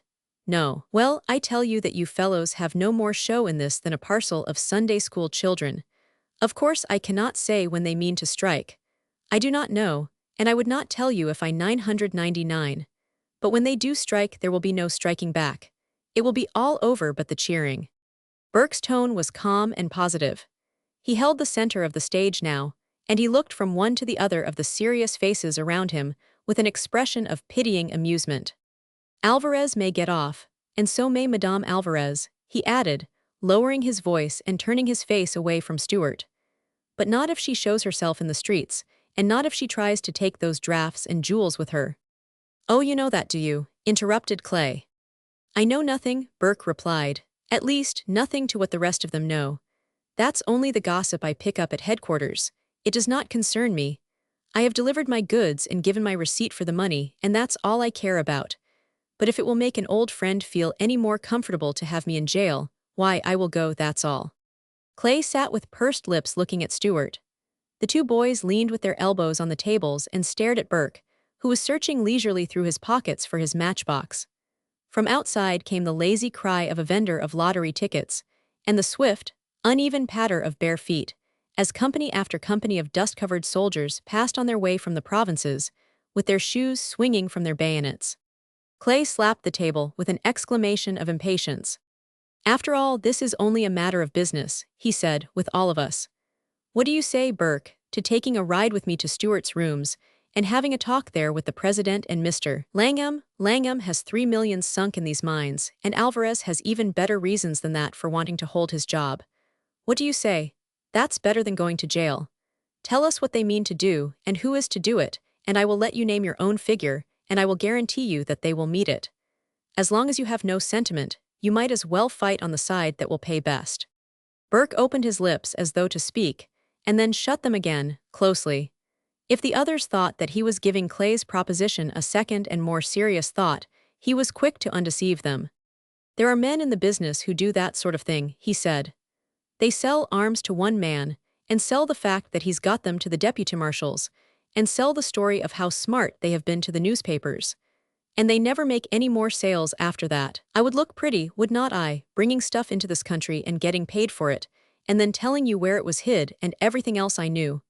I have no sentiment, as you say, but I have got business instinct, and that's not business. No, I have told you enough, and if you think I am not safe at large, why, I am quite ready to take a ride with your young friend here." Mac Williams rose with alacrity, and beaming with pleasure at the importance of the duty thrust upon him. Burke smiled.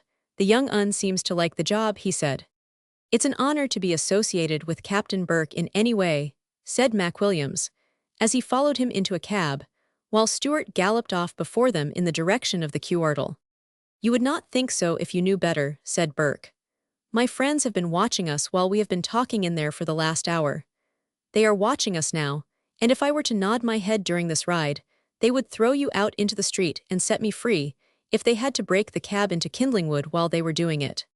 Mac Williams changed his seat to the one opposite his prisoner, and peered up and down the street in some anxiety. "I suppose you know there's an answer to that, do not you?" he asked. "Well, the answer is that if you nod your head once, you lose the top of it." Burke gave an exclamation of disgust and gazed at his zealous guardian with an expression of trepidation and unconcealed disapproval. "You are not armed, are you?" he asked. McWilliams nodded. "Why not?" he said. "These are rather heavy weather times just at present, thanks to you and your friends. Why, you seem rather afraid of firearms," he added with the intolerance of youth. The Irish-American touched the young man on the knee and lifted his hat. "My son," he said, "when your hair is as gray as that, and you have been through 6 campaigns, you will be brave enough to own that you are afraid of firearms, too." X. Clay and Langham left McWilliams and Stewart to look after their prisoner, and returned to the Palms, where they dined in state, and made no reference, while the women were present, to the events of the day. The moon rose late that night, and as Hope watched it, from where she sat at the dinner table facing the open windows, she saw the figure of a man standing outlined in silhouette upon the edge of the cliff. He was dressed in the uniform of a sailor, and the moonlight played along the barrel of a rifle upon which he leaned, motionless and menacing, like a sentry on a rampart. Hope opened her lips to speak, and then closed them again, and smiled with pleasurable excitement. A moment later King, who sat on her right, called one of the servants to his side and whispered some instructions, pointing meanwhile at the wine upon the table. And a minute after, Hope saw the white figure of the servant cross the garden and approach the sentinel. She saw the sentry fling his gun sharply to his hip, and then, after a moment's parley, toss it up to his shoulder and disappear from sight among the plants of the garden. The men did not leave the table with the ladies, as was their custom, but remained in the dining-room, and drew their chairs closer together. Mr. Langham would not believe that the downfall of the government was as imminent as the others believed it to be. It was only after much argument, and with great reluctance, that he had even allowed King to arm half of his crew, and to place them on guard around the Palms. Clay warned him that in the disorder that followed every successful revolution, the homes of unpopular members of the cabinet were often burned, and that he feared, should Mendoza succeed, and Alvarez fall, that the mob might possibly vent its victorious wrath on the Palms, because it was the home of the alien, who had, as they thought, robbed the country of the iron mines. Mr. Langham said he did not think the people would tramp 5 miles into the country seeking vengeance. There was an American man-of-war lying in the harbor of Truxillo, a seaport of the Republic that bounded Olancho on the south, and Clay was in favor of sending to her captain by Weimer, the consul, and asking him to anchor off Valencia to protect American interests.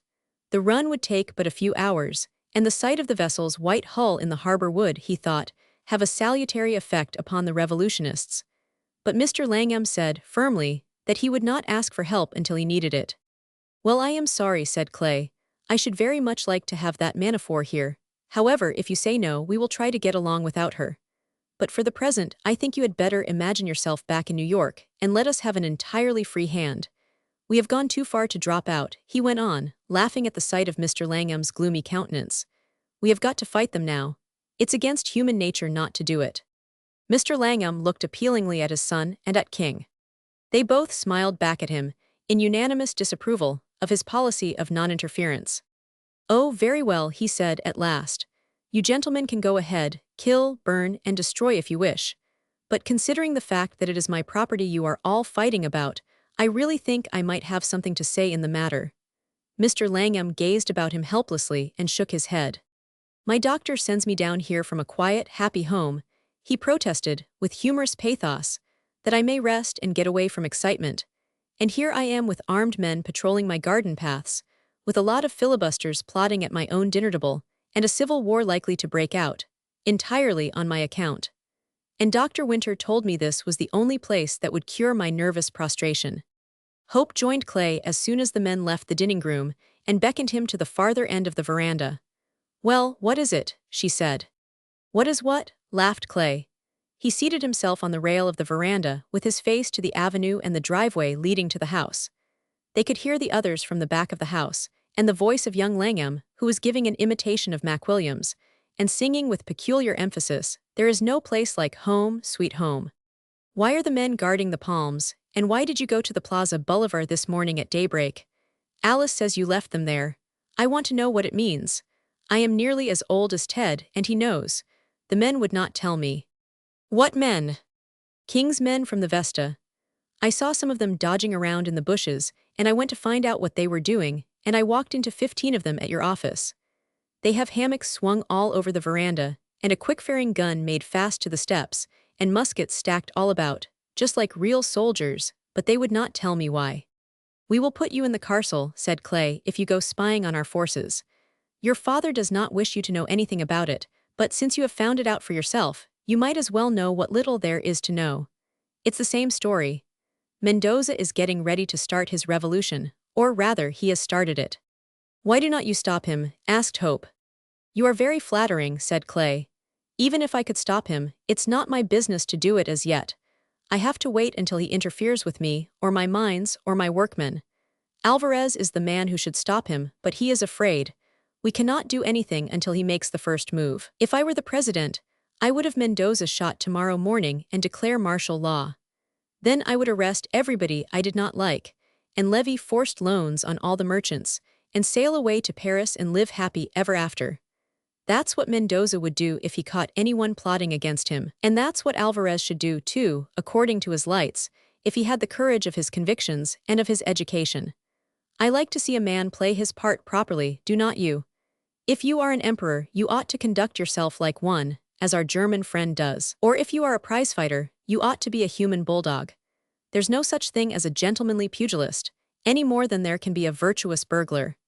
And if you are a South American dictator, you cannot afford to be squeamish about throwing your enemies into jail or shooting them for treason. The way to dictate is to dictate, not to hide indoors all day while your wife plots for you. Does she do that? Asked Hope. And do you think she will be in any personal danger, if the revolution comes? Well, she is very unpopular, Clay answered, and unjustly so, I think. But it would be better, perhaps, for her if she went as quietly as possible when she does go. Is our Captain Stewart in danger, too? The girl continued, anxiously. Alice says they put up placards about him all over the city last night. She saw his men tearing them down as she was coming home. What has he done? Nothing, Clay answered shortly. He happens to be in a false position, that's all.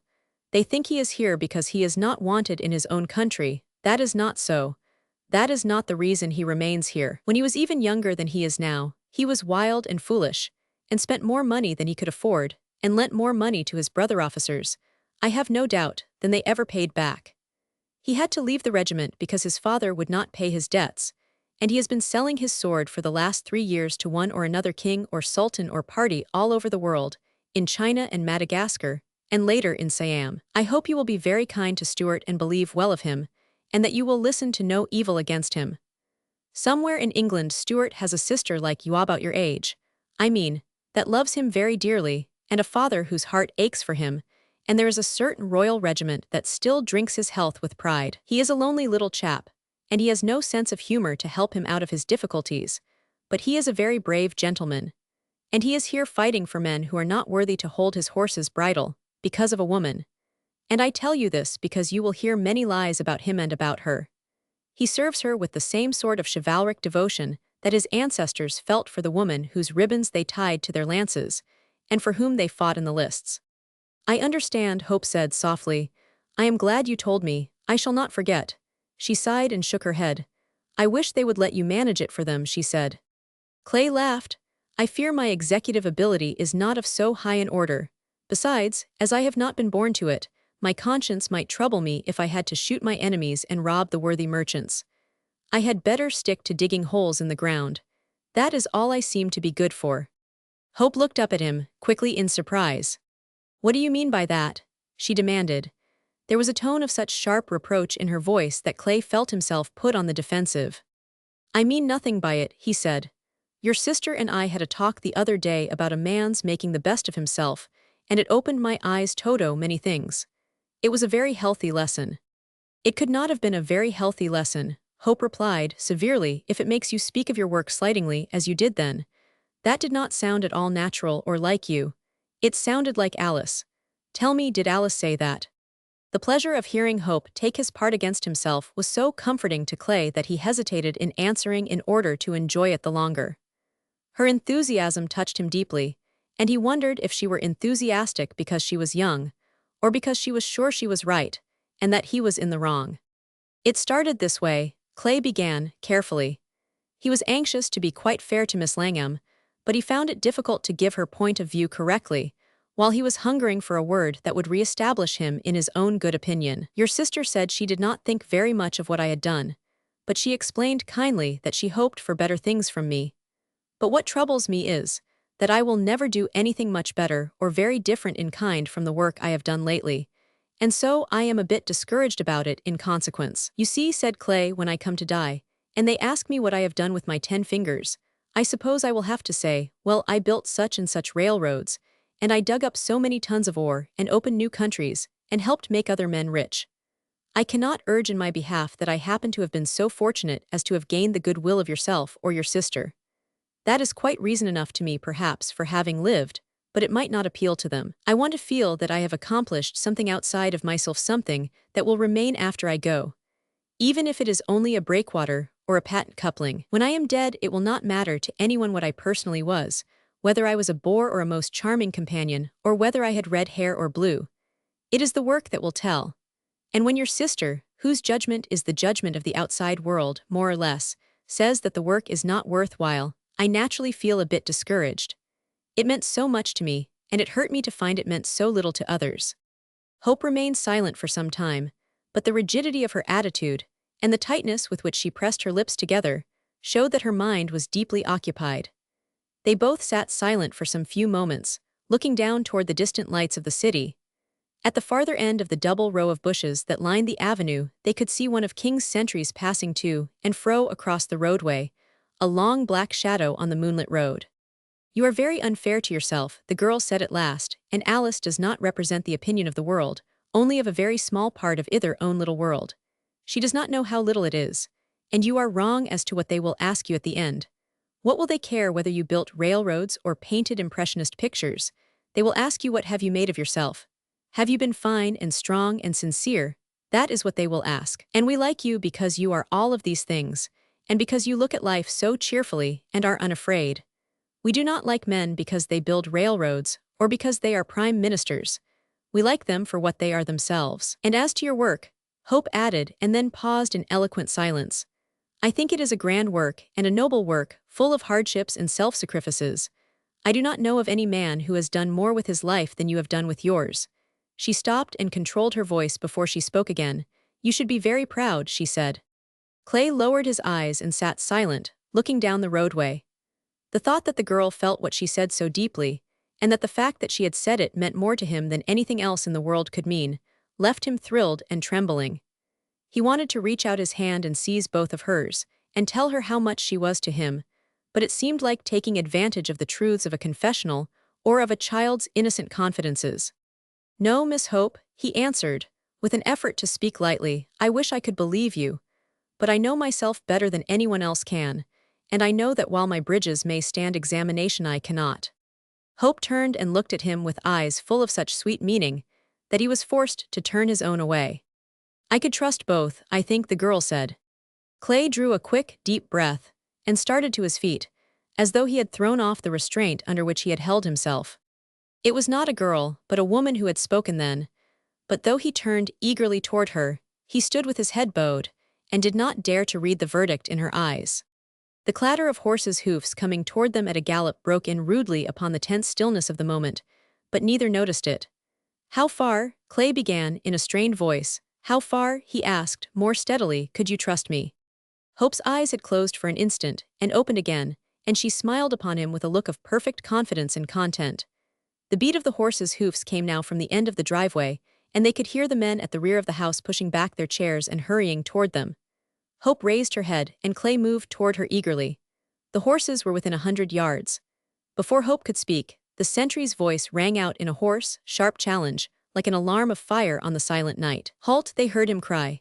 And as the horses tore past him, and their riders did not turn to look, he shouted again, halt, damn you, and fired. The flash showed a splash of red and yellow in the moonlight, and the report started into life hundreds of echoes which carried it far out over the waters of the harbor, and tossed it into sharp angles and distant corners, and in an instant a myriad of sounds answered it. The frightened cry of night birds, the barking of dogs in the village below, and the footsteps of men running. Clay glanced angrily down the avenue and turned beseechingly to Hope. Go, she said. See what is wrong, and moved away as though she already felt that he could act more freely when she was not near him. The two horses fell back on their haunches before the steps, and McWilliams and Stewart tumbled out of their saddles and started, running back on foot in the direction from which the shot had come, tugging at their revolvers. Come back, Clay shouted to them. That's all right. He was only obeying orders. That's one of King's sentries. Oh, is that it? Said Stewart in matter-of-fact tones as he turned again to the house. Good idea.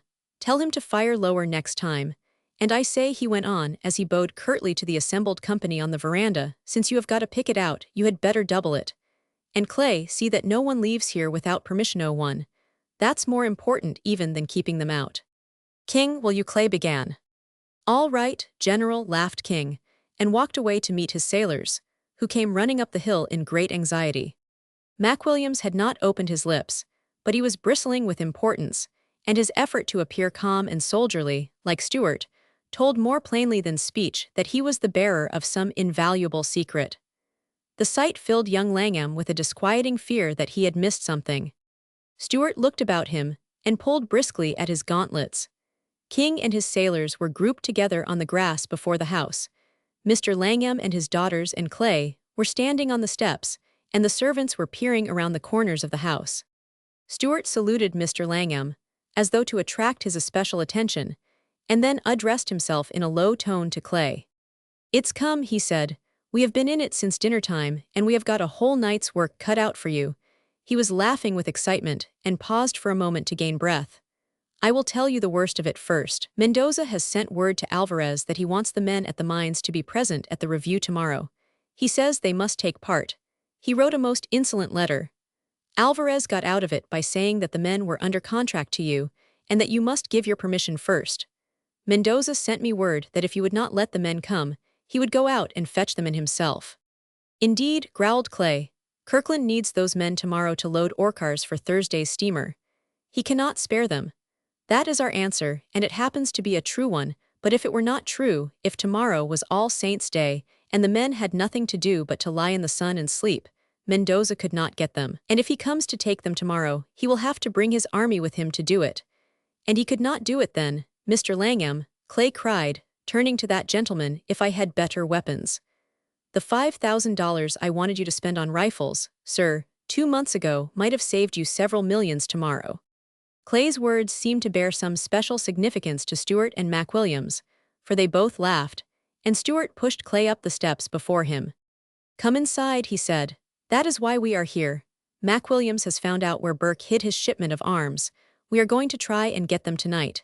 He hurried into the dining room, and the others grouped themselves about the table. Tell them about it, McWilliams, Stewart commanded. I will see that no one overhears you. McWilliams was pushed into Mr. Langham's place at the head of the long table, and the others dragged their chairs up close around him. King put the candles at the opposite end of the table and set some decanters and glasses in the center. To look as though we were just enjoying ourselves, he explained, pleasantly. Mr. Langham, with his fine, delicate fingers beating nervously on the table, observed the scene as an onlooker, rather than as the person chiefly interested. He smiled as he appreciated the incongruity of the tableau and the contrast which the actors presented to the situation. He imagined how much it would amuse his contemporaries of the Union Club, at home, if they could see him then, with the still, tropical night outside, the candles reflected on the polished table and on the angles of the decanters, and showing the intent faces of the young girls and the men leaning eagerly forward around McWilliams, who sat conscious and embarrassed, his hair disheveled, and his face covered with dust, while Stewart paced up and down in the shadow, his saber clanking as he walked. Well, it happened like this, McWilliams began, nervously, and addressing himself to Clay. Stewart and I put Burke safely in a cell by himself. It was one of the old ones that faced the street. There was a narrow window in it, about 8 feet above the floor, and no means of his reaching it, even if he stood on a chair. We stationed 2 troopers before the door and sent out to a cafe across the street for our dinners. I finished mine about 9 o'clock and said good night to Stewart and started to come out here. I went across the street first, however, to give the restaurant man some orders about Burke's breakfast. It is a narrow street, you know, with a long garden wall and a row of little shops on one side, and with the jail wall taking up all of the other side. The street was empty when I left the jail, except for the sentry on guard in front of it, but just as I was leaving the restaurant, I saw one of Stewart's police come out and peer up and down the street and over at the shops. He looked frightened and anxious, and as I was not taking chances on anything, I stepped back into the restaurant and watched him through the window. He waited until the sentry had turned his back and started away from him on his post, and then I saw him drop his saber so that it rang on the sidewalk. He was standing, I noticed then, directly under the third window from the door of the jail. That was the window of Burke's cell. When I grasped that fact, I got out my gun and walked to the door of the restaurant. Just as I reached it, a piece of paper shot out through the bars of Burke's cell and fell at the policeman's feet, and he stamped his boot down on it and looked all around again to see if anyone had noticed him. I thought that was my cue, and I ran across the street with my gun pointed and shouted to him to give me the paper. He jumped about a foot when he first saw me, but he was game, for he grabbed up the paper and stuck it in his mouth and began to chew on it. I was right up on him then, and I hit him on the chin with my left fist and knocked him down against the wall, and dropped on him with both knees and choked him till I made him spit out the paper and 2 teeth, Mac Williams added, with a conscientious regard for details. The sentry turned just then and came at me with his bayonet, but I put my finger to my lips, and that surprised him, so that he did not know just what to do and hesitated. You see, I did not want Burke to hear the row outside, so I grabbed my policeman by the collar and pointed to the jail door, and the sentry ran back and brought out Stewart and the guard.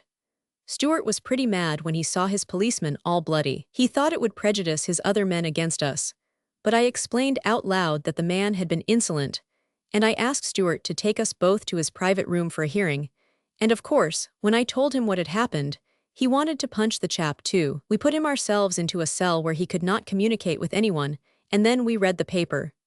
Stewart has it, said Mac Williams, pushing back his chair, and he will tell you the rest. There was a pause, in which everyone seemed to take time to breathe, and then a chorus of questions and explanations. King lifted his glass to Mac Williams, and nodded. Well done, Condor, he quoted, smiling. Yes, said Clay, tapping the younger man on the shoulder as he passed him. That's good work. Now show us the paper, Stewart. Stewart pulled the candles toward him, and spread a slip of paper on the table. Burke did this up in one of those paper boxes for wax matches, he explained, and weighted it with a $20 gold piece. Mac Williams kept the gold piece, I believe. Going to use it for a scarf pin, explained Mac Williams in parenthesis. Sort of war metal like the chief's, he added, smiling. This is in Spanish, Stewart explained. I will translate it. It is not addressed to anyone and it is not signed, but it was evidently written to Mendoza, and we know it is in Burke's handwriting, for we compared it with some notes of his that we took from him before he was locked up. He says, I cannot keep the appointment, as I have been arrested. The line that follows here, Stewart explained, raising his head, has been scratched out, but we spent some time over it and we made out that it read, It was Mr. Clay who recognized me and ordered my arrest. He is the best man the others have. Watch him. We think he rubbed that out through good feeling toward Clay. There seems to be no other reason. He's a very good sort, this old Burke, I think. Well, never mind him, it was very decent of him anyway, said Clay. Go on, get to Hecuba. I cannot keep the appointment, as I have been arrested, repeated Stewart. I landed the goods last night in safety. I could not come in when first signaled, as the wind and tide were both offshore. But we got all the stuff stored away by morning. Your agent paid me in full and got my receipt. Please consider this, as the same thing as the equivalent it is difficult to translate it exactly. Commented Stewardess, the equivalent of the receipt I was to have given when I made my report tonight. I sent 3 of your guards away on my own responsibility, for I think more than that number might attract attention to the spot, and they might be seen from the trains. That is the point of the note for us, of course, Stewart interrupted himself to say. Burke adds, he went on, that they are to make no effort to rescue him, as he is quite comfortable, and is willing to remain in the carcel until they are established in power. Within sight of the trains, exclaimed Clay, there are no trains but ours. It must be along the line of the road. Mac Williams says he knows every foot of land along the railroad, said Stewart, and he is sure the place Burke means is the old fortress on the Plata Inlet, because it is the only place, interrupted Mac Williams, where there is no surf. They could run small boats up the inlet and unload in smooth water within 20 feet of the ramparts. And another thing, That is the only point on the line with a wagon road running direct from it to the capital. It's an old road and has not been traveled over for years, but it could be used. No, he added, as though answering the doubt in Clay's mind, there is no other place. If I had a map here I could show you in a minute. Where the beach is level there is a jungle between it and the road, and wherever there is open country, there is a limestone formation and rocks between it and the sea, where no boat could touch. But the fortress is so conspicuous, Clay demurred. The nearest rampart is within 20 feet of the road. Do not you remember we measured it when we thought of laying the double track? That is just what Burke says, urged Stuart. That is the reason he gives for leaving only 3 men on guard. I think more than that number might attract attention to the spot, as they might be seen from the ore trains. Have you told anyone of this? Clay asked. What have you done so far? We have done nothing, said Stuart. We lost our nerve when we found out how much we knew, and we decided we would better leave it to you. Whatever we do must be done at once, said Clay. They will come for the arms tonight, most likely, and we must be there first. I agree with you entirely about the place. It is only a question now of our being on time. There are 2 things to do. The first thing is to keep them from getting the arms, and the second is, if we are lucky, to secure them for ourselves. If we can pull it off properly, we ought to have those rifles in the mines before midnight. If we are hurried or surprised, we must dump them off the fort into the sea. Clay laughed and looked about him at the men. We are only following out General Bolivar's saying when you want arms take them from the enemy. Now there are 3 places we must cover. This house, first of all, he went on, inclining his head quickly toward the 2 sisters, then the city and the mines. Stuart's place, of course, is at the palace. King must take care of this house and those in it, and MacWilliams and Langham and I must look after the arms. We must organize 2 parties, and they had better approach the fort from here and from the mines at the same time. I will need you to do some telegraphing for me, Mac. And King, I must ask you for some more men from the yacht. How many have you? King answered that there were 15 men still on board, 10 of whom would be of service. He added that they were all well equipped for fighting. I believe King's a pirate in business hours, Clay said, smiling. All right, that's good. Now go tell 10 of them to meet me at the roundhouse in half an hour. I will get MacWilliams to telegraph Kirkland to run an engine and flat cars to within a half-mile of the fort on the north, and we will come up on it with the sailors and Ted, here, from the south. You must run the engine yourself, MacWilliams, and perhaps it would be better, King, if your men joined us at the foot of the grounds here and not at the roundhouse. None of the workmen must see our party start. Do you agree with me? He asked, turning to those in the group about him. Has anybody any criticism to make? Stuart and King looked at one another ruefully and laughed. I do not see what good I am doing in town, protested Stuart. Yes, and I do not see where I come in, either, growled King in aggrieved tones. These youngsters cannot do it all. Besides, I ought to have charge of my own men. Mutiny, said Clay in some perplexity, rank mutiny. Why, it's only a picnic. There are but 3 men there. We do not need 16 white men to frighten off 3 Olanchones. I will tell you what to do, cried Hope, with the air of having discovered a plan which would be acceptable to everyone. Let's all go. Well, I certainly mean to go, said Mr. Langham decidedly, so someone else must stay here. Ted, you will have to look after your sisters. The son and heir smiled upon his parent with a look of affectionate wonder, and shook his head at him in fond and pitying disapproval. I will stay, said King. I have never seen such ungallant conduct. Ladies, he said, I will protect your lives and property, and we will invent something exciting to do ourselves, even if we have to bombard the capital. The men bade the women good night, and left them with King and Mr. Langham, who had been persuaded to remain overnight, while Stuart rode off to acquaint Alvarez and General Rojas with what was going on. There was no chance for Clay to speak to Hope again, though he felt the cruelty of having to leave her with everything between them in this interrupted state. But their friends stood about her, interested and excited over this expedition of smuggled arms, unconscious of the great miracle that had come into his life, and of his need to speak to and to touch the woman who had wrought it. Clay felt how much more binding than the laws of life are the little social conventions that must be observed at times, even though the heart is leaping with joy or racked with sorrow. He stood within a few feet of the woman he loved, wanting to cry out at her, and to tell her all the wonderful things which he had learned were true for the first time that night.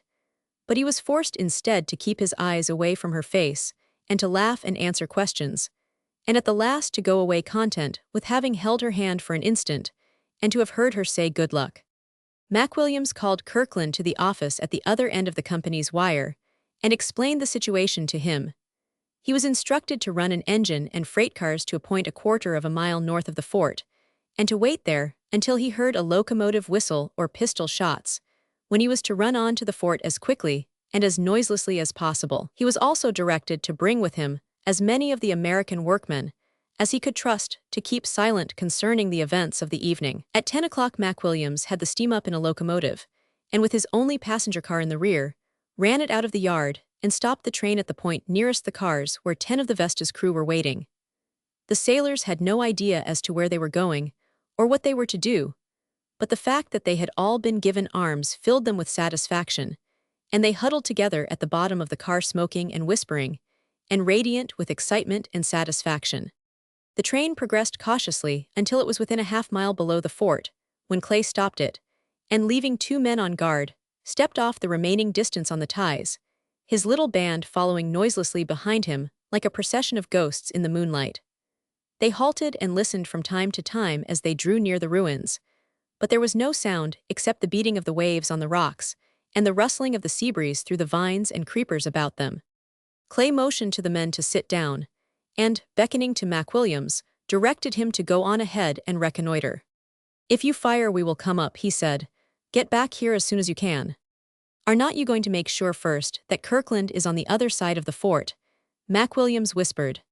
Clay replied that he was certain Kirkland had already arrived. "He had a shorter run than ours, and he wired you he was ready to start when we were, did not he?" McWilliams nodded. "Well then, he is there. I can count on Kirk." McWilliams pulled at his heavy boots and hid them in the bushes, with his helmet over them to mark the spot. "I feel as though I was going to rob a bank," he chuckled, as he waved his hand and crept off into the underbrush. For the first few moments, the men who were left behind sat silent, but as the minutes wore on and McWilliams made no sign, they grew restless and shifted their positions and began to whisper together, until Clay shook his head at them, and there was silence again until one of them, in trying not to cough, almost strangled, and the others tittered and those nearest pummel him on the back. Clay pulled out his revolver, and after spinning the cylinder under his fingernail, put it back in its holder again. And the men, taking this as an encouraging promise of immediate action, began to examine their weapons again for the 20th time, and there was a chorus of short, muffled clicks as triggers were drawn back and cautiously lowered, and levers shot into place and caught again. One of the men farthest down the track raised his arm, and all turned and half rose as they saw McWilliams coming toward them on a run, leaping noiselessly in his stocking feet from tie to tie. He dropped on his knees between Clay and Langham. "The guns are there all right," he whispered, panting, "and there are only 3 men guarding them. They are all sitting on the beach smoking.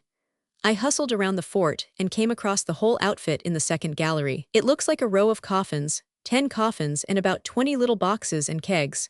I am sure that means they are coming for them tonight. They have not tried to hide them nor to cover them up. All we have got to do is to walk down on the guards and tell them to throw up their hands. It's too easy." Clay jumped to his feet. "Come on," he said. "Wait till I get my boots on first," begged McWilliams. "I would not go over those cinders again in my bare feet for all the buried treasure in the Spanish Main. You can make all the noise you want. The waves will drown it." With McWilliams to show them the way, the men scrambled up the outer wall of the fort and crossed the moss-covered ramparts at the run. Below them, on the sandy beach, were 3 men sitting around a driftwood fire that had sunk to a few hot ashes. Clay nodded to McWilliams. "You and Ted can have them," he said. "Go with him, Langham." The sailors leveled their rifles at the 3 lonely figures on the beach, as the 2 boys slipped down the wall and fell on their hands and feet in the sand below, and then crawled up to within a few feet of where the men were sitting. As McWilliams raised his revolver, one of the 3, who was cooking something over the fire, raised his head, and with a yell of warning flung himself toward his rifle. "Up with your hands!" McWilliams shouted in Spanish, and Langham, running in, seized the nearest sentry by the neck and shoved his face down between his knees into the sand. There was a great rattle of falling stones and of breaking vines as the sailors tumbled down the side of the fort, and in a half-minute's time, the 3 sentries were looking with angry, frightened eyes at the circle of armed men around them. "Now gag them," said Clay. "Does anybody here know how to gag a man?" he asked. "I do not." "Better make him tell what he knows first," suggested Langham. But the Spaniards were too terrified at what they had done, or at what they had failed to do, to further commit themselves. "Tie us and gag us," one of them begged. "Let them find us so. It is the kindest thing you can do for us." "Thank you, sir," said Clay. "That is what I wanted to know. They are coming tonight then, we must hurry." The 3 sentries were bound and hidden at the base of the wall, with a sailor to watch them. He was a young man with a high sense of the importance of his duties, and he enlivened the prisoners by poking them in the ribs whenever they moved. Clay deemed it impossible to signal Kirkland, as they had arranged to do, as they could not know now how near those who were coming for the arms might be. So McWilliams was sent back for his engine, and a few minutes later they heard it rumble heavily past the fort on its way to bring up Kirkland and the flat cars. Clay explored the lower chambers of the fort and found the boxes as McWilliams had described them. 10 men, with some effort, could lift and carry the larger coffin-shaped boxes, and Clay guessed that, granting their contents to be rifles, there must be 100 pieces in each box, and that there were 1,000 rifles in all. They had moved half of the boxes to the side of the track when the train of flat cars and the 2 engines came crawling and twisting toward them, between the walls of the jungle, like a great serpent, with no light about it but the glow from the hot ashes as they fell between the rails. 30 men, equally divided between Irish and Negroes, fell off the flat cars before the wheels had ceased to revolve, and without a word of direction, began loading the heavy boxes on the train and passing the kegs of cartridges from hand to hand and shoulder to shoulder. The sailors spread out up the road that led to the capital to give warning in case the enemy approached, but they were recalled before they had reason to give an alarm, and in a half-hour Burke's entire shipment of arms was on the ore-cars. The men who were to have guarded them were prisoners in the cab of the engine, and both trains were rushing at full speed toward the mines. On arriving there, Kirkland's train was switched to the siding that led to the magazine in which was stored the rackarock and dynamite used in the blasting. By midnight, all of the boxes were safely under lock in the zinc building, and the number of the men who always guarded the place for fear of fire or accident was doubled, while a reserve, composed of Kirkland's 30 picked men, were hidden in the surrounding houses and engine nests. Before Clay left, he had one of the boxes broken open, and found that it held 100 Mannlicher rifles. "Good," he said. "I would give $1,000 in gold if I could bring Mendoza out here and show him his own men armed with his own Mannlichers and dying for a shot at him. How old Burke will enjoy this when he hears of it." The party from the Palms returned to their engine after many promises of reward to the men for their work overtime, and were soon flying back with their hearts as light as the smoke above them. McWilliams slackened speed as they neared the fort, and moved up cautiously on the scene of their recent victory, but a warning cry from Clay made him bring his engine to a sharp stop. Many lights were flashing over the ruins, and they could see in their reflection the figures of men running over the same walls on which the lizards had basked in undisturbed peace for years. "They look like a swarm of hornets after someone has chucked a stone through their nest," laughed McWilliams. "What shall we do now? Go back, or wait here, or run the blockade?" "Oh, ride them out," said Langham. "The family's anxious and I want to tell them what's happened. Go ahead." Clay turned to the sailors in the car behind them. "Lie down, men," he said, "and do not any of you fire unless I tell you to. Let them do all the shooting. This is not our fight yet, and besides, they cannot hit a locomotive standing still, certainly not when it's going at full speed." "Suppose they have torn the track up," said McWilliams, grinning. "We would look sort of silly flying through the air." "Oh, they have not sense enough to think of that," said Clay. "Besides, they do not know it was we who took their arms away yet." McWilliams opened the throttle gently, and the train moved slowly forward, gaining speed at each revolution of the wheels. As the noise of its approach beat louder and louder on the air, a yell of disappointed rage and execration rose into the night from the fort, and a mass of soldiers swarmed upon the track, leaping up and down and shaking the rifles in their hands. "That sounds a little as though they thought we had something to do with it," said McWilliams, grimly. "If they do not look out, someone will get hurt." There was a flash of fire from where the mass of men stood, followed by a dozen more flashes, and the bullets rattled on the smokestack and upon the boiler of the engine. "Low bridge," cried McWilliams with a fierce chuckle. "Now watch her." He threw open the throttle as far as it would go, and the engine answered to his touch like a racehorse to the whip. It seemed to spring from the track into the air. It quivered and shook like a live thing, and as it shot in between the soldiers, they fell back on either side, and Mac Williams leaned far out of his cab window shaking his fist at them. "You got left, did not you?" he shouted. "Thank you for the manlickers." As the locomotive rushed out of the jungle and passed the point on the road nearest to the palms, Mac Williams loosened 3 long triumphant shrieks from his whistle, and the sailors stood up and cheered. "Let them shout," cried Clay. "Everybody will have to know now." "It's begun at last," he said with a laugh of relief. "And we took the first trick," said Mac Williams, as he ran his engine slowly into the railroad yard. The whistles of the engine and the shouts of the sailors had carried far through the silence of the night, and as the men came hurrying across the lawn to the palms, they saw all of those who had been left behind, grouped on the veranda awaiting them. "Do the conquering heroes come?" shouted King. "They do," young Langham cried joyously. "We have got all their arms and they shot at us. We have been under fire." "Are any of you hurt?" asked Miss Langham, anxiously, as she and the others hurried down the steps to welcome them, while those of the Vesta's crew who had been left behind looked at their comrades with envy. "We have been so frightened and anxious about you," said Miss Langham. Hope held out her hand to Clay and greeted him with a quiet, happy smile that was in contrast to the excitement and confusion that reigned about them. "I knew you would come back safely," she said, and the pressure of her hand seemed to add to me. Roman 12. The day of the review rose clear and warm, tempered by a light breeze from the sea.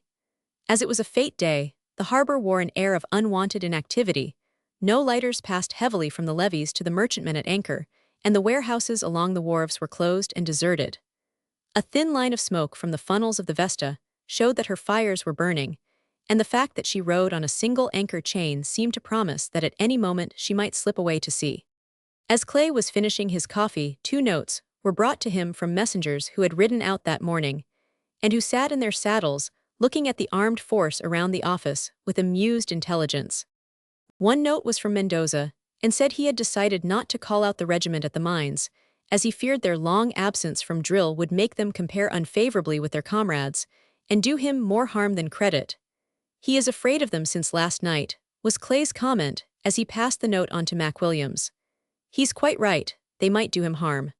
The second note was from Stewart. He said the city was already wide awake and restless, but whether this was due to the fact that it was a fete day or to some other cause which would disclose itself later, he could not tell. Madame Alvarez, the afternoon before, while riding in the Alameda, had been insulted by a group of men around a café, who had risen and shouted after her, one of them throwing a wineglass into her lap as she rode past. His troopers had charged the sidewalk and carried off 6 of the men to the carcel. He and Rojas had urged the president to make every preparation for immediate flight, to have the horses put to his traveling carriage, and had warned him when, at the review, to take up his position at the point nearest to his own bodyguard, and as far as possible from the troops led by Mendoza. Stewart added that he had absolute confidence in the former. The policeman who had attempted to carry Burke's note to Mendoza had confessed that he was the only traitor in the camp, and that he had tried to work on his comrades without success. Stewart begged Clay to join him as quickly as possible. Clay went up the hill to the Palms, and after consulting with Mr. Langham, dictated an order to Kirkland, instructing him to call the men together and to point out to them how much better their condition had been since they had entered the mines, and to promise them an increase of wages if they remained faithful to Mr. Langham's interests, and a small pension to anyone who might be injured from any cause whatsoever while serving him. "Tell them, if they are loyal, they can live in their shacks rent-free hereafter," wrote Clay. "They are always asking for that. It's a cheap generosity," he added aloud to Mr. Langham, "because we have never been able to collect rent from any of them yet." At noon, young Langham ordered the best 3 horses in the stables to be brought to the door of the Palms for Clay, Mac Williams, and himself.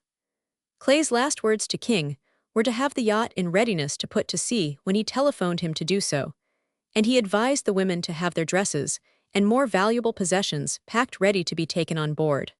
"Do not you think I might see the review if I went on horseback?" Hope asked. "I could get away then, if there should be any trouble." Clay answered with a look of such alarm and surprise that Hope laughed. "See the review? I should say not," he exclaimed. "I do not even want Ted to be there." "Oh, that's always the way," said Hope. "I miss everything. I think I will come, however, anyhow. The servants are all going, and I will go with them disguised in a turban." As the men neared Valencia, Clay turned in his saddle and asked Langham if he thought his sister would really venture into the town. "She would better not let me catch her. If she does," the fond brother replied. The reviewing party left the government palace for the Alameda at 3 o'clock, President Alvarez riding on horseback in advance, and Madame Alvarez sitting in the state carriage with one of her attendants, and with Stuart's troopers gathered so closely about her that the men's boots scraped against the wheels, and their numbers hid her almost entirely from sight. The great square in which the evolutions were to take place was lined on its four sides by the carriages of the wealthy Alenchones, except at the two gates, where there was a wide space left open to admit the soldiers.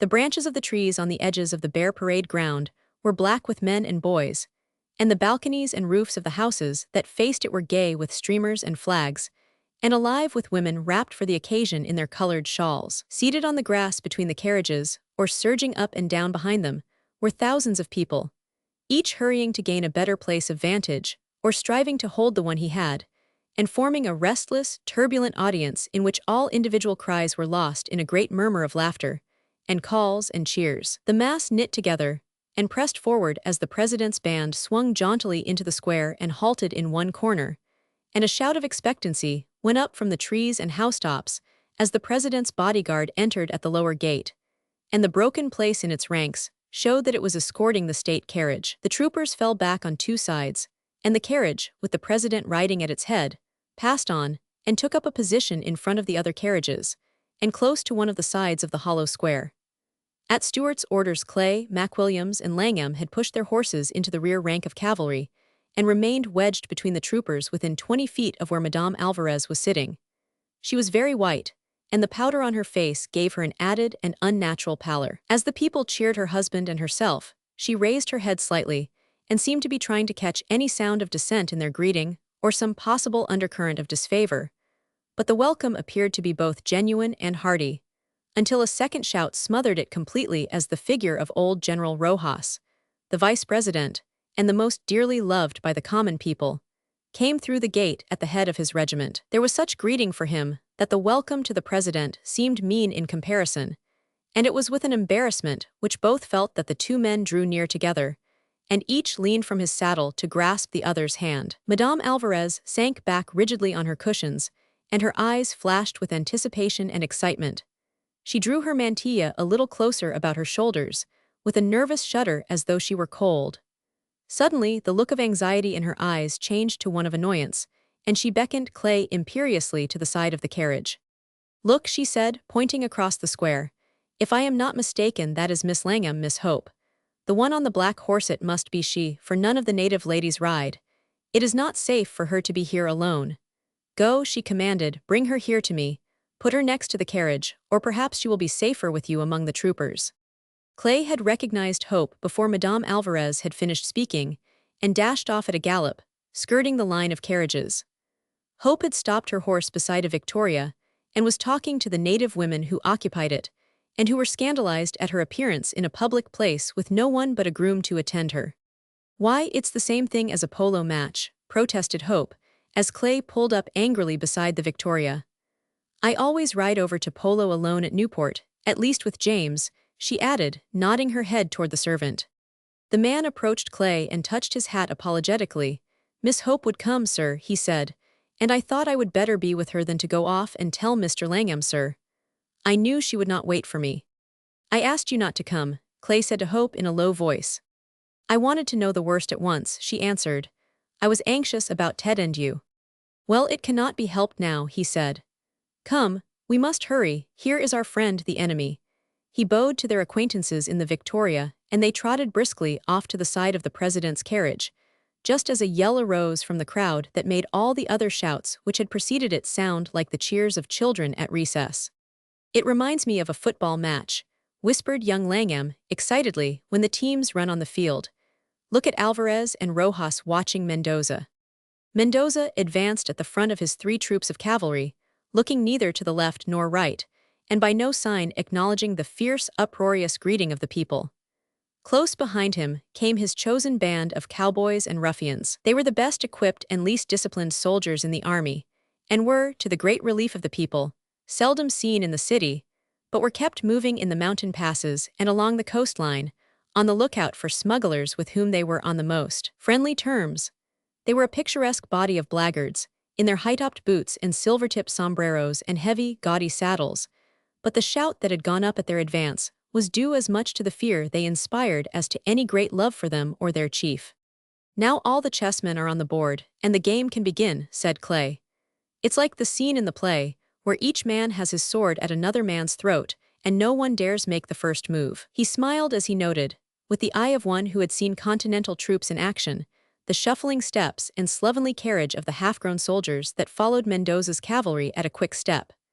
Stuart's picked men, over whom he had spent many hot and weary hours, looked like a troop of life guardsmen in comparison.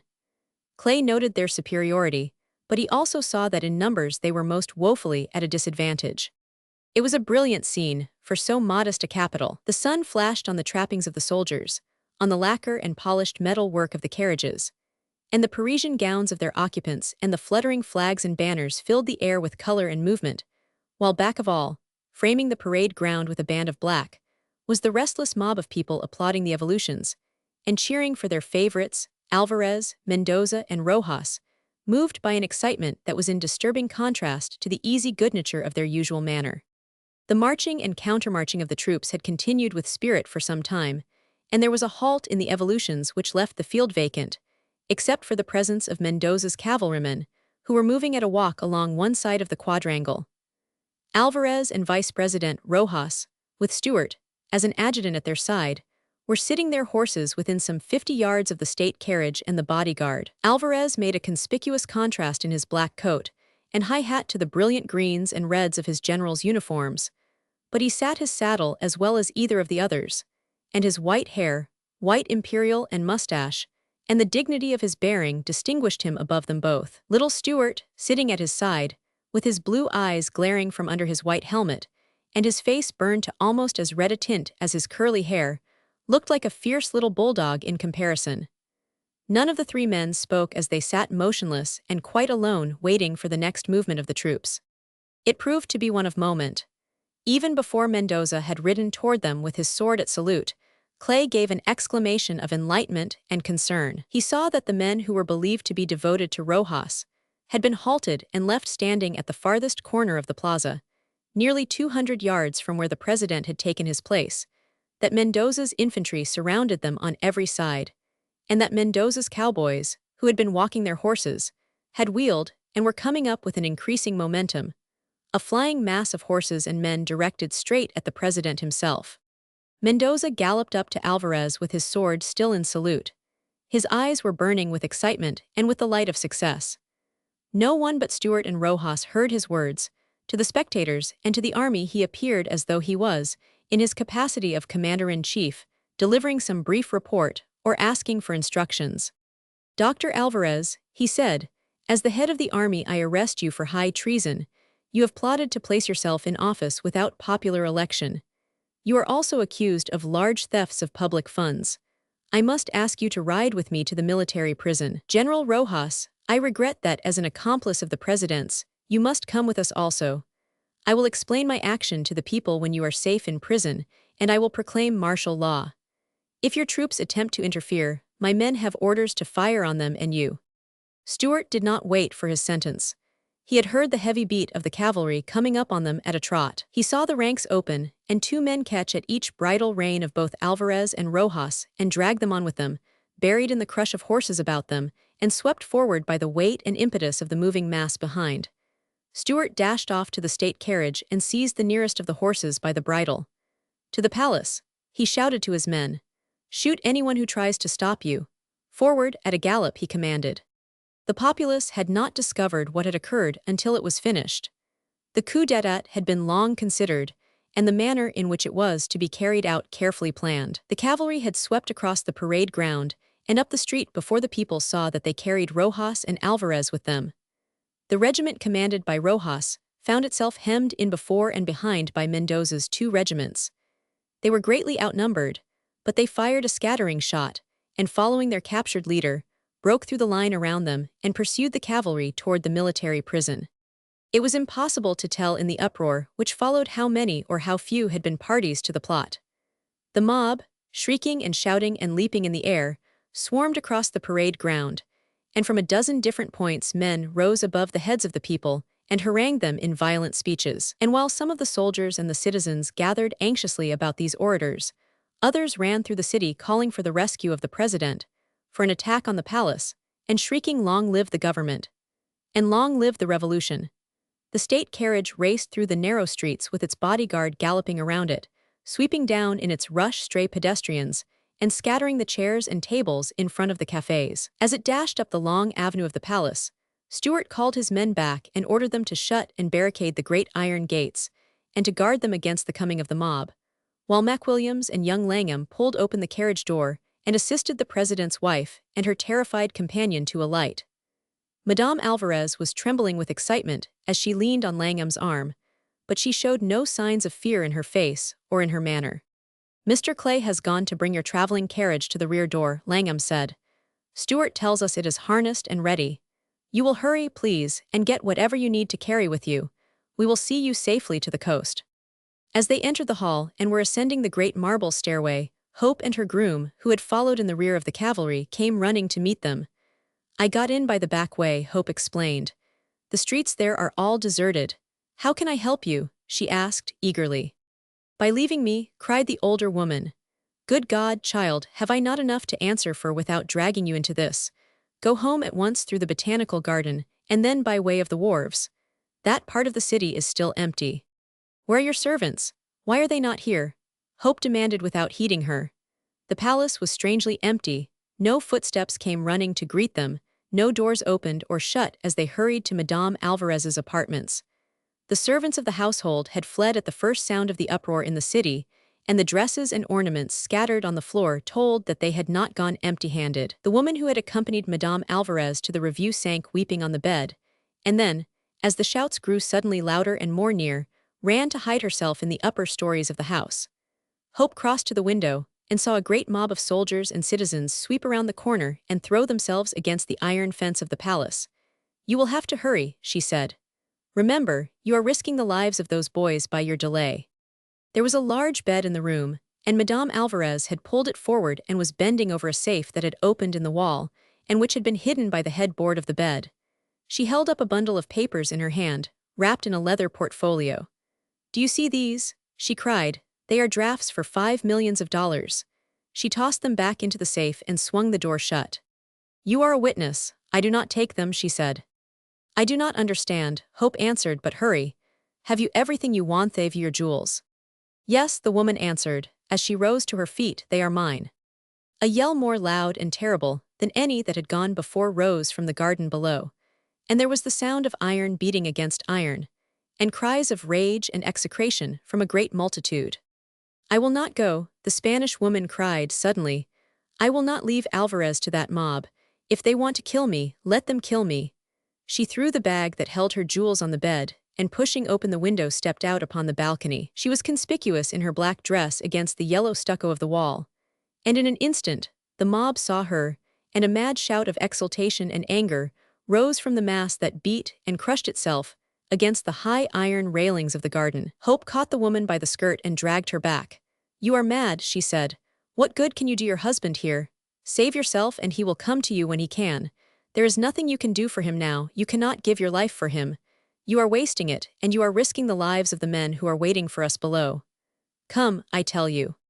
MacWilliams left Clay waiting beside the diligence, and ran from the stable through the empty house, and down the marble stairs to the garden without meeting anyone on his way. He saw Stuart helping and directing his men to barricade the gates with iron urns and garden benches and sentry boxes. Outside, the mob were firing at him with their revolvers, and calling him foul names, but Stuart did not seem to hear them. He greeted MacWilliams with a cheerful little laugh. "Well," he asked, "is she ready?" "No, but we are. Clay and I have been waiting there for 5 minutes. We found Miss Hope's groom and sent him back to the Palms with a message to King. We told him to run the yacht to Los Bocos and lie offshore until we came. He is to take her on down the coast to Truxillo, where our man-of-war is lying, and they will give her shelter as a political refugee." Why do not you drive her to the Palms at once?" demanded Stuart anxiously, "and take her on board the yacht there.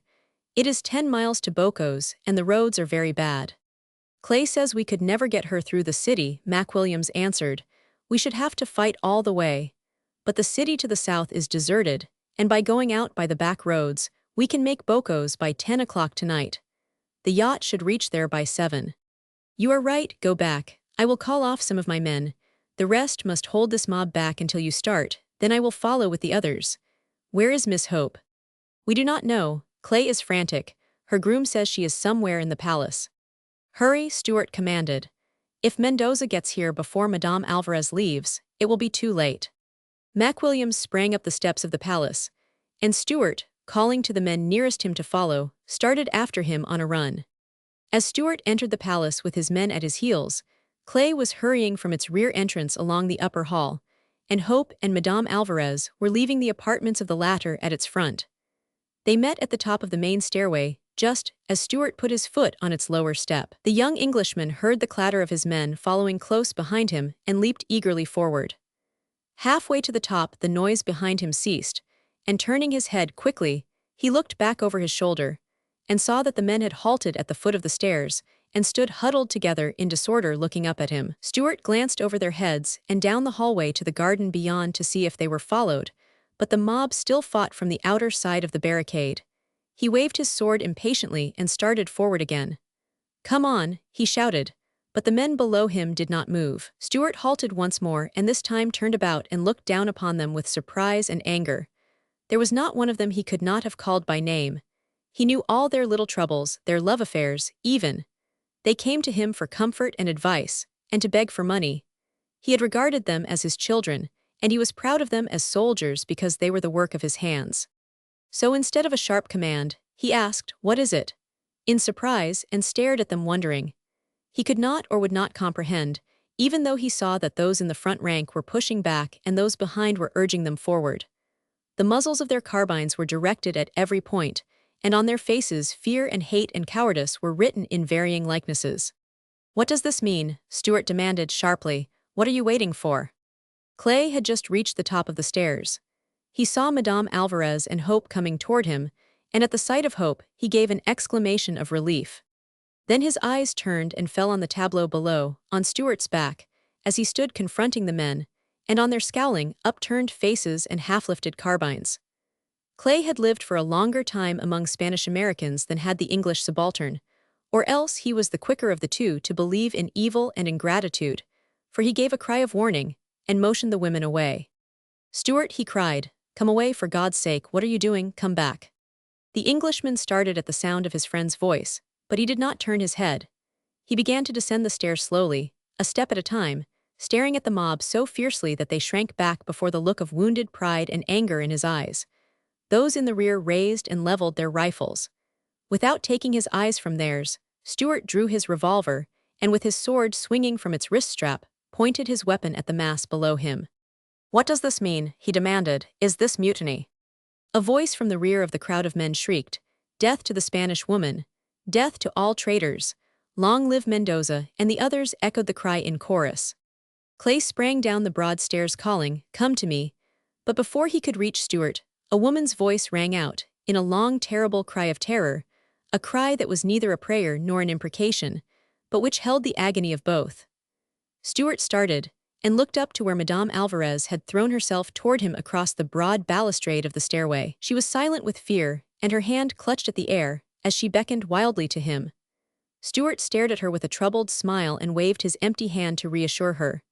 The movement was final, for the men below, freed from the reproach of his eyes, flung up their carbines and fired, some wildly, without placing their guns at rest, and others steadily and aiming straight at his heart. As the volley rang out and the smoke drifted up the great staircase, the subaltern's hands tossed high above his head, his body sank into itself and toppled backward, and like a tired child falling to sleep, the defeated soldier of fortune dropped back into the outstretched arms of his friend. Clay lifted him upon his knee and crushed him closer against his breast with one arm, while he tore with his free hand at the stock about the throat and pushed his fingers in between the buttons of the tunic. They came forth again wet and colored crimson. "Stuart," Clay gasped. "Stuart, speak to me, look at me."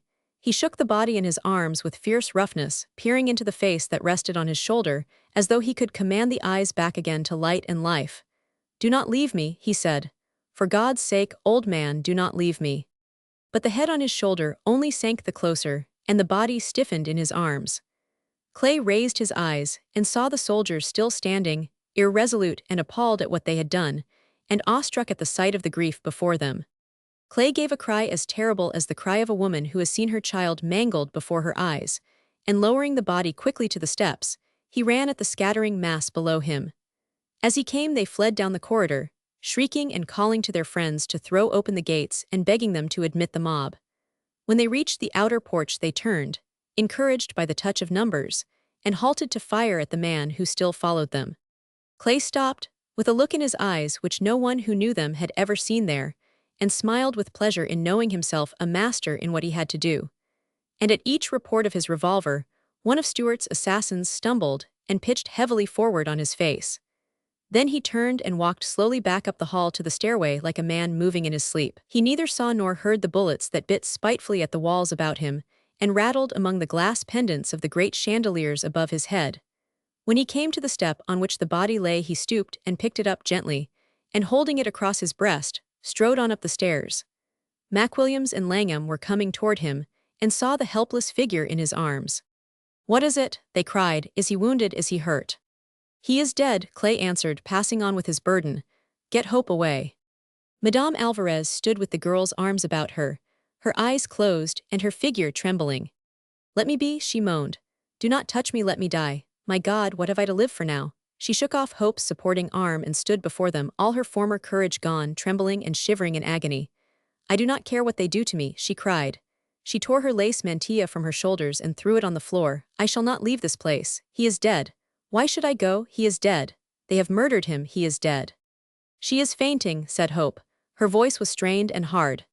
To her brother, she seemed to have grown suddenly much older, and he looked to her to tell him what to do. "Take hold of her," she said. "She will fall." The woman sank back into the arms of the men, trembling and moaning feebly. "Now carry her to the carriage," said Hope.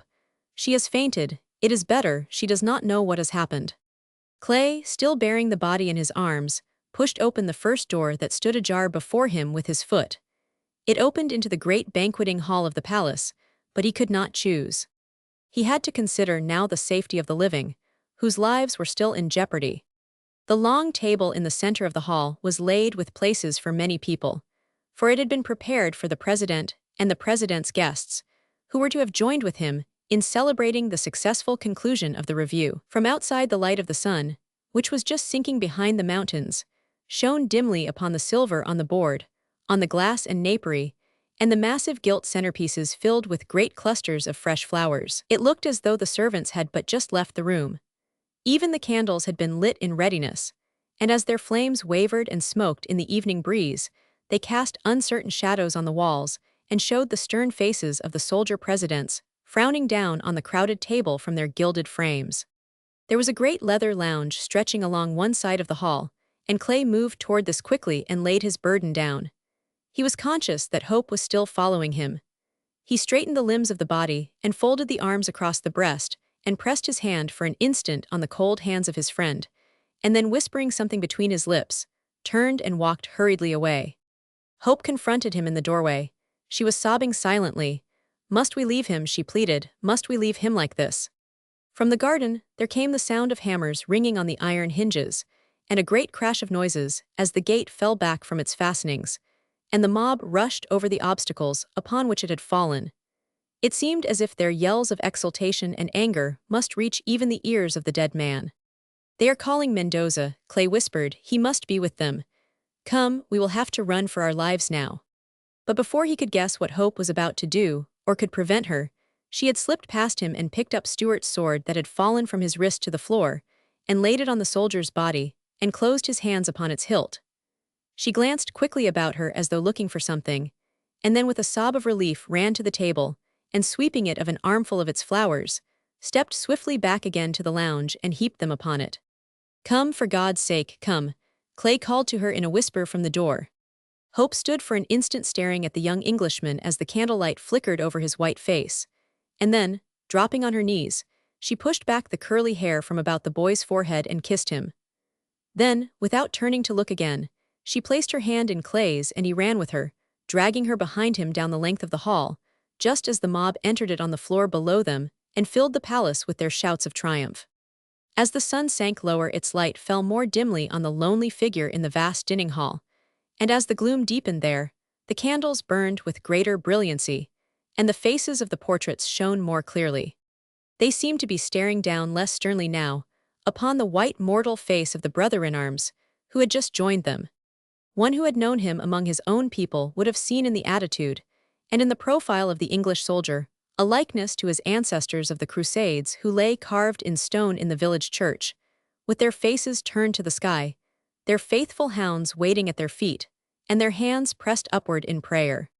And when, a moment later, the half-crazed mob of men and boys swept into the great room, with Mendoza at their head, something of the pathos of the young Englishman's death in his foreign place of exile must have touched them, for they stopped appalled and startled, and pressed back upon their fellows with eager whispers. The Spanish-American general strode boldly forward, but his eyes lowered before the calm, white face, and either because the lighted candles and the flowers awoke in him some memory of the great church that had nursed him, or because the jagged holes in the soldier's tunic appealed to what was bravest in him, he crossed himself quickly, and then raising his hand slowly to his visor, lifted his hat and pointed with it to the door.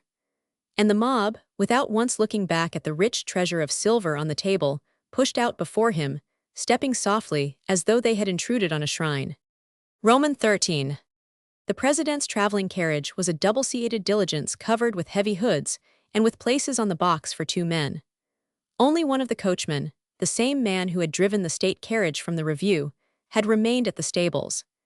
As he knew the roads to Los Bocos, Clay ordered him up to the driver's seat, and Mac Williams climbed into the place beside him after first storing 3 rifles under the laprobe. Hope pulled open the leather curtains of the carriage and found Madame Alvarez where the men had laid her upon the cushions, weak and hysterical. The girl crept in beside her, and lifting her in her arms, rested the older woman's head against her shoulder, and soothed and comforted her with tenderness and sympathy. Clay stopped with his foot in the stirrup, and looked up anxiously at Langham, who was already in the saddle. "Is there no possible way of getting Hope out of this and back to the Palms?" he asked. "No, it's too late. This is the only way now." Hope opened the leather curtains and looking out shook her head impatiently at Clay. "I would not go now if there were another way," she said. "I could not leave her like this." "You are delaying the game, Clay," cried Langham, warningly, as he stuck his spurs into his pony's side.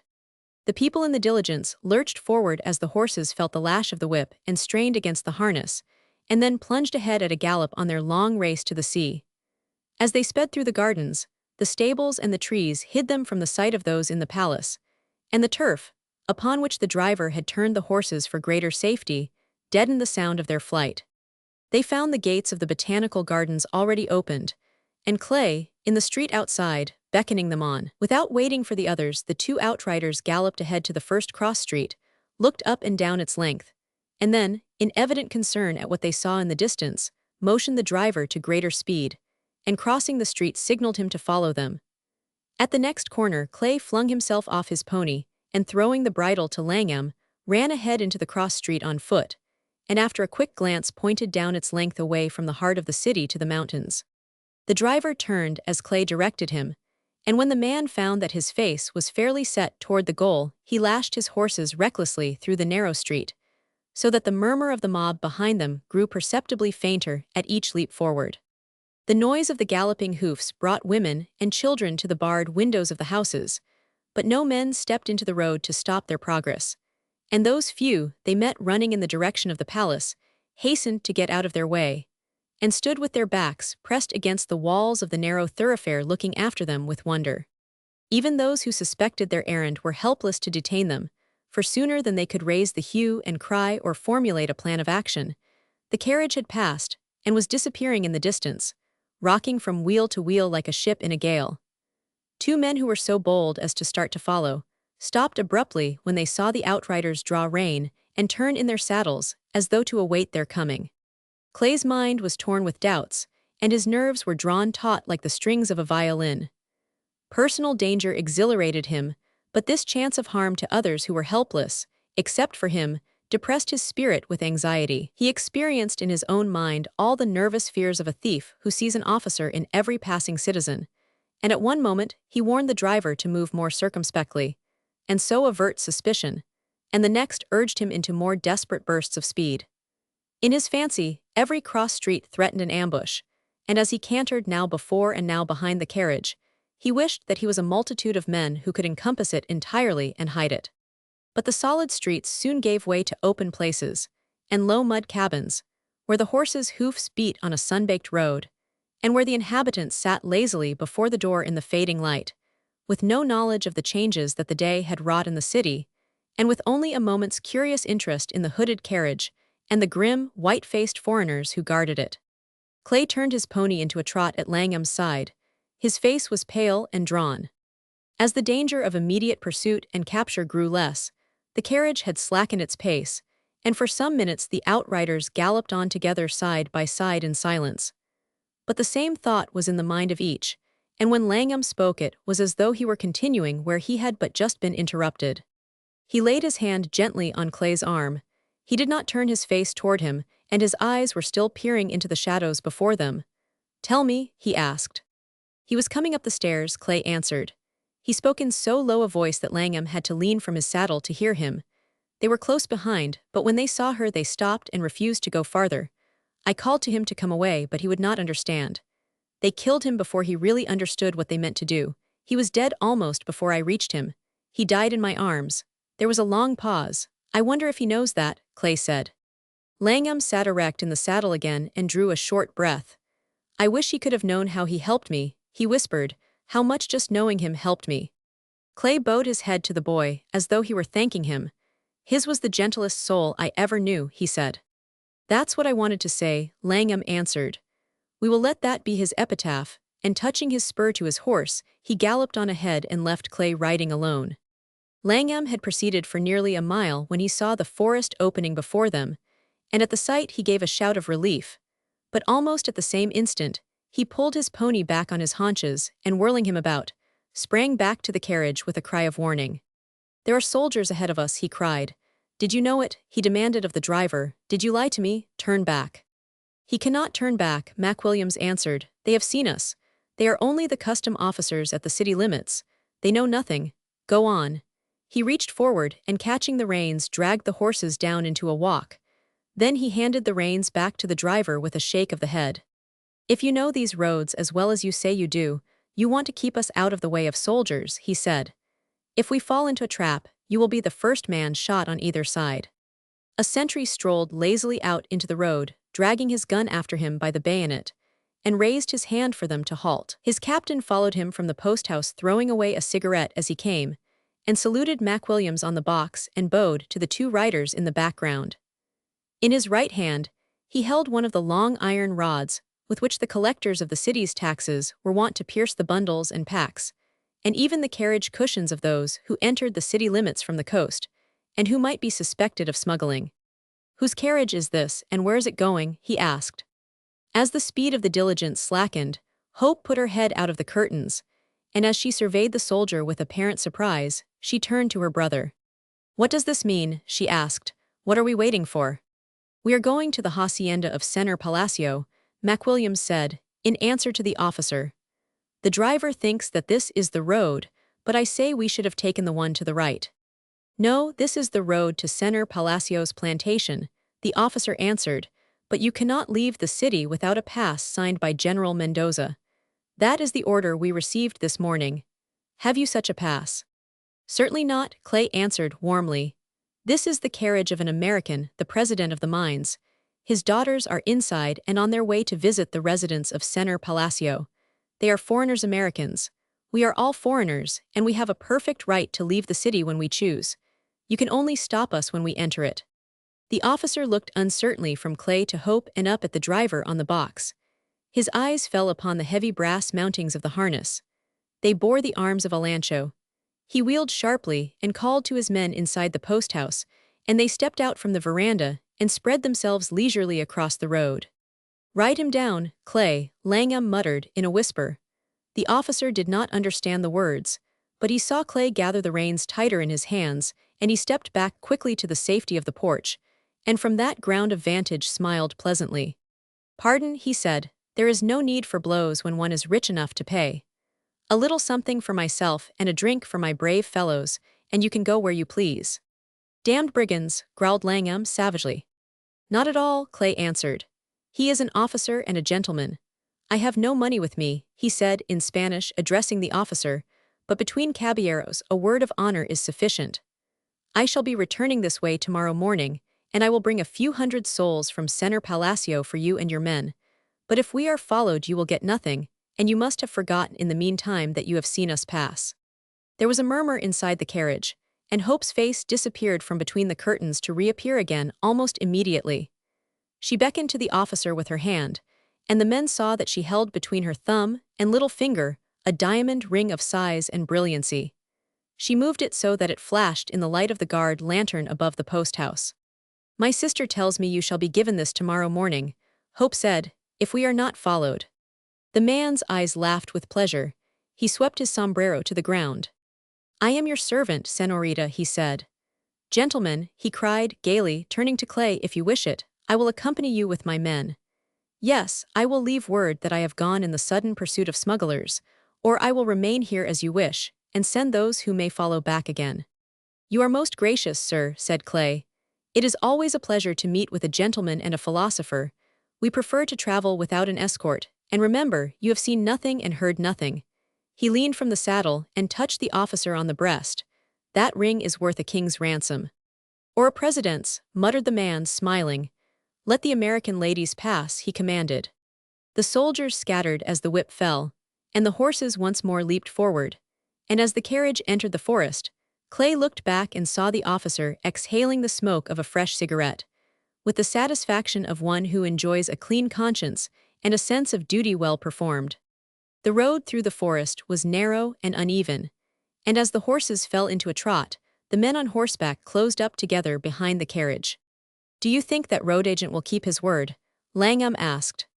"Yes, he has nothing to win by telling the truth," Clay answered. "He can say he saw a party of foreigners, Americans, driving in the direction of Palacio's coffee plantation. That lets him out, and in the morning he knows he can levy on us for the gate money. I am not so much afraid of being overtaken as I am that King may make a mistake and not get to Boco's on time. We ought to reach there, if the carriage holds together, by 11. King should be there by 8 o'clock, and the yacht ought to make the run to Truxillo in 3 hours. But we shall not be able to get back to the city before 5 tomorrow morning. I suppose your family will be wild about Hope. We did not know where she was when we sent the groom back to King." "Do you think that driver is taking us the right way?" Langham asked, after a pause. "He would better, he knows it well enough. He was through the last revolution, and carried messages from Los Bocos to the city on foot for 2 months. He has covered every trail on the way, and if he goes wrong, he knows what will happen to him. And Los Bocos is a village, is not it? And the landing must be in sight of the custom house. The village lies some distance back from the shore, and the only house on the beach is the custom house itself. But every one will be asleep by the time we get there, and it will take us only a minute to hand her into the launch. If there should be a guard there, King will have fixed them one way or another by the time we arrive. Anyhow, there is no need of looking for trouble that far ahead. There is enough to worry about in between. We have not got there yet." The moon rose grandly a few minutes later, and flooded the forest with light, so that the open places were as clear as day. It threw strange shadows across the trail, and turned the rocks and fallen trees into figures of men crouching or standing upright with uplifted arms. They were so like to them that Clay and Langham flung their carbines to their shoulders again and again, and pointed them at some black object that turned as they advanced into wood or stone. From the forest, they came to little streams and broad shallow rivers, where the rocks in the fording places churned the water into white masses of foam, and the horses kicked up showers of spray as they made their way, slipping and stumbling, against the current. It was a silent pilgrimage, and never for a moment did the strain slacken or the men draw rein. Sometimes, as they hurried across a broad tableland, or skirted the edge of a precipice and looked down hundreds of feet below at the shining waters they had just forded, or up at the rocky points of the mountains before them, the beauty of the night overcame them and made them forget the significance of their journey. They were not always alone, for they passed at intervals through sleeping villages of mud huts with thatched roofs, where the dogs ran yelping out to bark at them, and where the pine knots, blazing on the clay ovens, burned cheerily in the moonlight. In the low lands where the fever lay, the mist rose above the level of their heads and enshrouded them in a curtain of fog, and the dew fell heavily, penetrating their clothing and chilling their heated bodies so that the sweating horses moved in a lather of steam.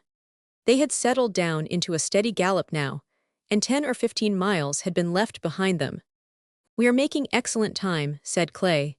"The village of San Lorenzo should lie beyond that ridge." He drove up beside the driver and pointed with his whip. "Is not that San Lorenzo?" he asked.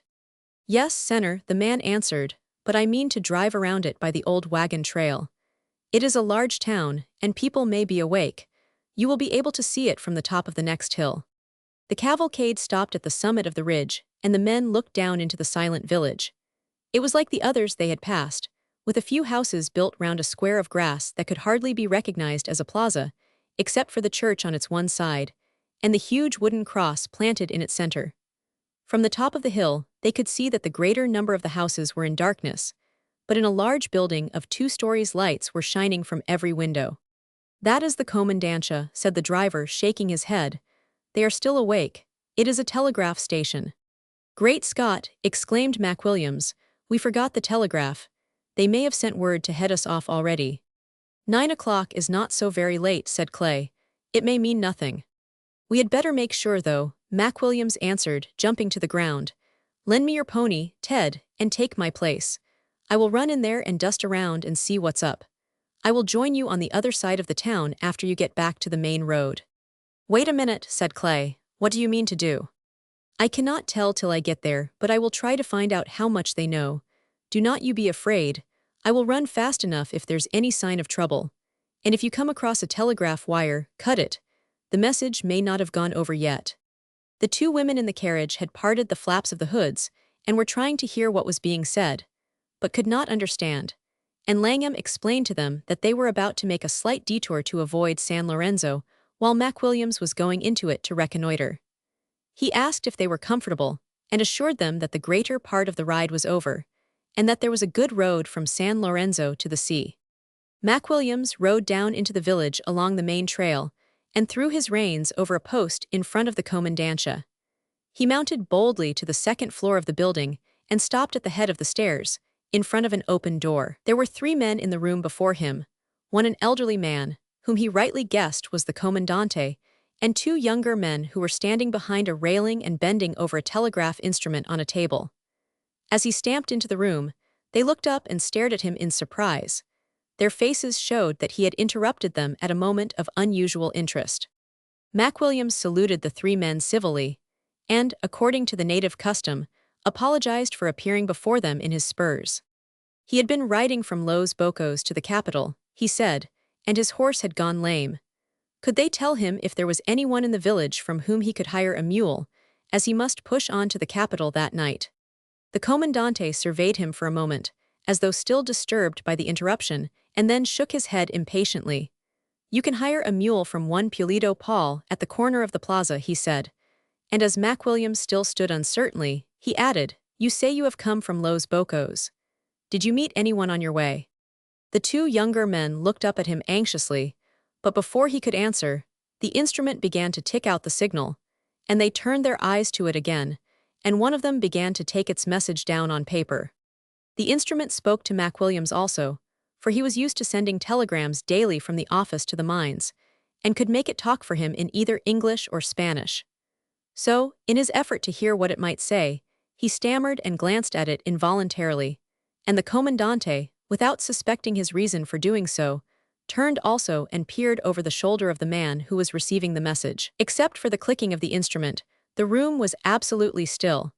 The 3 men bent silently over the table, while McWilliams stood gazing at the ceiling and turning his hat in his hands. The message McWilliams read from the instrument was this: "They are reported to have left the city by the south, so they are going to Para or San Pedro or to Los Bocos.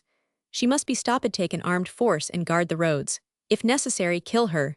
She has in the carriage or hidden on her person drafts for 5 million souls. You will be held responsible for every one of them. Repeat this message to show you understand and relay it to Los Bocos. If you fail, Mac Williams could not wait to hear more. He gave a curt nod to the men and started toward the stairs. "Wait," the comandante called after him. Mac Williams paused with one hand on top of the banisters, balancing himself in readiness for instant flight. "You have not answered me. Did you meet with anyone on your ride here from Los Bocos?" "I met several men on foot, and the mail carrier passed me a league out from the coast. And oh yes, I met a carriage at the crossroads, and the driver asked me the way of San Pedro Sula." "A carriage, yes, and what did you tell him?" "I told him he was on the road to Los Bocos, and he turned back and—" "You are sure he turned back?" "Certainly, sir. I rode behind him for some distance. He turned finally to the right into the trail to San Pedro Sula." The man flung himself across the railing. "Quick," he commanded, "telegraph to Morales, Comandante San Pedro Sula." He had turned his back on Mac Williams, and as the younger man bent over the instrument, Mac Williams stepped softly down the stairs, and mounting his pony rode slowly off in the direction of the capital.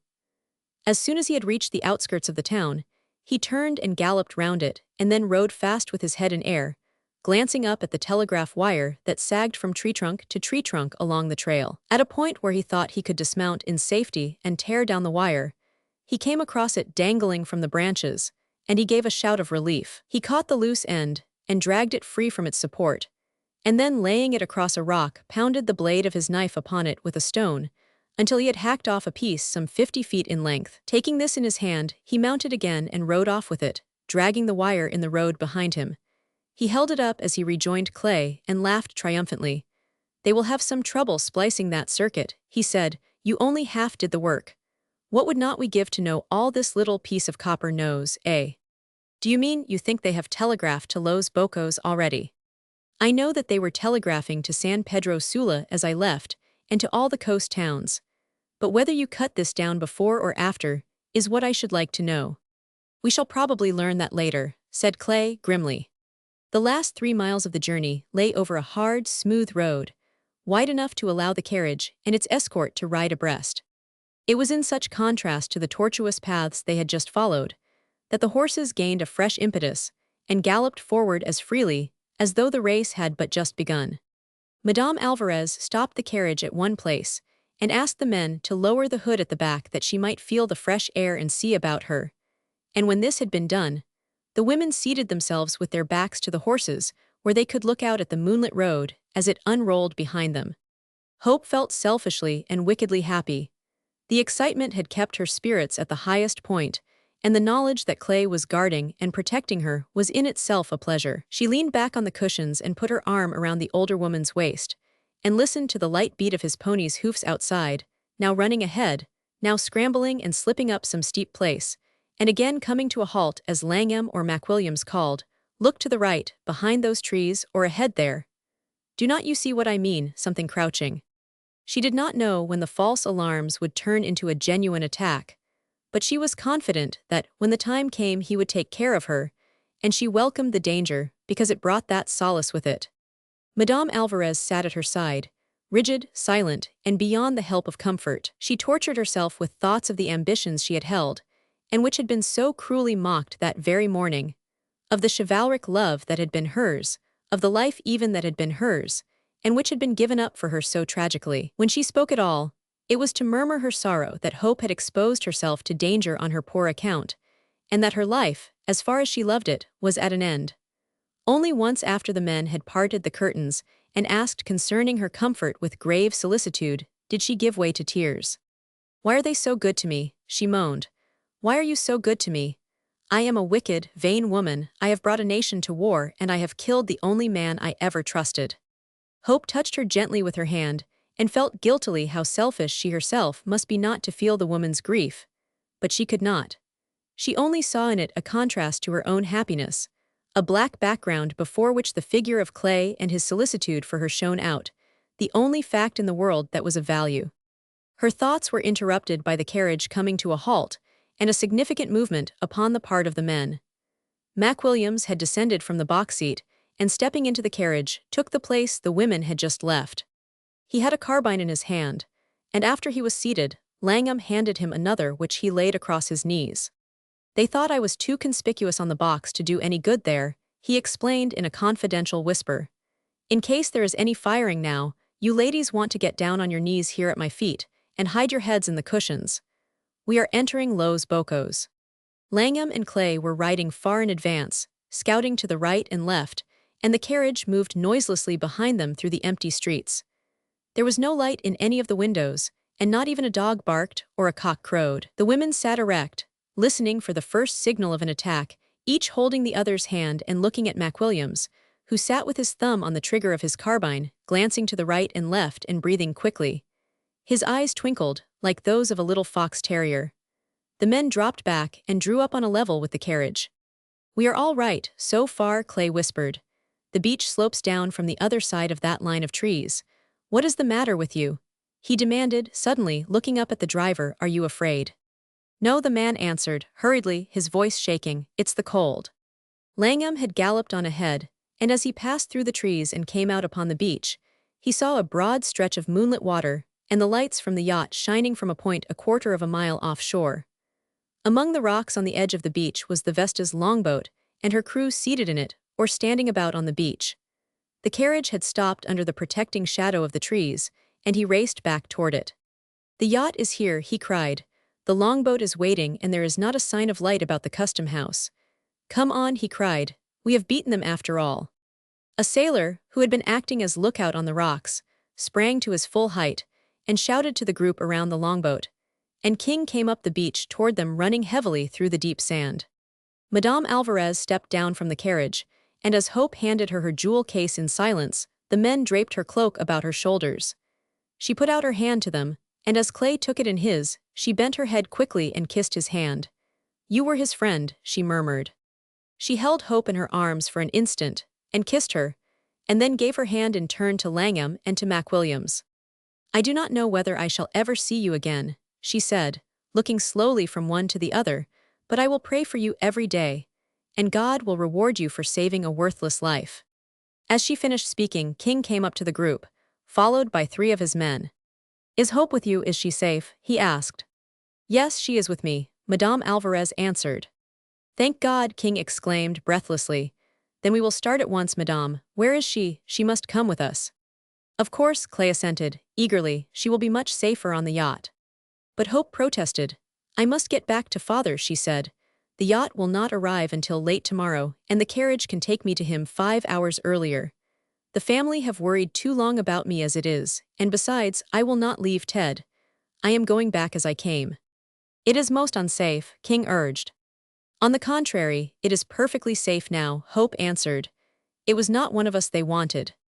"You may be right," King said. "They do not know what has happened to you, and perhaps after all it would be better if you went back the quicker way." He gave his arm to Madame Alvarez and walked with her toward the shore. As the men surrounded her on every side and moved away, Clay glanced back at Hope and saw her standing upright in the carriage looking after them. "We will be with you in a minute," he called, as though in apology for leaving her for even that brief space. And then the shadow of the trees shut her and the carriage from his sight. His footsteps made no sound in the soft sand, and except for the whispering of the palms and the sleepy wash of the waves as they ran up the pebbly beach and sank again, the place was as peaceful and silent as a deserted island, though the moon made it as light as day. The longboat had been drawn up with her stern to the shore, and the men were already in their places, some standing waiting for the order to shove off, and others seated balancing their oars. King had arranged to fire a rocket when the launch left the shore, in order that the captain of the yacht might run in closer to pick them up. As he hurried down the beach, he called to his bosun to give the signal, and the man answered that he understood and stooped to light a match. King had jumped into the stern and lifted Madame Alvarez after him, leaving her late escort standing with uncovered heads on the beach behind her, when the rocket shot up into the calm white air, with a roar and a rush and a sudden flash of color. At the same instant, as though in answer to its challenge, the woods back of them burst into an irregular line of flame. A volley of rifle shots shattered the silence, and a score of bullets splashed in the water and on the rocks about them. The bosun in the bow of the longboat tossed up his arms and pitched forward between the thwarts. "Give way," he shouted as he fell. "Pull," Clay yelled, "pull, all of you." He threw himself against the stern of the boat, and Langham and McWilliams clutched its sides, and with their shoulders against it and their bodies half sunk in the water, shoved it off, free of the shore. The shots continued fiercely, and two of the crew cried out and fell back upon the oars of the men behind them. Madame Alvarez sprang to her feet and stood swaying unsteadily as the boat leaped forward. "Take me back! Stop, I command you," she cried. "I will not leave those men. Do you hear?" King caught her by the waist and dragged her down, but she struggled to free herself. "I will not leave them to be murdered," she cried. "You cowards, put me back."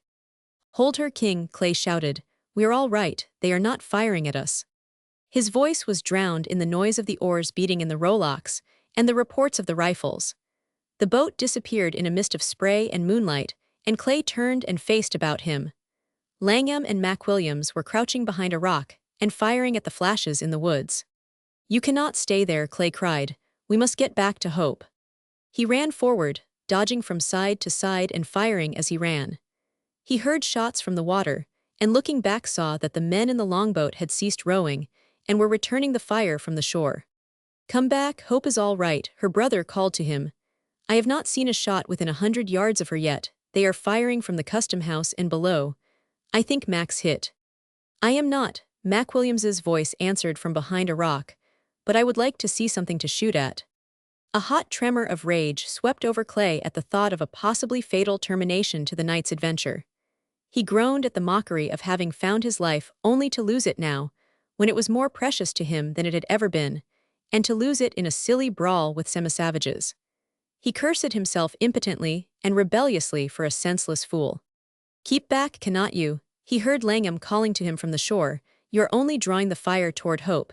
She's got away by now." She had both the horses. Langham and Mac Williams started forward to Clay's side, but the instant they left the shadow of the rock, the bullets threw up the sand at their feet and they stopped irresolutely. The moon showed the three men outlined against the white sand of the beach, as clearly as though a searchlight had been turned upon them, even while its shadows sheltered and protected their assailants. At their backs, the open sea cut off retreat, and the line of fire in front held them in check. They were as helpless as chessmen upon a board. "I am not going to stand still to be shot at," cried Mac Williams. "Let's hide or let's run. This is not doing anybody any good." But no one moved. They could hear the singing of the bullets as they passed them whining in the air like a banjo string that is being tightened, and they knew they were in equal danger from those who were firing from the boat. "They are shooting better," said Mac Williams. "They will reach us in a minute." "They have reached me already, I think," Langham answered with suppressed satisfaction in the shoulder. "It's nothing."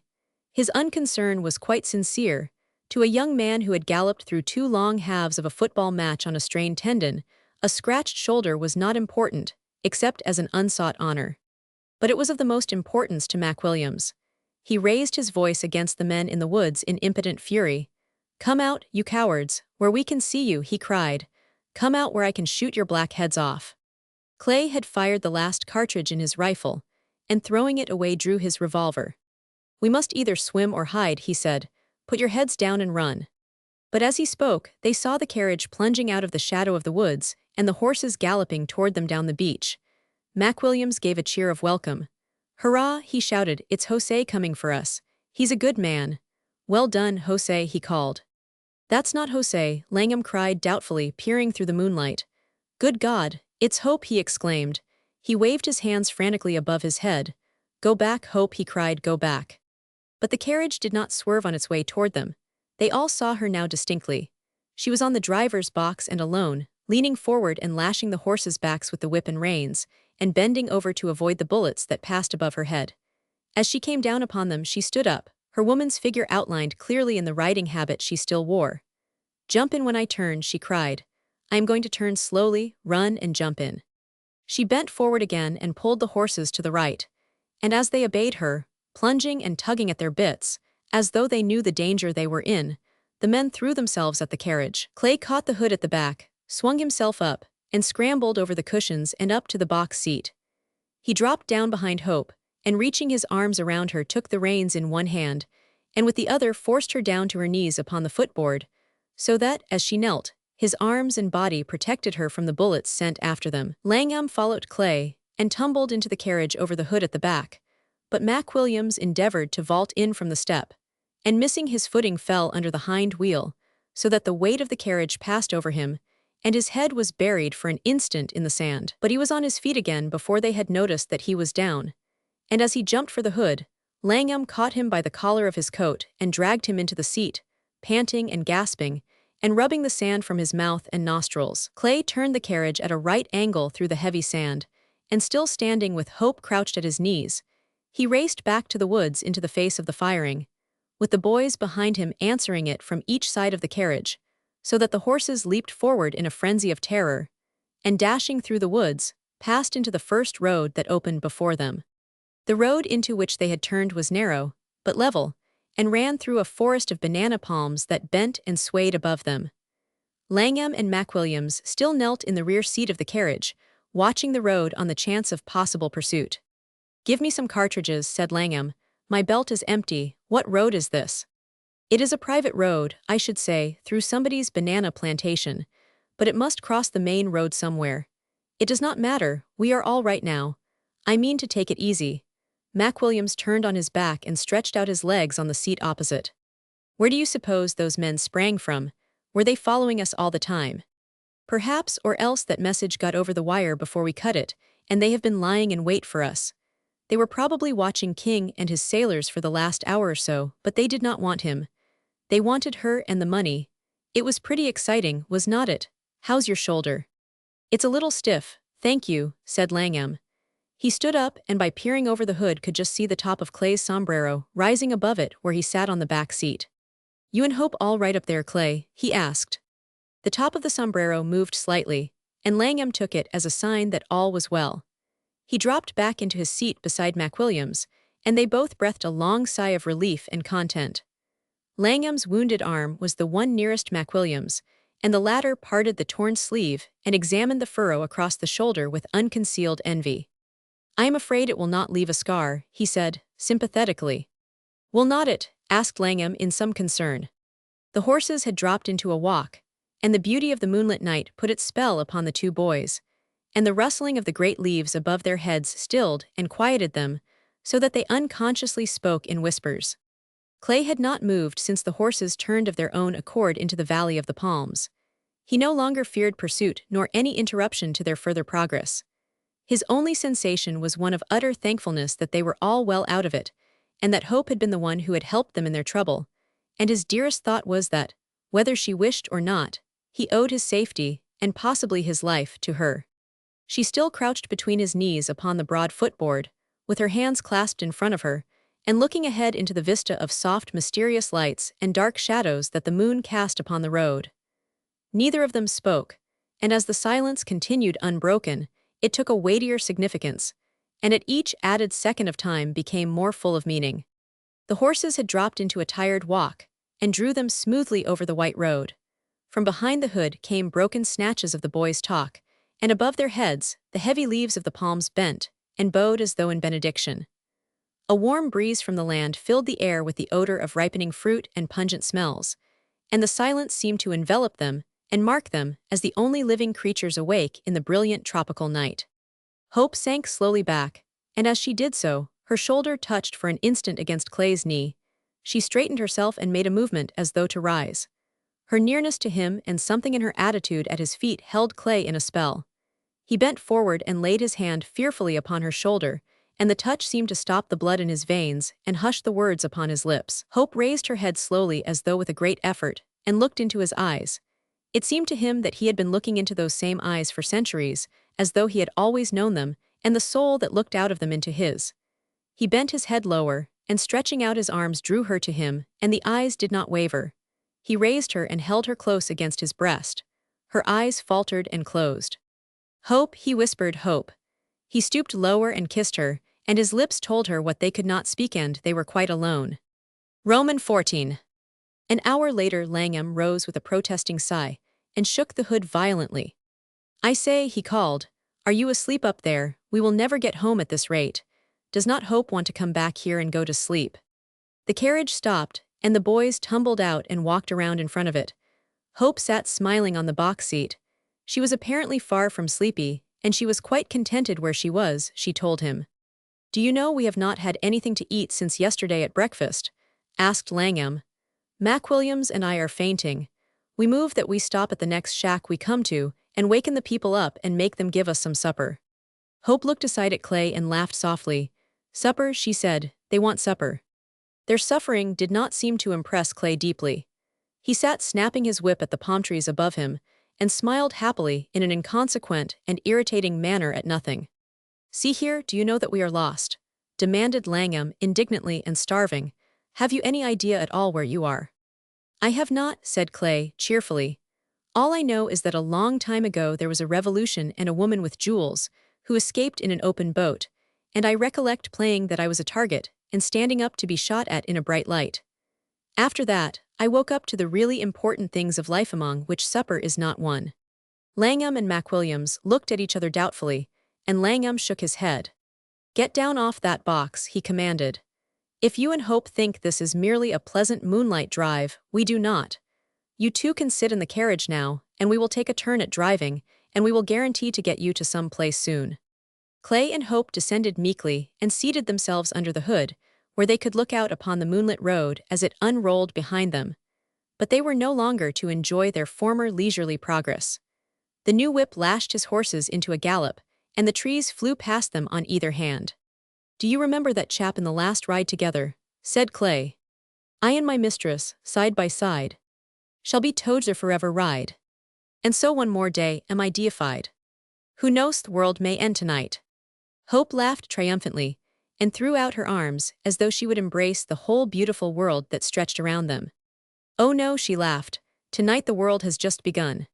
The carriage stopped, and there was a confusion of voices on the box seat, and then a great barking of dogs, and they beheld McWilliams beating and kicking at the door of a hut.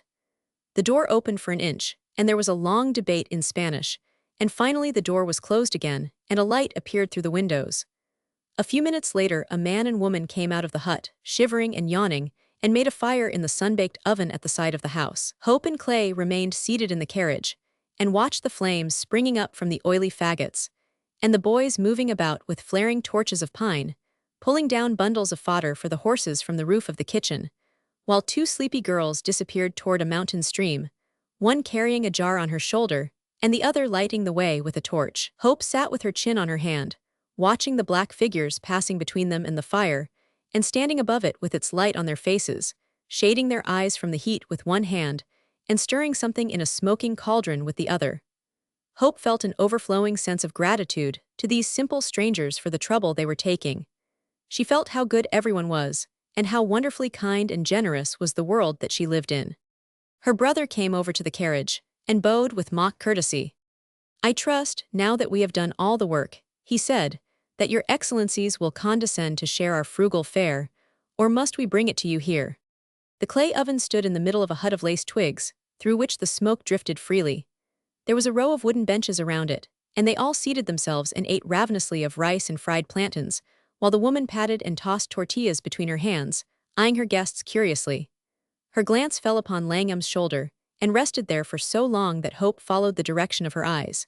She leaped to her feet with a cry of fear and reproach, and ran toward her brother. "Ted," she cried, "you are hurt, you are wounded, and you never told me. What is it? Is it very bad?" Clay crossed the floor in a stride, his face full of concern. "Leave me alone," cried the stern brother, backing away and warding them off with the coffee pot. "It's only scratched. You will spill the coffee." But at the sight of the blood Hope had turned very white, and throwing her arms around her brother's neck, hid her eyes on his other shoulder and began to cry. "I am so selfish," she sobbed. "I have been so happy and you were suffering all the time." Her brother stared at the others in dismay. "What nonsense," he said, patting her on the shoulder. "You are a bit tired and you need rest. That's what you need.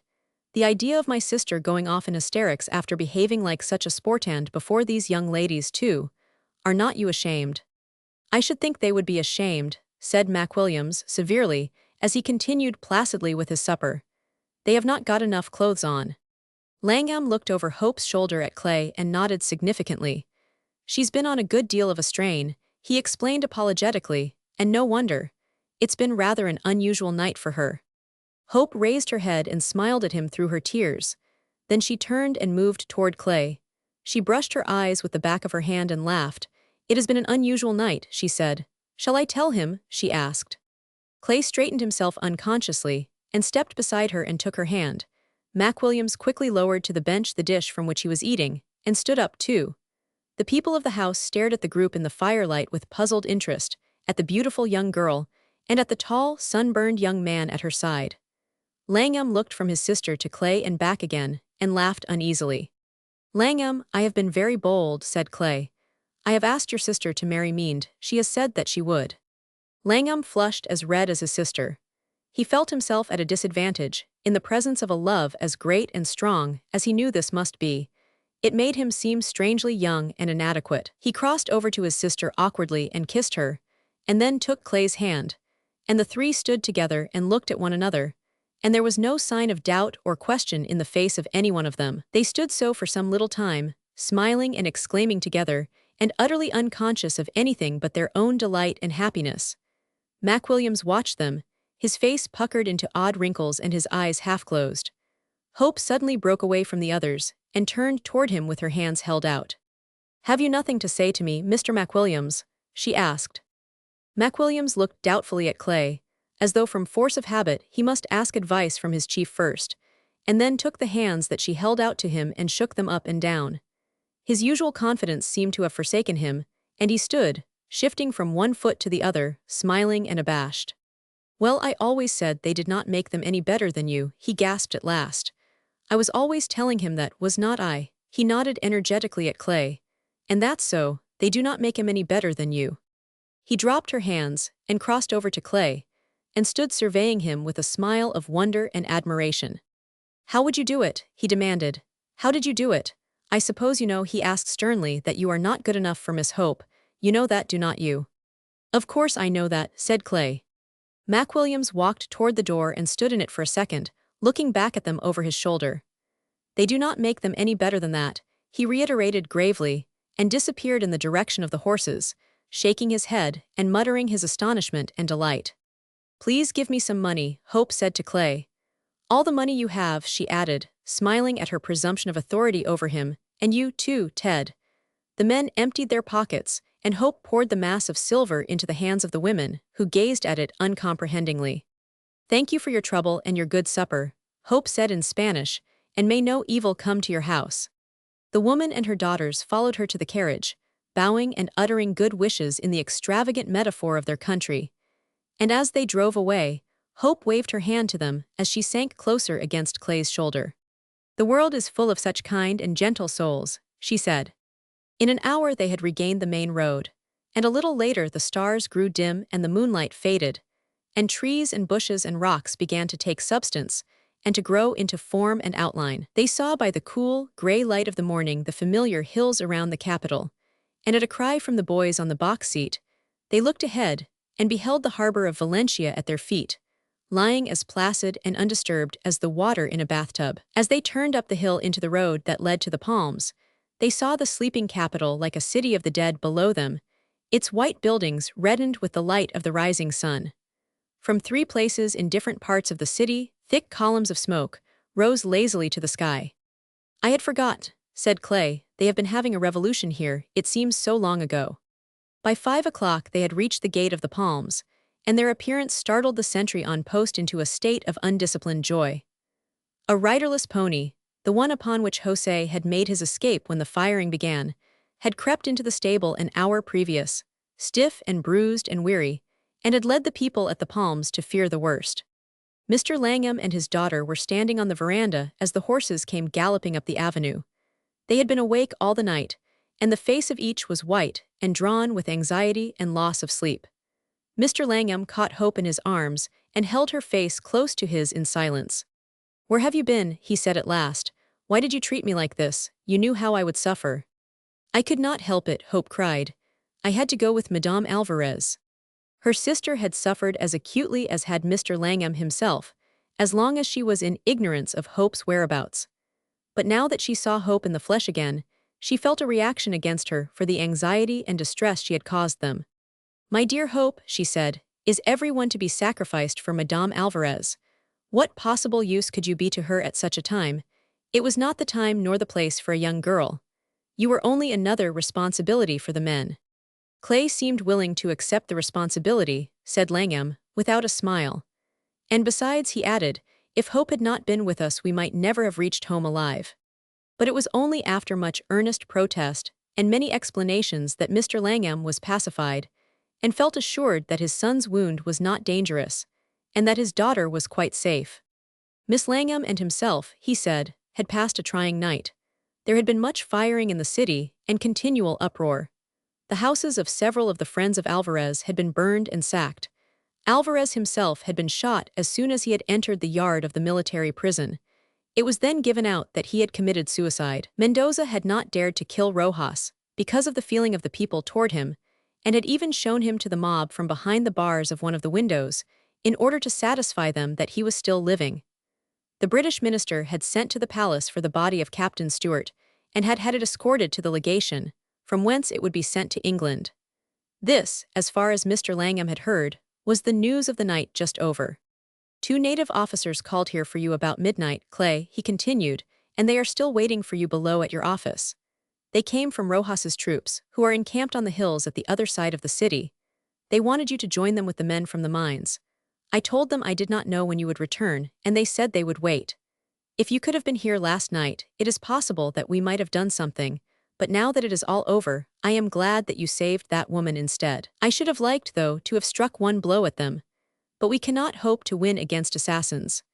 The death of young Stewart has hurt me terribly, and the murder of Alvarez, coming on top of it, has made me wish I had never heard of nor seen Olancho. I have decided to go away at once, on the next steamer, and I will take my daughters with me, and Ted, too. The State Department at Washington can fight with Mendoza for the mines. You made a good stand, but they made a better one, and they have beaten us.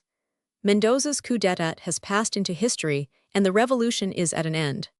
On his arrival, Clay had at once asked for a cigar, and while Mr. Langham was speaking he had been biting it between his teeth, with the serious satisfaction of a man who had been 12 hours without one. He knocked the ashes from it, and considered the burning end thoughtfully. Then he glanced at Hope as she stood among the group on the veranda. She was waiting for his reply and watching him intently. He seemed to be confident that she would approve of the only course he saw open to him. The revolution is not at an end by any means, Mr. Langham, he said at last, simply. It has just begun.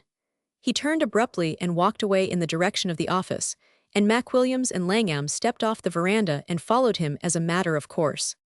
The soldiers in the army who were known to be faithful to General Rojas belonged to the 3rd and 4th regiments, and numbered 4,000 on paper, and 2,000 by count of heads.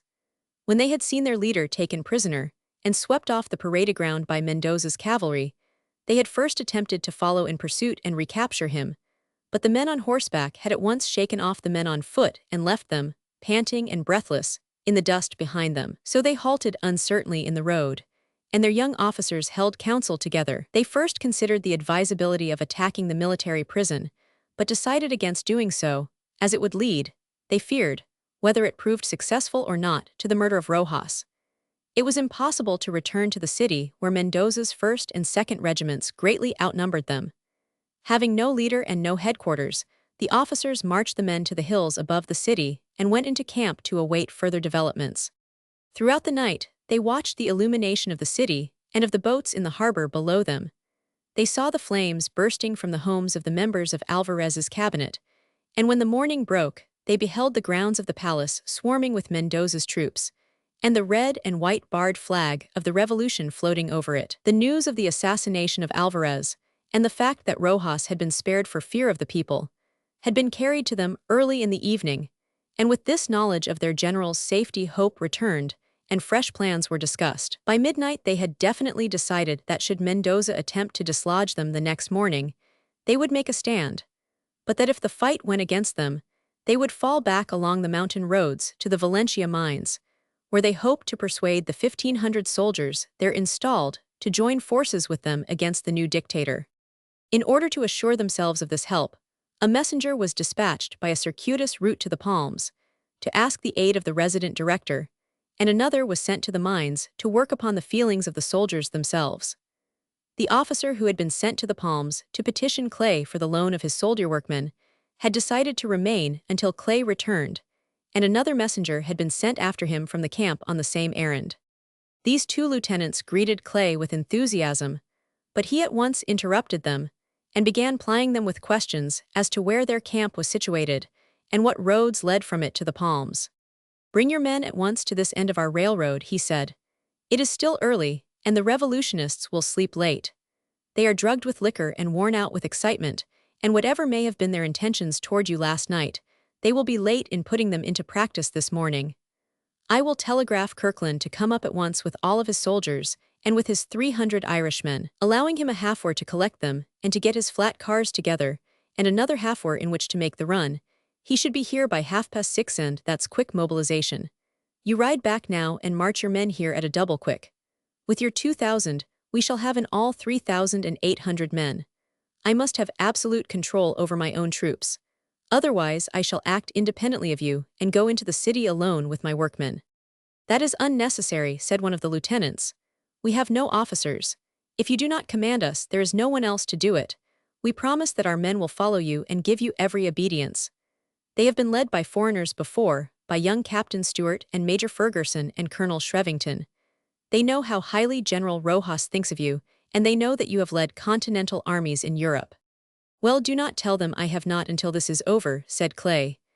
Now, ride hard, gentlemen, and bring your men here as quickly as possible. The lieutenants thanked him effusively and galloped away, radiant at the success of their mission, and Clay entered the office where Mac Williams was telegraphing his orders to Kirkland. He seated himself beside the instrument, and from time to time answered the questions Kirkland sent back to him over the wire, and in the intervals of silence thought of hope. It was the first time he had gone into action feeling the touch of a woman's hand upon his sleeve, and he was fearful lest she might think he had considered her too lightly. He took a piece of paper from the table and wrote a few lines upon it, and then rewrote them several times. The message he finally sent to her was this: I am sure you understand, and that you would not have me give up beaten now, when what we do today may set us right again. I know better than anyone else in the world can know what I run the risk of losing, but you would not have that fear stop me from going on with what we have been struggling for so long. I cannot come back to see you before we start, but I know your heart is with me. With great love, Robert Clay. He gave the note to his servant, and the answer was brought to him almost immediately. Hope had not rewrit her message. I love you because you are the sort of man you are, and had you given up as father wished you to do, or on my account, you would have been someone else, and I would have had to begin over again to learn to love you for some different reasons. I know that you will come back to me bringing your sheaves with you. Nothing can happen to you now. Hope. He had never received a line from her before, and he read and reread this with a sense of such pride and happiness in his face that Mac Williams smiled covertly and bent his eyes upon his instrument. Clay went back into his room and kissed the page of paper gently, flushing like a boy as he did so, and then folding it carefully, he put it away beneath his jacket. He glanced about him guiltily, although he was quite alone, and taking out his watch, pried it open and looked down into the face of the photograph that had smiled up at him from it for so many years. He thought how unlike it was to Alice Langham as he knew her. He judged that it must have been taken when she was very young, at the age Hope was then, before the little world she lived in had crippled and narrowed her and marked her for its own. He remembered what she had said to him the first night he had seen her. That is the picture of the girl who ceased to exist 4 years ago and whom you have never met. He wondered if she had ever existed. It looks more like Hope than her sister, he mused. It looks very much like Hope. He decided that he would let it remain where it was until Hope gave him a better one, and smiling slightly, he snapped the lid fast, as though he were closing a door on the face of Alice Langham and locking it forever. Kirkland was in the cab of the locomotive that brought the soldiers from the mine. He stopped the first car in front of the freight station until the workmen had filed out and formed into a double line on the platform. Then he moved the train forward the length of that car, and those in the one following were mustered out in a similar manner. As the cars continued to come in, the men at the head of the double line passed on through the freight station and on up the road to the city in an unbroken column. There was no confusion, no crowding, and no haste. When the last car had been emptied, Clay rode down the line and appointed a foreman to take charge of each company, stationing his engineers and the Irish-Americans in the van. It looked more like a mob than a regiment. None of the men were in uniform, and the native soldiers were barefoot. But they showed a winning spirit, and stood in as orderly an array as though they were drawn up in line to receive their month's wages. The Americans in front of the column were humorously disposed, and inclined to consider the whole affair as a pleasant outing. They had been placed in front, not because they were better shots than the natives, but because every South American thinks that every citizen of the United States is a master either of the rifle or the revolver, and Clay was counting on this superstition. His assistant engineers and foremen hailed him as he rode on up and down the line with good-natured cheers, and asked him when they were to get their commissions, and if it were true that they were all captains, or only colonels, as they were at home. They had been waiting for a half-hour, when there was the sound of horses' hoofs on the road, and the even beat of men's feet, and the advance guard of the 3rd and 4th regiments came toward them at a quick step. The men were still in the full-dress uniforms they had worn at the review the day before, and in comparison with the soldier workmen and the Americans in flannel shirts, they presented so martial a showing that they were welcomed with tumultuous cheers. Clay threw them into a double line on one side of the road, down the length of which his own marched, until they had reached the end of it nearest to the city, when they took up their position in a close formation, and the native regiments fell in behind them. Clay selected 20 of the best shots from among the engineers and sent them on ahead as a skirmish line. They were ordered to fall back at once if they saw any sign of the enemy. In this order, the column of 4,000 men started for the city. It was a little after 7 when they advanced, and the air was mild and peaceful. Men and women came crowding to the doors and windows of the huts as they passed, and stood watching them in silence, not knowing to which party the small army might belong. In order to enlighten them, Clay shouted, "Viva Rojas," and his men took it up, and the people answered gladly. They had reached the closely built portion of the city when the skirmish line came running back to say that it had been met by a detachment of Mendoza's cavalry, who had galloped away as soon as they saw them. There was then no longer any doubt that the fact of their coming was known at the palace, and Clay halted his men in a bare plaza and divided them into 3 columns. 3 streets ran parallel with one another from this plaza to the heart of the city and opened directly upon the garden of the palace, where Mendoza had fortified himself. Clay directed the columns to advance up these streets, keeping the head of each column in touch with the other 2. At the word, they were to pour down the side streets and rally to each other's assistance. As they stood, drawn up on the 3 sides of the plaza, he rode out before them and held up his hat for silence. They were there with arms in their hands, he said, for 2 reasons. The greater one, and the one which he knew actuated the native soldiers, was their desire to preserve the Constitution of the Republic. According to their own laws, the vice president must succeed when the president's term of office had expired, or in the event of his death. President Alvarez had been assassinated, and the vice president, General Rojas, was, in consequence, his legal successor. It was their duty, as soldiers of the Republic, to rescue him from prison, to drive the man who had usurped his place into exile, and by so doing uphold the laws which they had themselves laid down.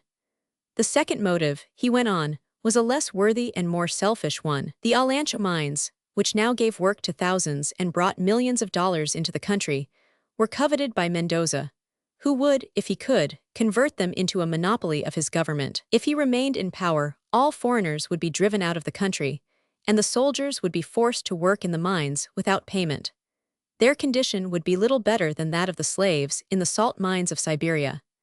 Not only would they no longer be paid for their labor, but the people as a whole would cease to receive that share of the earnings of the mines which had hitherto been theirs. Under President Rojas you will have liberty, justice, and prosperity, Clay cried. Under Mendoza you will be ruled by martial law. He will rob and overtax you, and you will live through a reign of terror.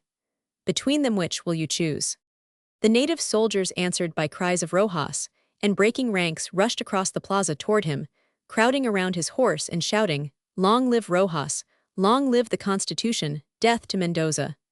The Americans stood as they were and gave 3 cheers for the government.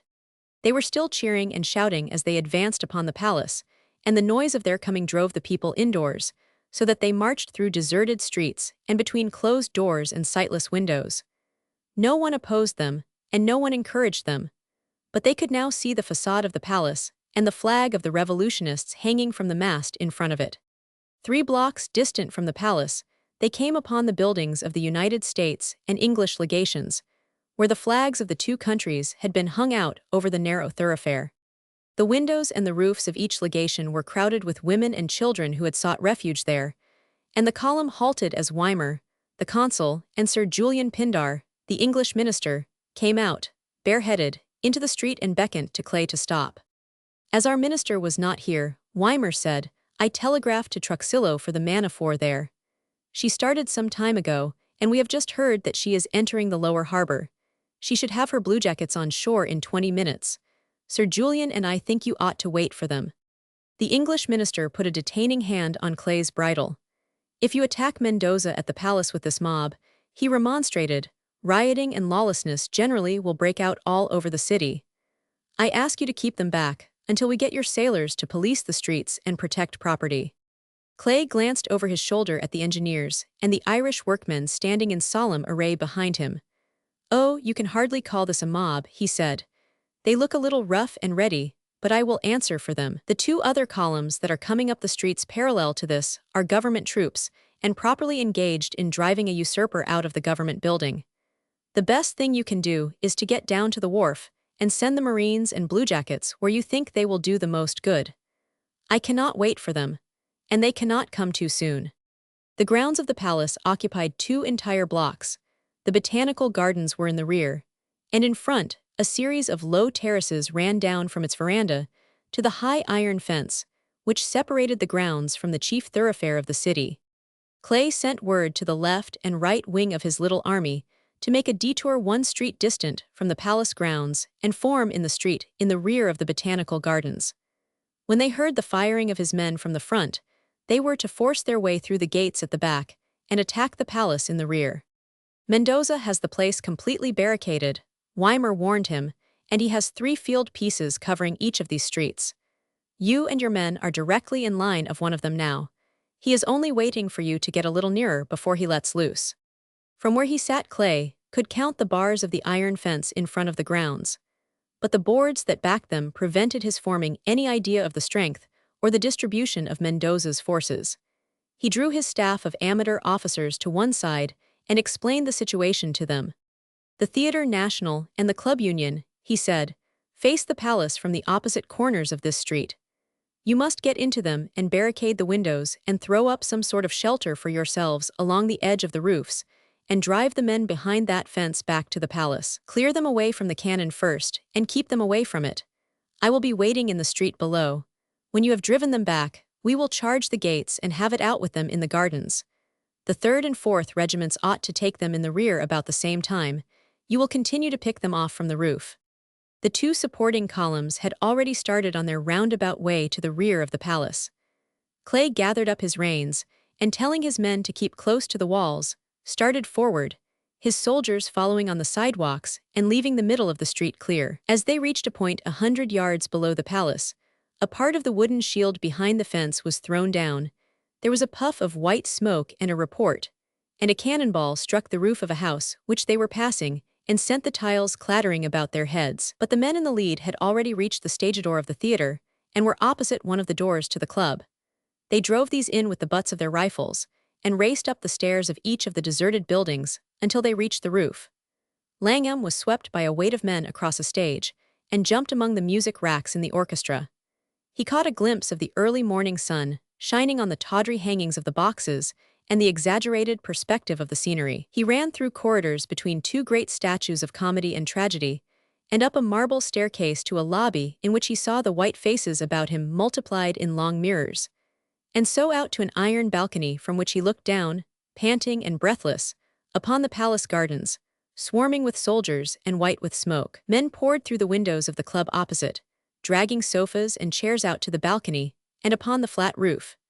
The men near him were tearing down the yellow silk curtains in the lobby and draping them along the railing of the balcony to better conceal their movements from the enemy below. Bullets spattered the stucco about their heads, and panes of glass broke suddenly and fell in glittering particles upon their shoulders. The firing had already begun from the roofs near them. Beyond the club and the theater, and far along the street on each side of the palace, the merchants were slamming the iron shutters of their shops, and men and women were running for refuge up the high steps of the Church of Santa Maria. Others were gathered in black masses on the balconies and roofs of the more distant houses, where they stood outlined against the soft blue sky in gigantic silhouette. Their shouts of encouragement and anger carried clearly in the morning air and spurred on the gladiators below to greater effort. In the palace gardens, a line of Mendoza's men fought from behind the first barricade, while others dragged tables and bedding and chairs across the green terraces and tumbled them down to those below, who seized them and formed them into a second line of defense. 2 of the assistant engineers were kneeling at Langham's feet, with the barrels of their rifles resting on the railing of the balcony. Their eyes had been trained for years to judge distances and to measure space, and they glanced along the sights of their rifles as though they were looking through the lens of a transit. And at each report, their faces grew more earnest and their lips pressed tighter together. One of them lowered his gun to light a cigarette, and Langham handed him his matchbox, with a certain feeling of repugnance. "Better get under cover, Mr. Langham," the man said, kindly. "There's no use our keeping your mines for you if you are not alive to enjoy them. Take a shot at that crew around the gun." "I do not like this long-range business," Langham answered. "I am going down to join Clay. I do not like the idea of hitting a man when he is not looking at you." The engineer gave an incredulous laugh. "If he is not looking at you, he's aiming at the man next to you. Live and let live does not apply at present." As Langham reached Clay's side, triumphant shouts arose from the rooftops, and the men posted there stood up and showed themselves above the barricades and called to Clay that the cannon were deserted. Kirkland had come prepared for the barricade, and, running across the street, fastened a dynamite cartridge to each gate post and lit the fuses. The soldiers scattered before him as he came leaping back, and in an instant later there was a racking roar, and the gates were pitched out of their sockets and thrown forward, and those in the street swept across them and surrounded the cannon.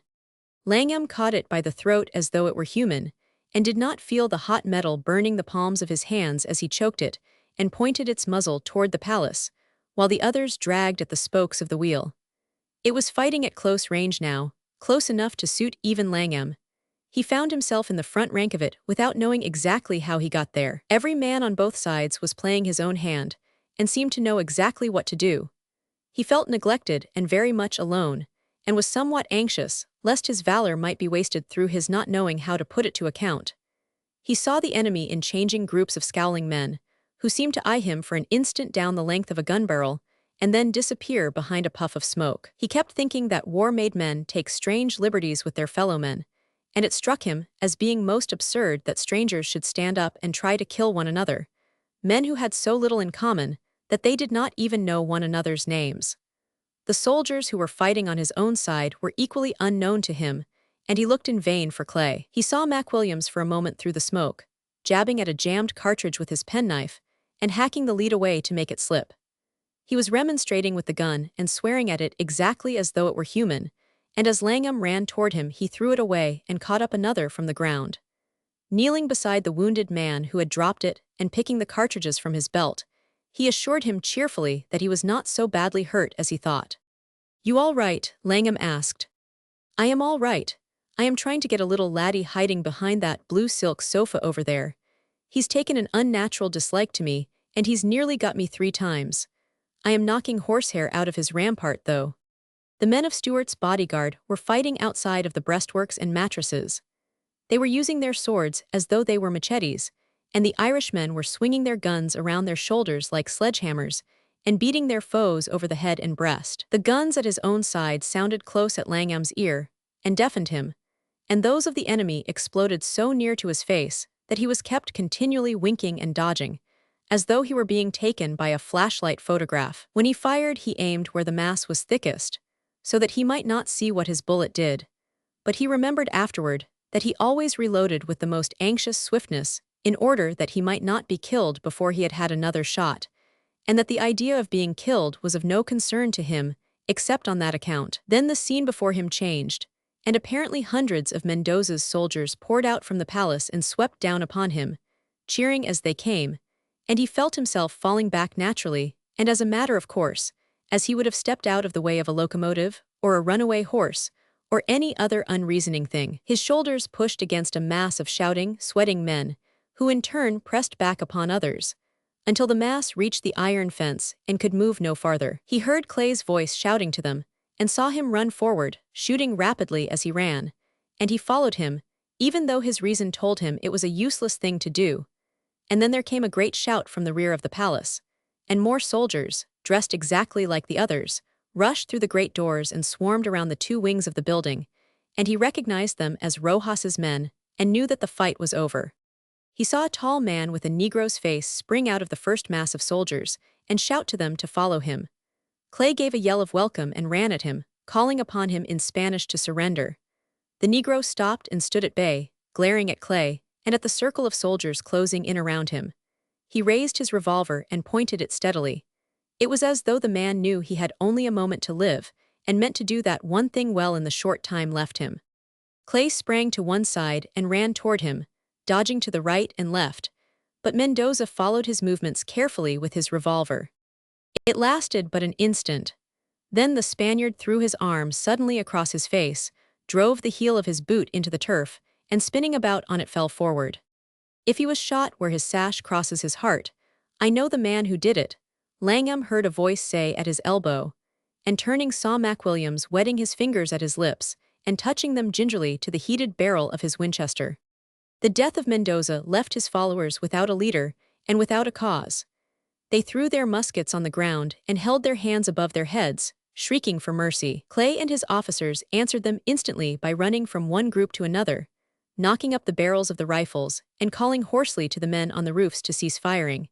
And as they were obeyed, the noise of the last few random shots was drowned in tumultuous cheering and shouts of exultation that, starting in the gardens, were caught up by those in the streets, and passed on quickly as a line of flame along the swaying housetops. The native officers sprang upon Clay and embraced him after their fashion, hailing him as the liberator of Olancho, as the preserver of the Constitution, and their brother patriot. Then one of them climbed to the top of a gilt and marble table and proclaimed him military president. "You will proclaim yourself an idiot if you do not get down from there," Clay said, laughing. "I thank you for permitting me to serve with you, gentlemen. I shall have great pleasure in telling our president how well you acquitted yourself in this row battle, I mean. And now I would suggest that you store the prisoners' weapons in the palace and put a guard over them, and then conduct the men themselves to the military prison, where you can release General Rojas and escort him back to the city in a triumphal procession. You would like that, would not you?" But the natives protested that that honor was for him alone. Clay declined it, pleading that he must look after his wounded. "I can hardly believe there are any dead," he said to Kirkland. "For, if it takes 2,000 bullets to kill a man in European warfare, it must require about 200,000 to kill a man in South America." He told Kirkland to march his men back to the mines and to see that there were no stragglers. "If they want to celebrate, let them celebrate when they get to the mines, but not here. They have made a good record today, and I will not have it spoiled by rioting. They shall have their reward later. Between Rojas and Mr. Langham, they should all be rich men."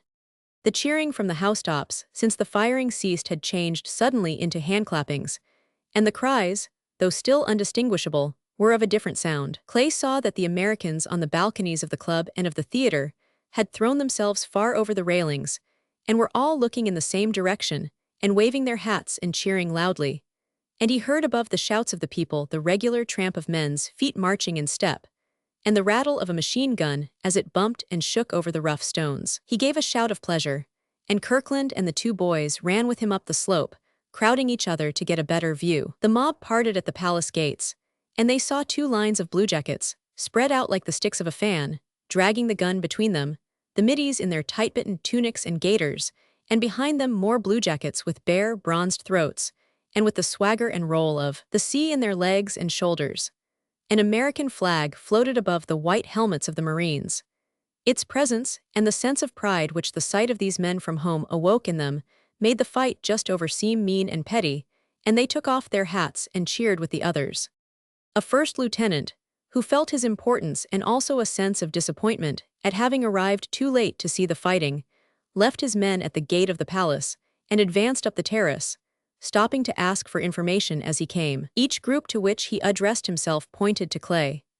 The sight of his own flag had reminded Clay that the banner of Mendoza still hung from the mast beside which he was standing, and as the officer approached, he was busily engaged in untwisting its halyards and pulling it down.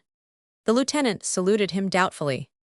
"Can you tell me who is in command here?" he asked.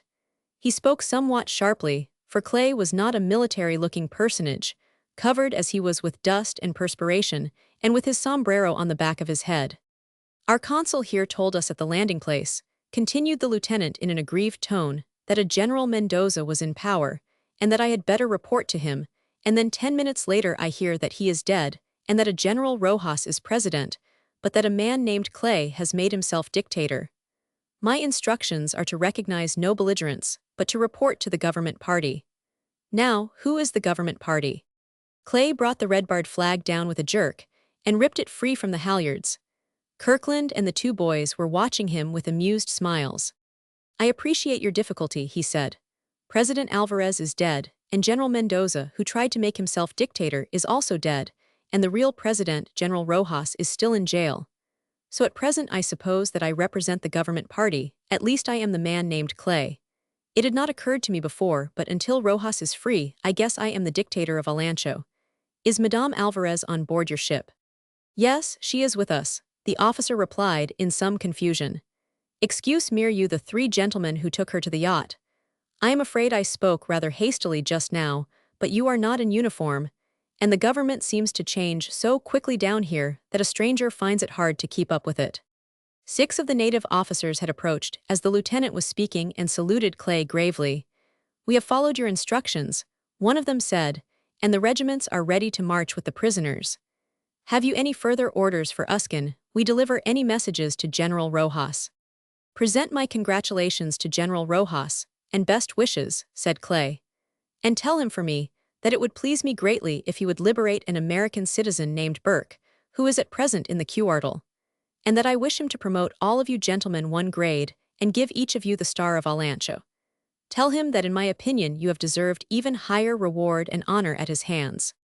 The boy lieutenants broke out into a chorus of delighted thanks. They assured Clay that he was most gracious, that he overwhelmed them, and that it was honor enough for them that they had served under him. But Clay laughed and drove them off with a paternal wave of the hand. The officer from the man-of-war listened with an uncomfortable sense of having blundered in his manner toward this powder-splashed young man who set American citizens at liberty and created captains by the half-dozen at a time. "Are you from the States?" he asked as they moved toward the man-of-war's men. "I am, thank God, why not?" "I thought you were, but you saluted like an Englishman." "I was an officer in the English army once in the Soudan, when they were short of officers." Clay shook his head and looked wistfully at the ranks of the bluejackets drawn up on either side of them. The horses had been brought out, and Langham and Mac Williams were waiting for him to mount. "I have worn several uniforms since I was a boy," said Clay, "but never that of my own country." The people were cheering him from every part of the square. Women waved their hands from balconies and housetops, and men climbed to awnings and lampposts and shouted his name. The officers and men of the landing party took note of him and of this reception out of the corner of their eyes, and wondered. "And what had I better do?" asked the commanding officer. "Oh, I would police the palace grounds if I were you, and picket that street at the right, where there are so many wine shops, and preserve order generally until Rojas gets here. He will not be more than an hour now. We shall be coming over to pay our respects to your captain tomorrow. Glad to have met you." "Well, I am glad to have met you," answered the officer heartily. "Hold on a minute. Even if you have not worn our uniform, you are as good and better than some I have seen that have, and you are sort of a commander-in-chief anyway, and I am damned if I do not give you a sort of salute." Clay laughed like a boy as he swung himself into the saddle. The officer stepped back and gave the command. The middies raised their swords, and Clay passed between massed rows of his countrymen with their muskets held rigidly toward him. The housetops rocked again at the sight, and as he rode out into the brilliant sunshine, his eyes were wet and winking. The two boys had drawn up at his side, but Mac Williams had turned in the saddle and was still looking toward the palace, with his hand resting on the hindquarters of his pony. "Look back, Clay," he said. "Take a last look at it, you will never see it after today. Turn again, dictator of Alancho." The men laughed and drew rein as he bade them, and looked back up the narrow street. They saw the green and white flag of Alancho creeping to the top of the mast before the palace, the bluejackets driving back the crowd, the gashes in the walls of the houses, where Mendoza's cannonballs had dug their way through the stucco, and the silk curtains, riddled with bullets, flapping from the balconies of the opera house. "You had it all your own way an hour ago," Mac Williams said, mockingly. "You could have sent Rojas into exile and made us all cabinet ministers, and you gave it up for a girl. Now you are dictator of Alancho. What will you be tomorrow? Tomorrow you will be Andrew Langham's son-in-law Benedict, the married man. Andrew Langham's son-in-law cannot ask his wife to live in such a hole as this, so goodbye, Mr. Clay. We have been long together." Clay and Langham looked curiously at the boy to see if he were in earnest, but Mac Williams would not meet their eyes. "There were 3 of us," he said, and one got shot, and one got married, and the third. You will grow fat, Clay, and live on Fifth Avenue and wear a high silk hat. And someday when you are sitting in your club you will read a paragraph in a newspaper with a queer Spanish dateline to it. And this will all come back to you, this heat, and the palms, and the fever, and the days when you lived on plantains, and we watched our trestles grow out across the cannons, and you will be willing to give your hand to sleep in a hammock again, and to feel the sweat running down your back, and you will want to chuck your gun up against your chin and shoot into a line of men, and the policeman will not let you, and your wife will not let you. That's what you are giving up. There it is. Take a good look at it, you will never see it again. Roman 15. The steamer Santiago, carrying passengers, bullion, and coffee, was headed to pass Puerto Rico by midnight, when she would be free of land until she anchored at the quarantine station of the Green Hills of Staten Island. She had not yet shaken off the contamination of the earth. A soft inland breeze still tantalized her with odors of tree and soil. The smell of the fresh coat of paint that had followed her coaling rose from her sides, and the odor of spilt coffee grains that hung around the hatches had yet to be blown away by a jealous ocean breeze, or washed by a welcoming cross sea. The captain stopped at the open entrance of the social hall. "If any of you ladies want to take your last look at Alancha, you have got to come now," he said. "We will lose the Valencia light in the next quarter hour." Miss Langham and King looked up from their novels and smiled, and Miss Langham shook her head. "I have taken 3 final farewells of Alancha already," she said, "before we went down to dinner, and when the sun set, and when the moon rose. I have no more sentiment left to draw on. Do you want to go?" she asked. "I am very comfortable, thank you," King said, and returned to the consideration of his novel. But Clay and Hope arose at the captain's suggestion with suspicious alacrity, and stepped out upon the empty deck, and into the encompassing darkness, with a little sigh of relief. Alice Langham looked after them somewhat wistfully, and bit the edges of her book. She sat for some time with her brows knitted, glancing occasionally and critically toward King, and up with unseeing eyes at the swinging lamps of the saloon. He caught her looking at him once when he raised his eyes as he turned a page, and smiled back at her, and she nodded pleasantly and bent her head over her reading.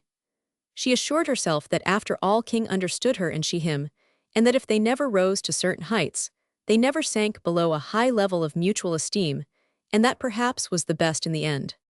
King had placed his yacht at the disposal of Madame Alvarez, and she had sailed to Colon, where she could change to the steamers for Lisbon, while he accompanied the Langhams and the wedding party to New York. Clay recognized that the time had now arrived in his life when he could graduate from the position of manager-director and become the engineering expert, and that his services in Alancha were no longer needed.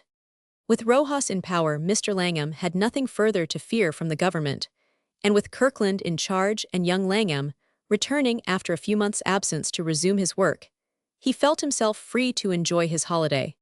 They had taken the first steamer out, and the combined efforts of all had been necessary to prevail upon Mac Williams to accompany them.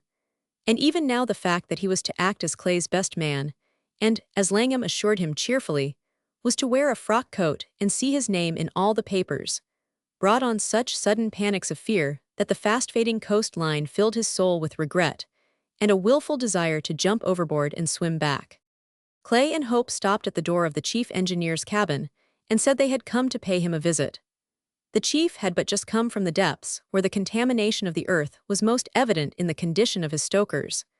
But his chin was now cleanly shaven, and his pipe was drawing as well as his engine fires, and he had wrapped himself in an old P.O. white duck jacket to show what he had been before he sank to the level of a coasting steamer. They admired the clerk-like neatness of the report he had just finished, and in return he promised them the fastest run on record, and showed them the portrait of his wife, and of their tiny cottage on the Isle of Wight, and his jade idols from Korea, and carved coconut gourds from Brazil, and a picture from the graphic of Lord Salisbury, tacked to the partition, and looking delightedly down between 2 highly colored lithographs of Miss Ellen Terry and the Princess May.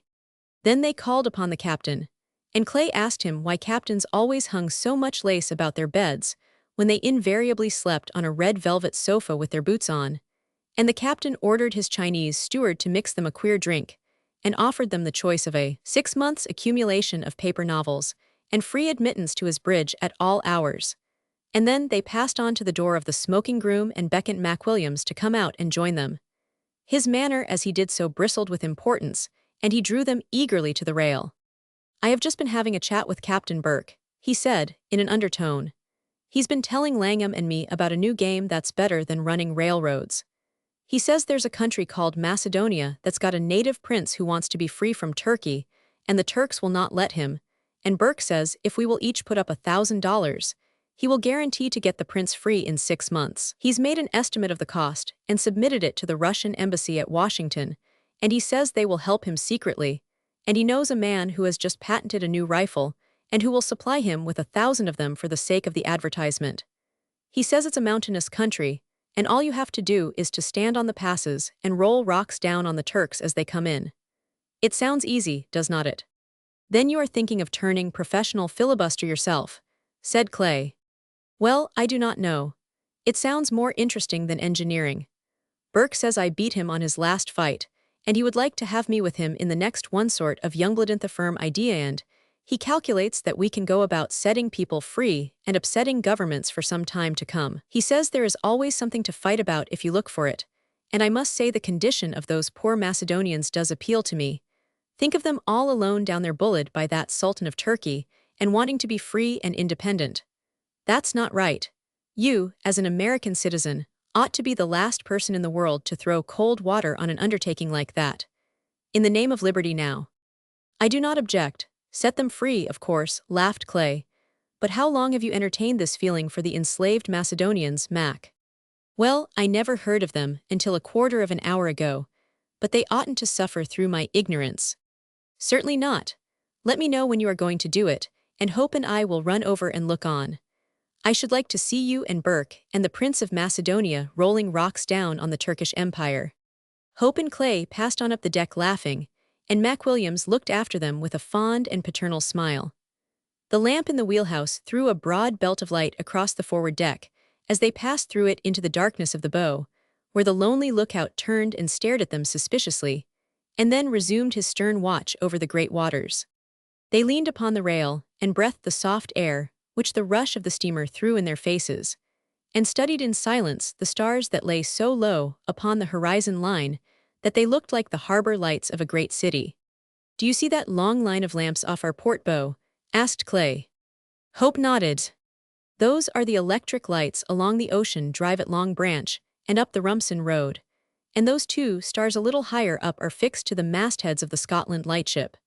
And that mass of light that you think is the Milky Way is the glare of the New York street lamps thrown up against the sky." "Are we so near as that?" said Hope, smiling. "And what lies over there?" she asked, pointing to the east. "Over there is the coast of Africa. Do not you see the lighthouse on Cape Bon? If it was not for Gibraltar being in the way, I could show you the harbor lights of Bizerta and the terraces of Algiers shining like a café chantant in the night." "Algiers," sighed Hope, "where you were a soldier of Africa and rode across the deserts. Will you take me there?" "There, of course, but to Gibraltar first, where we will drive along the Alameda by moonlight. I drove there once coming home from a mess dinner with the colonel. The drive lies between broad white balustrades, and the moon shone down on us between the leaves of the Spanish bay in it. It was like an Italian garden, but he did not see it, and he would talk to me about the Watkins range finder on the lower ramparts, and he puffed on a huge cigar. I tried to imagine I was there on my honeymoon, but the end of his cigar would light up, and I would see his white mustache and the glow on his red jacket, so I vowed I would go over that drive again with the proper person. And we will not talk of range finders, will we? There to the north is Paris, your Paris and my Paris, with London only 8 hours away. If you look very closely, you can see the thousands of handsome cab lamps flashing across the asphalt, and the open theaters, and the fairy lamps in the gardens back of the houses in Mayfair, where they are giving dances in honor of the beautiful American bride, whom everyone wants to meet. And you will wear the finest tiara we can get on Bond Street, but no one will look at it. They will only look at you. And I will feel very miserable and tease you to come home." Hope put her hand in his, and he held her fingertips to his lips for an instant and closed his other hand upon hers. "And after that?" asked Hope. "After that we will go to work again, and take long journeys to Mexico and Peru or wherever they want me, and I will sit in judgment on the work other chaps have done. And when we get back to our car at night, or to the section house, for it will be very rough sometimes," Hope pressed his hand gently in answer, "I will tell you privately how very differently your husband would have done it. And you, knowing all about it, will say that had it been left to me, I would certainly have accomplished it in a vastly superior manner. Well, so you would, said Hope calmly. That's what I said you would say, laughed Clay. Dearest, he begged, promise me something. Promise me that you are going to be very happy. Hope raised her eyes and looked up at him in silence, and had the man in the wheelhouse been watching the stars, as he should have been, no one but the two foolish young people on the bow of the boat would have known her answer. The ship's bell sounded 8 times, and Hope moved slightly. So late as that, she sighed. Come, we must be going back. A great wave struck the ship's side a friendly slap, and the wind caught up the spray and tossed it in their eyes, and blew a strand of her hair loose so that it fell across Clay's face, and they laughed happily together as she drew it back, and he took her hand again to steady her progress across the slanting deck. As they passed hand in hand out of the shadow into the light from the wheelhouse, the lookout in the bow counted the strokes of the bell to himself, and then turned and shouted back his measured cry to the bridge above them. His voice seemed to be a part of the murmuring sea and the welcoming winds. Listen, said Clay. 8 bells, the voice sang from the darkness, the forward lights shining bright and all's well.